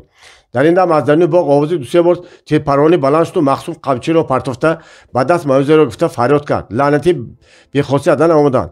вай давида ба рӯи ҳавлӣ баромад. дар рӯи ҳавлин Исматҷон ки саросеми буд ба вай дучор омад. бандиҳо гуфт вай. бандиҳо девори тахонаро суроғ карда гурехтанд. ҳайдарқул Саид фарёд кард Махсум. шумо дар куҷо будед каллахарҳо? чӣ кор кардед? оқилов аз пасшон одам тохт. ман ин сӯ омадам. шумо ба ин занҳои падарланат машғул шавед. чиз чораҳашон ғундошта мебароянд. ба фойтон андохта 4 нафар одам қути ба тарафи ғиҷдувон равед. дар бӯстон ва мехӯрем. асло наистед. хуб шудааст. Махсум ба ҳавлӣ берун баромад. Саид Паҳлавон ва Ҳайдарқул ба изтироб ва ҳаяҷони қалб ба калонтар шудани сурохӣ нигоҳ мекарданд. ниҳоят як одам медбаромадаги сурохӣ шуд ки аз он Саид тухтача намоён гашт. рафиқ комиссар, рафиқ комиссар, гуфт вай. ҳастетон меҳ, тухта ин ту ми? гуфт Ҳайдарқул ва зуд ба дами сурохӣ рафта берун баромад. дар берун 3 нафар Орзуқул, Сангин ва тухтача истода буданд. вақте ки Саид Паҳлавон ҳам баромад, Орзуқул гуфт: қарор доданд ки шуморо нобуд карда гурехта раванд. ҳозир аробаҳо борҳо озод карда истоданд. мо аз фурсат истода будем. зуд биёйтон. Орзуқул ба дасти Саид Паҳлавон ва Ҳайдарқул яктоӣ милтиқ дода ба сӯи девори боғ роҳ сар кард. дар ин ҷо девор рахна дорад, гуфт Орзуқул. лекин дар паси девор бояд посбон бошад. истетон, ман баромадам бинам, гуфт тухтача ва пеш баромад. дар торикӣ оҳиста оҳиста роҳ гашта ба таи девор истанд. дарахтони бисёр ва ниҳолҳои нав баргкушодагӣ аз тарафи боғ онҳоро паноҳ мекарданд. лекин дар паси дарахтони боғ қадам монда гаштани посбонҳо ба гӯш расид. ҳама нафас дарун кашида ба қарибии сурохи девори боғ омада истоданд. тухтача ки одаме ки лӯб лӯнда ва майдаяк буд, аз суроғ оҳиста худро ба тарафи кӯча гирифт. дар паси девори боғ роҳи борике ки дар он тарафи роҳ чун чуқури соҳилаш пур аз рек воқеъ буд. Духта мисли муш лонда шуда ба кӯча хазиду. Дид ки як посбон дар ҳамон наздики атсия шупа карда дар канори ҷой дар тарафи паттазори он ҷой диққат мекунад ва милтиқашро дар даст муҳайёи парондан нигоҳ доштааст. Духтача бо як хезадан худро ба посбон раста болага чунон ба пушташ зад ки калламуаллақ ба даруни ҷои чуқур афтода рафт. Дар худи ҳамин дам Орзуқул ва дигарон аз сурохи девор баромада бо воситаи чӯби болои ҷой гузашта худро ба даруни паттазор гирифтанд. Лекин айнан дар ҳамин дам ҳам аз даруни боғ ва ҳам аз қаъри ҷой ду тир холӣ шуд. посбонҳо атрофи боғ давида омаданд ва шарики худро аз ҷой кишида гирифтанд. То ба ин дам аз даруни боғ Оқилов ва 5-6 нафар милтиқонок баромада воқеаро ҷоя шуданд. посбоне аз ҷои баромадагӣ миёнашро гирифта хоб мекард. Гуфта дод чанд кас аз болои чӯб гузашта рафтанд. Инро шунда Оқилов мехост фармон диҳад ки худи Асад Махсум раста омад. Вай одамҳоро се тақсим кард. Аз се тараф равона карду худаш далерона пеш гузашт. Гурезаҳо аз байни паттазор баромада ба сӯи Бухоро аз байни заминҳои корам давида рафтан гирифтанд. Лекин милтиқпарори пурдаҳшат ки аз хафои онҳо сар шуд маҷбур аст ки кард ки ба замин хезида ба ҷои таъқибкунандагон тир холӣ карда гурезро давом диҳанд. Саид Паҳлавон ки мергани зӯр ҳам буд ба рафиқонаш гуфт ки хазида рафтан гиранд ва худаш аз паси буттаи ҷо киса омадистонагон дар торикӣ сояшонда якта зада меафтонд. Лекин дер накашид. Нохост тире ба сари кисиҳо ба қарибӣ дилаш раста аз по афтонд. Орзуқул ки аз вай чандон дур набуд давида омада Саид Паҳлавонро бардошт ва ба рафиқон чашм расонид. Ҷасади Паҳлавонро Ҳайдархур гирифт. Дигарон ба пинак нишаста ҳуҷум карда омада истодагонро боздоштанд. Ҳайдархур гуфт ба зур Саид: хайр ман мемурам, ту саломат бош. аз мирак бохабар бош, саробонӣ кун. ин тавр нагӯй ҷора, тир расидан қити одам намемурад. ман ҳозир заҳматро мебандам. ба ин кор камтар таҷриба дорам. дар Сибир як духтури калом омӯхта буд. ман ҳозир. вай мехост Саид Паҳлавонро ба замин хобонда ҷароҳаташро бандад. лекин тирпаронии душман зӯр шуда маҷбур кард ки шинак шикастагон ба қафо гурезанд. ақибтарҳо ана ба он паси девори боғ рафта истанд лозим, гуфт Орзуқул. онҳо ду киса Саид Паҳлавонро бардоштанд. тухта ва сангин якта тир холӣ карда аз паси онҳо мехезиданд. лекин одамони Асад хеле наздик шуда буданд. Орзуқул ва Ҳайдарқул Саид Паҳлавонро бардошта бурда истода хеле маъюс шуданд. лекин ба ногоҳ аз тарафи ғарб, аз тарафи роҳи калони Когон тирпаронӣ бо шиддат баланд шуду одамони Асад Махсум якбора ба қафо гурехтанд. аз Когон, гуфт Саид Паҳлавон, ҳам рух гирифта. аз Когон ёрӣ расид. ин Козимзода офарин гиря кардани миракро дида ҳамроҳхон ғаму ғусси худро фаромӯш кард. Фирӯза дид ки аз телефон фоида нест. ба мирак гуфт ки биё ба чекар меравем. ман ҳам ба шумо меравам, гуфт ҳамроҳхон. Насимҷон милитсия бисёр дорад. мегӯем рафта дадаи ин бачаро аз дасти вайҳо золим халос карда биёрам. майлаш биёед, гуфт Фирӯза. ва онҳо сар ба фаранҷӣ гуфта аз клуб баромаданд. рӯз бегон мешуд. дар кӯчаҳо одам кам гузашта буд.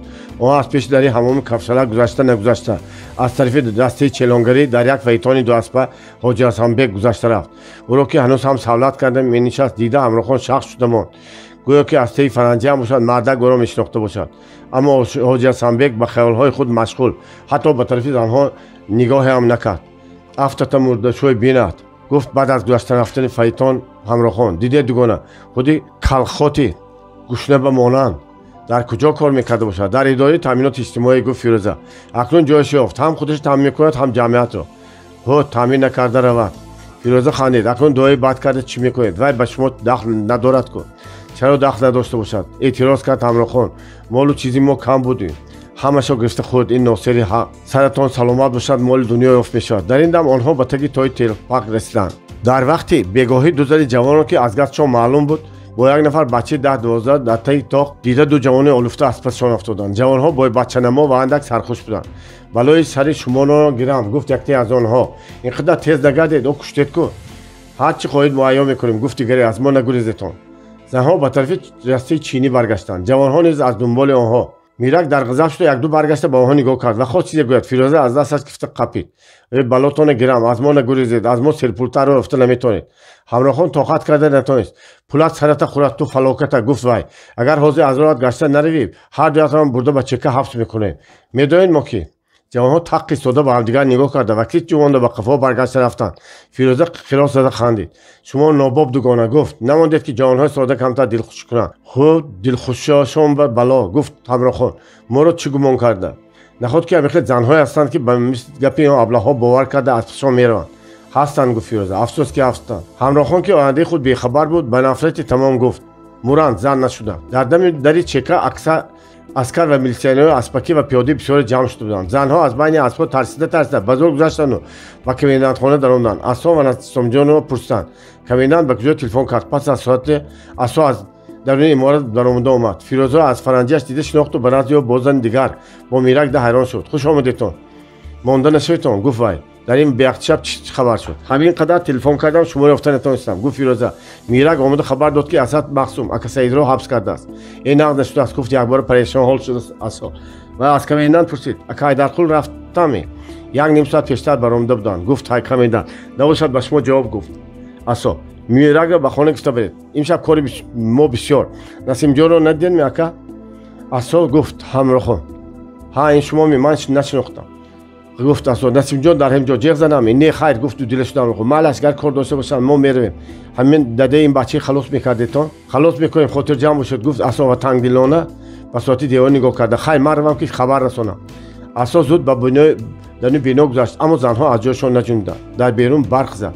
ҳама ҷоро ларзонид. мардҳо баромада рафта буданд ки Камендан ба занҳо муроҷиат кард. ман ҳозир мефаҳмам фойтун тайёр мешавад, шуморо ба хона бурда мемонад. дар ин ҷо истода чӣ кор мекунед? ва мо фойтун дар кор не. гуфт Фирӯза, мо дигар кор надорем, худо меравем. дар ин беяхтишаб бемардина рафтан хуб не. гуфт Камендан. ва аз паси онҳо баромада, ана ин бача шуморо бурда мемонад. занҳо гам назда ба роҳ даромаданд. онҳо ба сӯи Говкушон равона шуданд. онҳо ҳанӯз ба Говкушон нариста аз беруни шаҳр аз тарафи боғи Дилкушо овози дидпаронӣ шунда шуд. ана ҷанг сар шуд дугона. гуфт беихтиёр ҳамроҳхон. Фирӯза гам назад.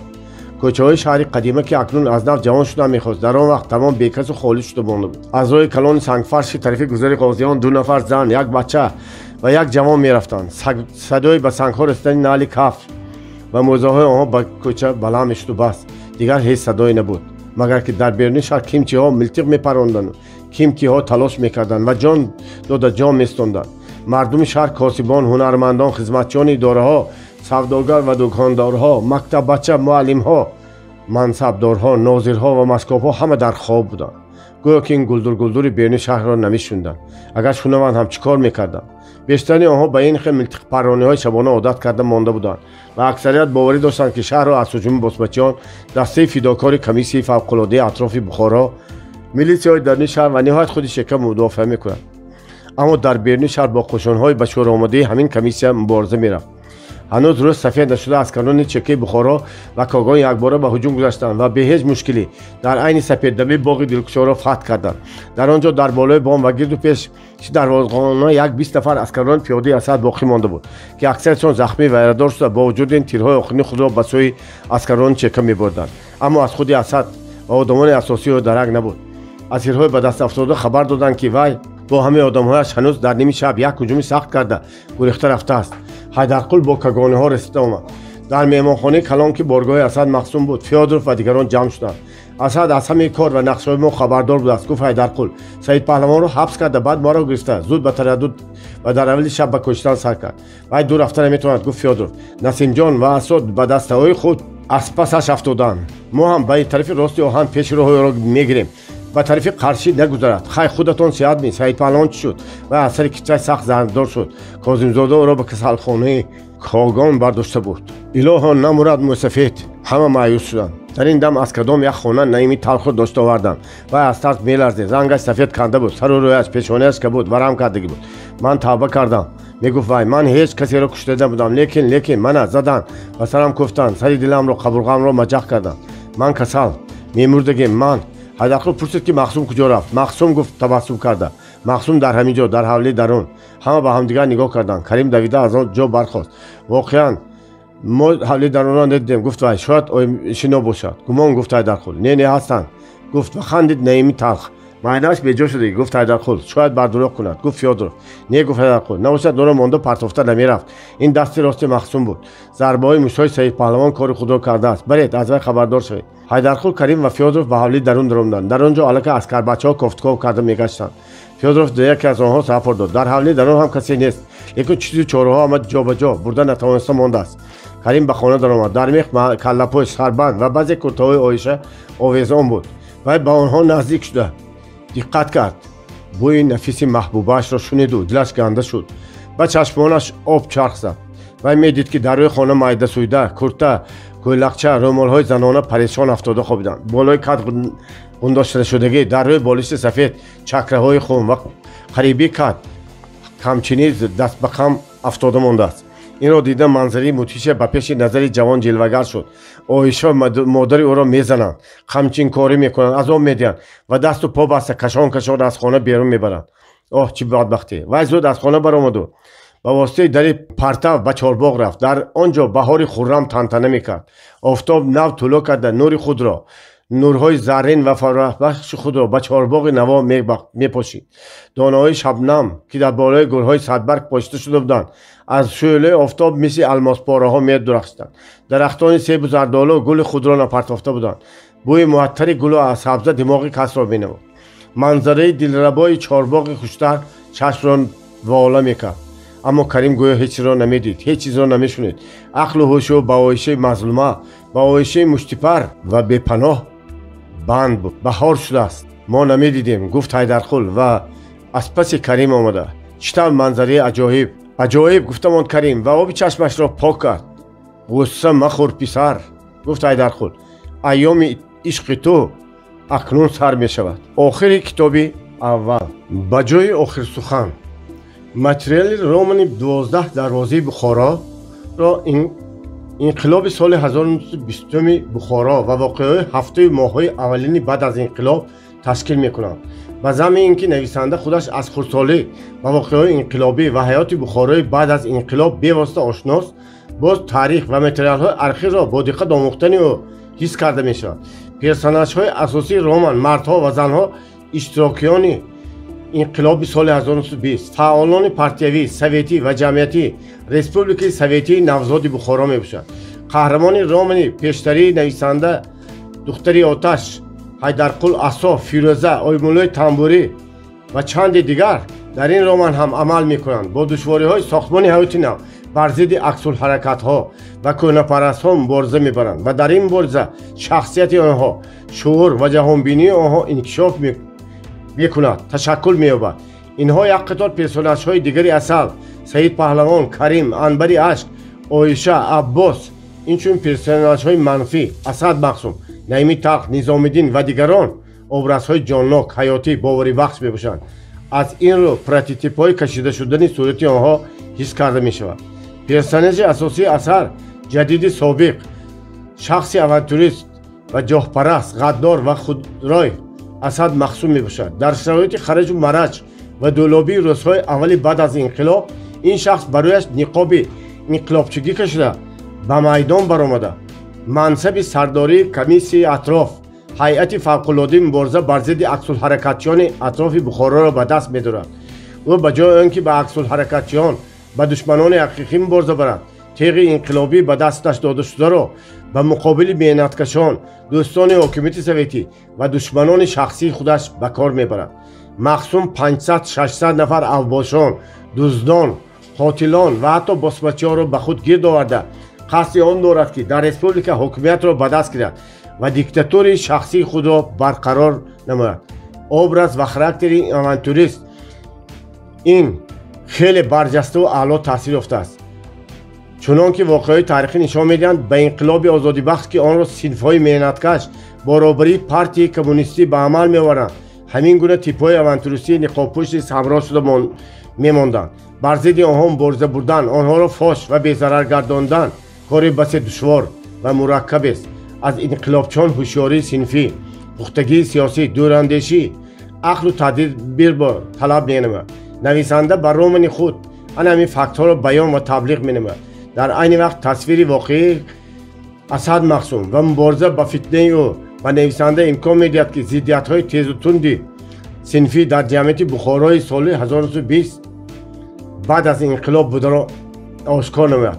محافظه کنندگان انقلاب، بناکاران حیات نو، حیدرقل، فیروزه، عصا، کریم، عباس و دیگران در عاقبت مبارزه دشوار و شدید اسد مقسوم را مغلوب، فتنه خفناکی را برطرف میکنند. ثمره انقلاب را محافظت مینماید. با احترام، ساتیم اولوغزاده.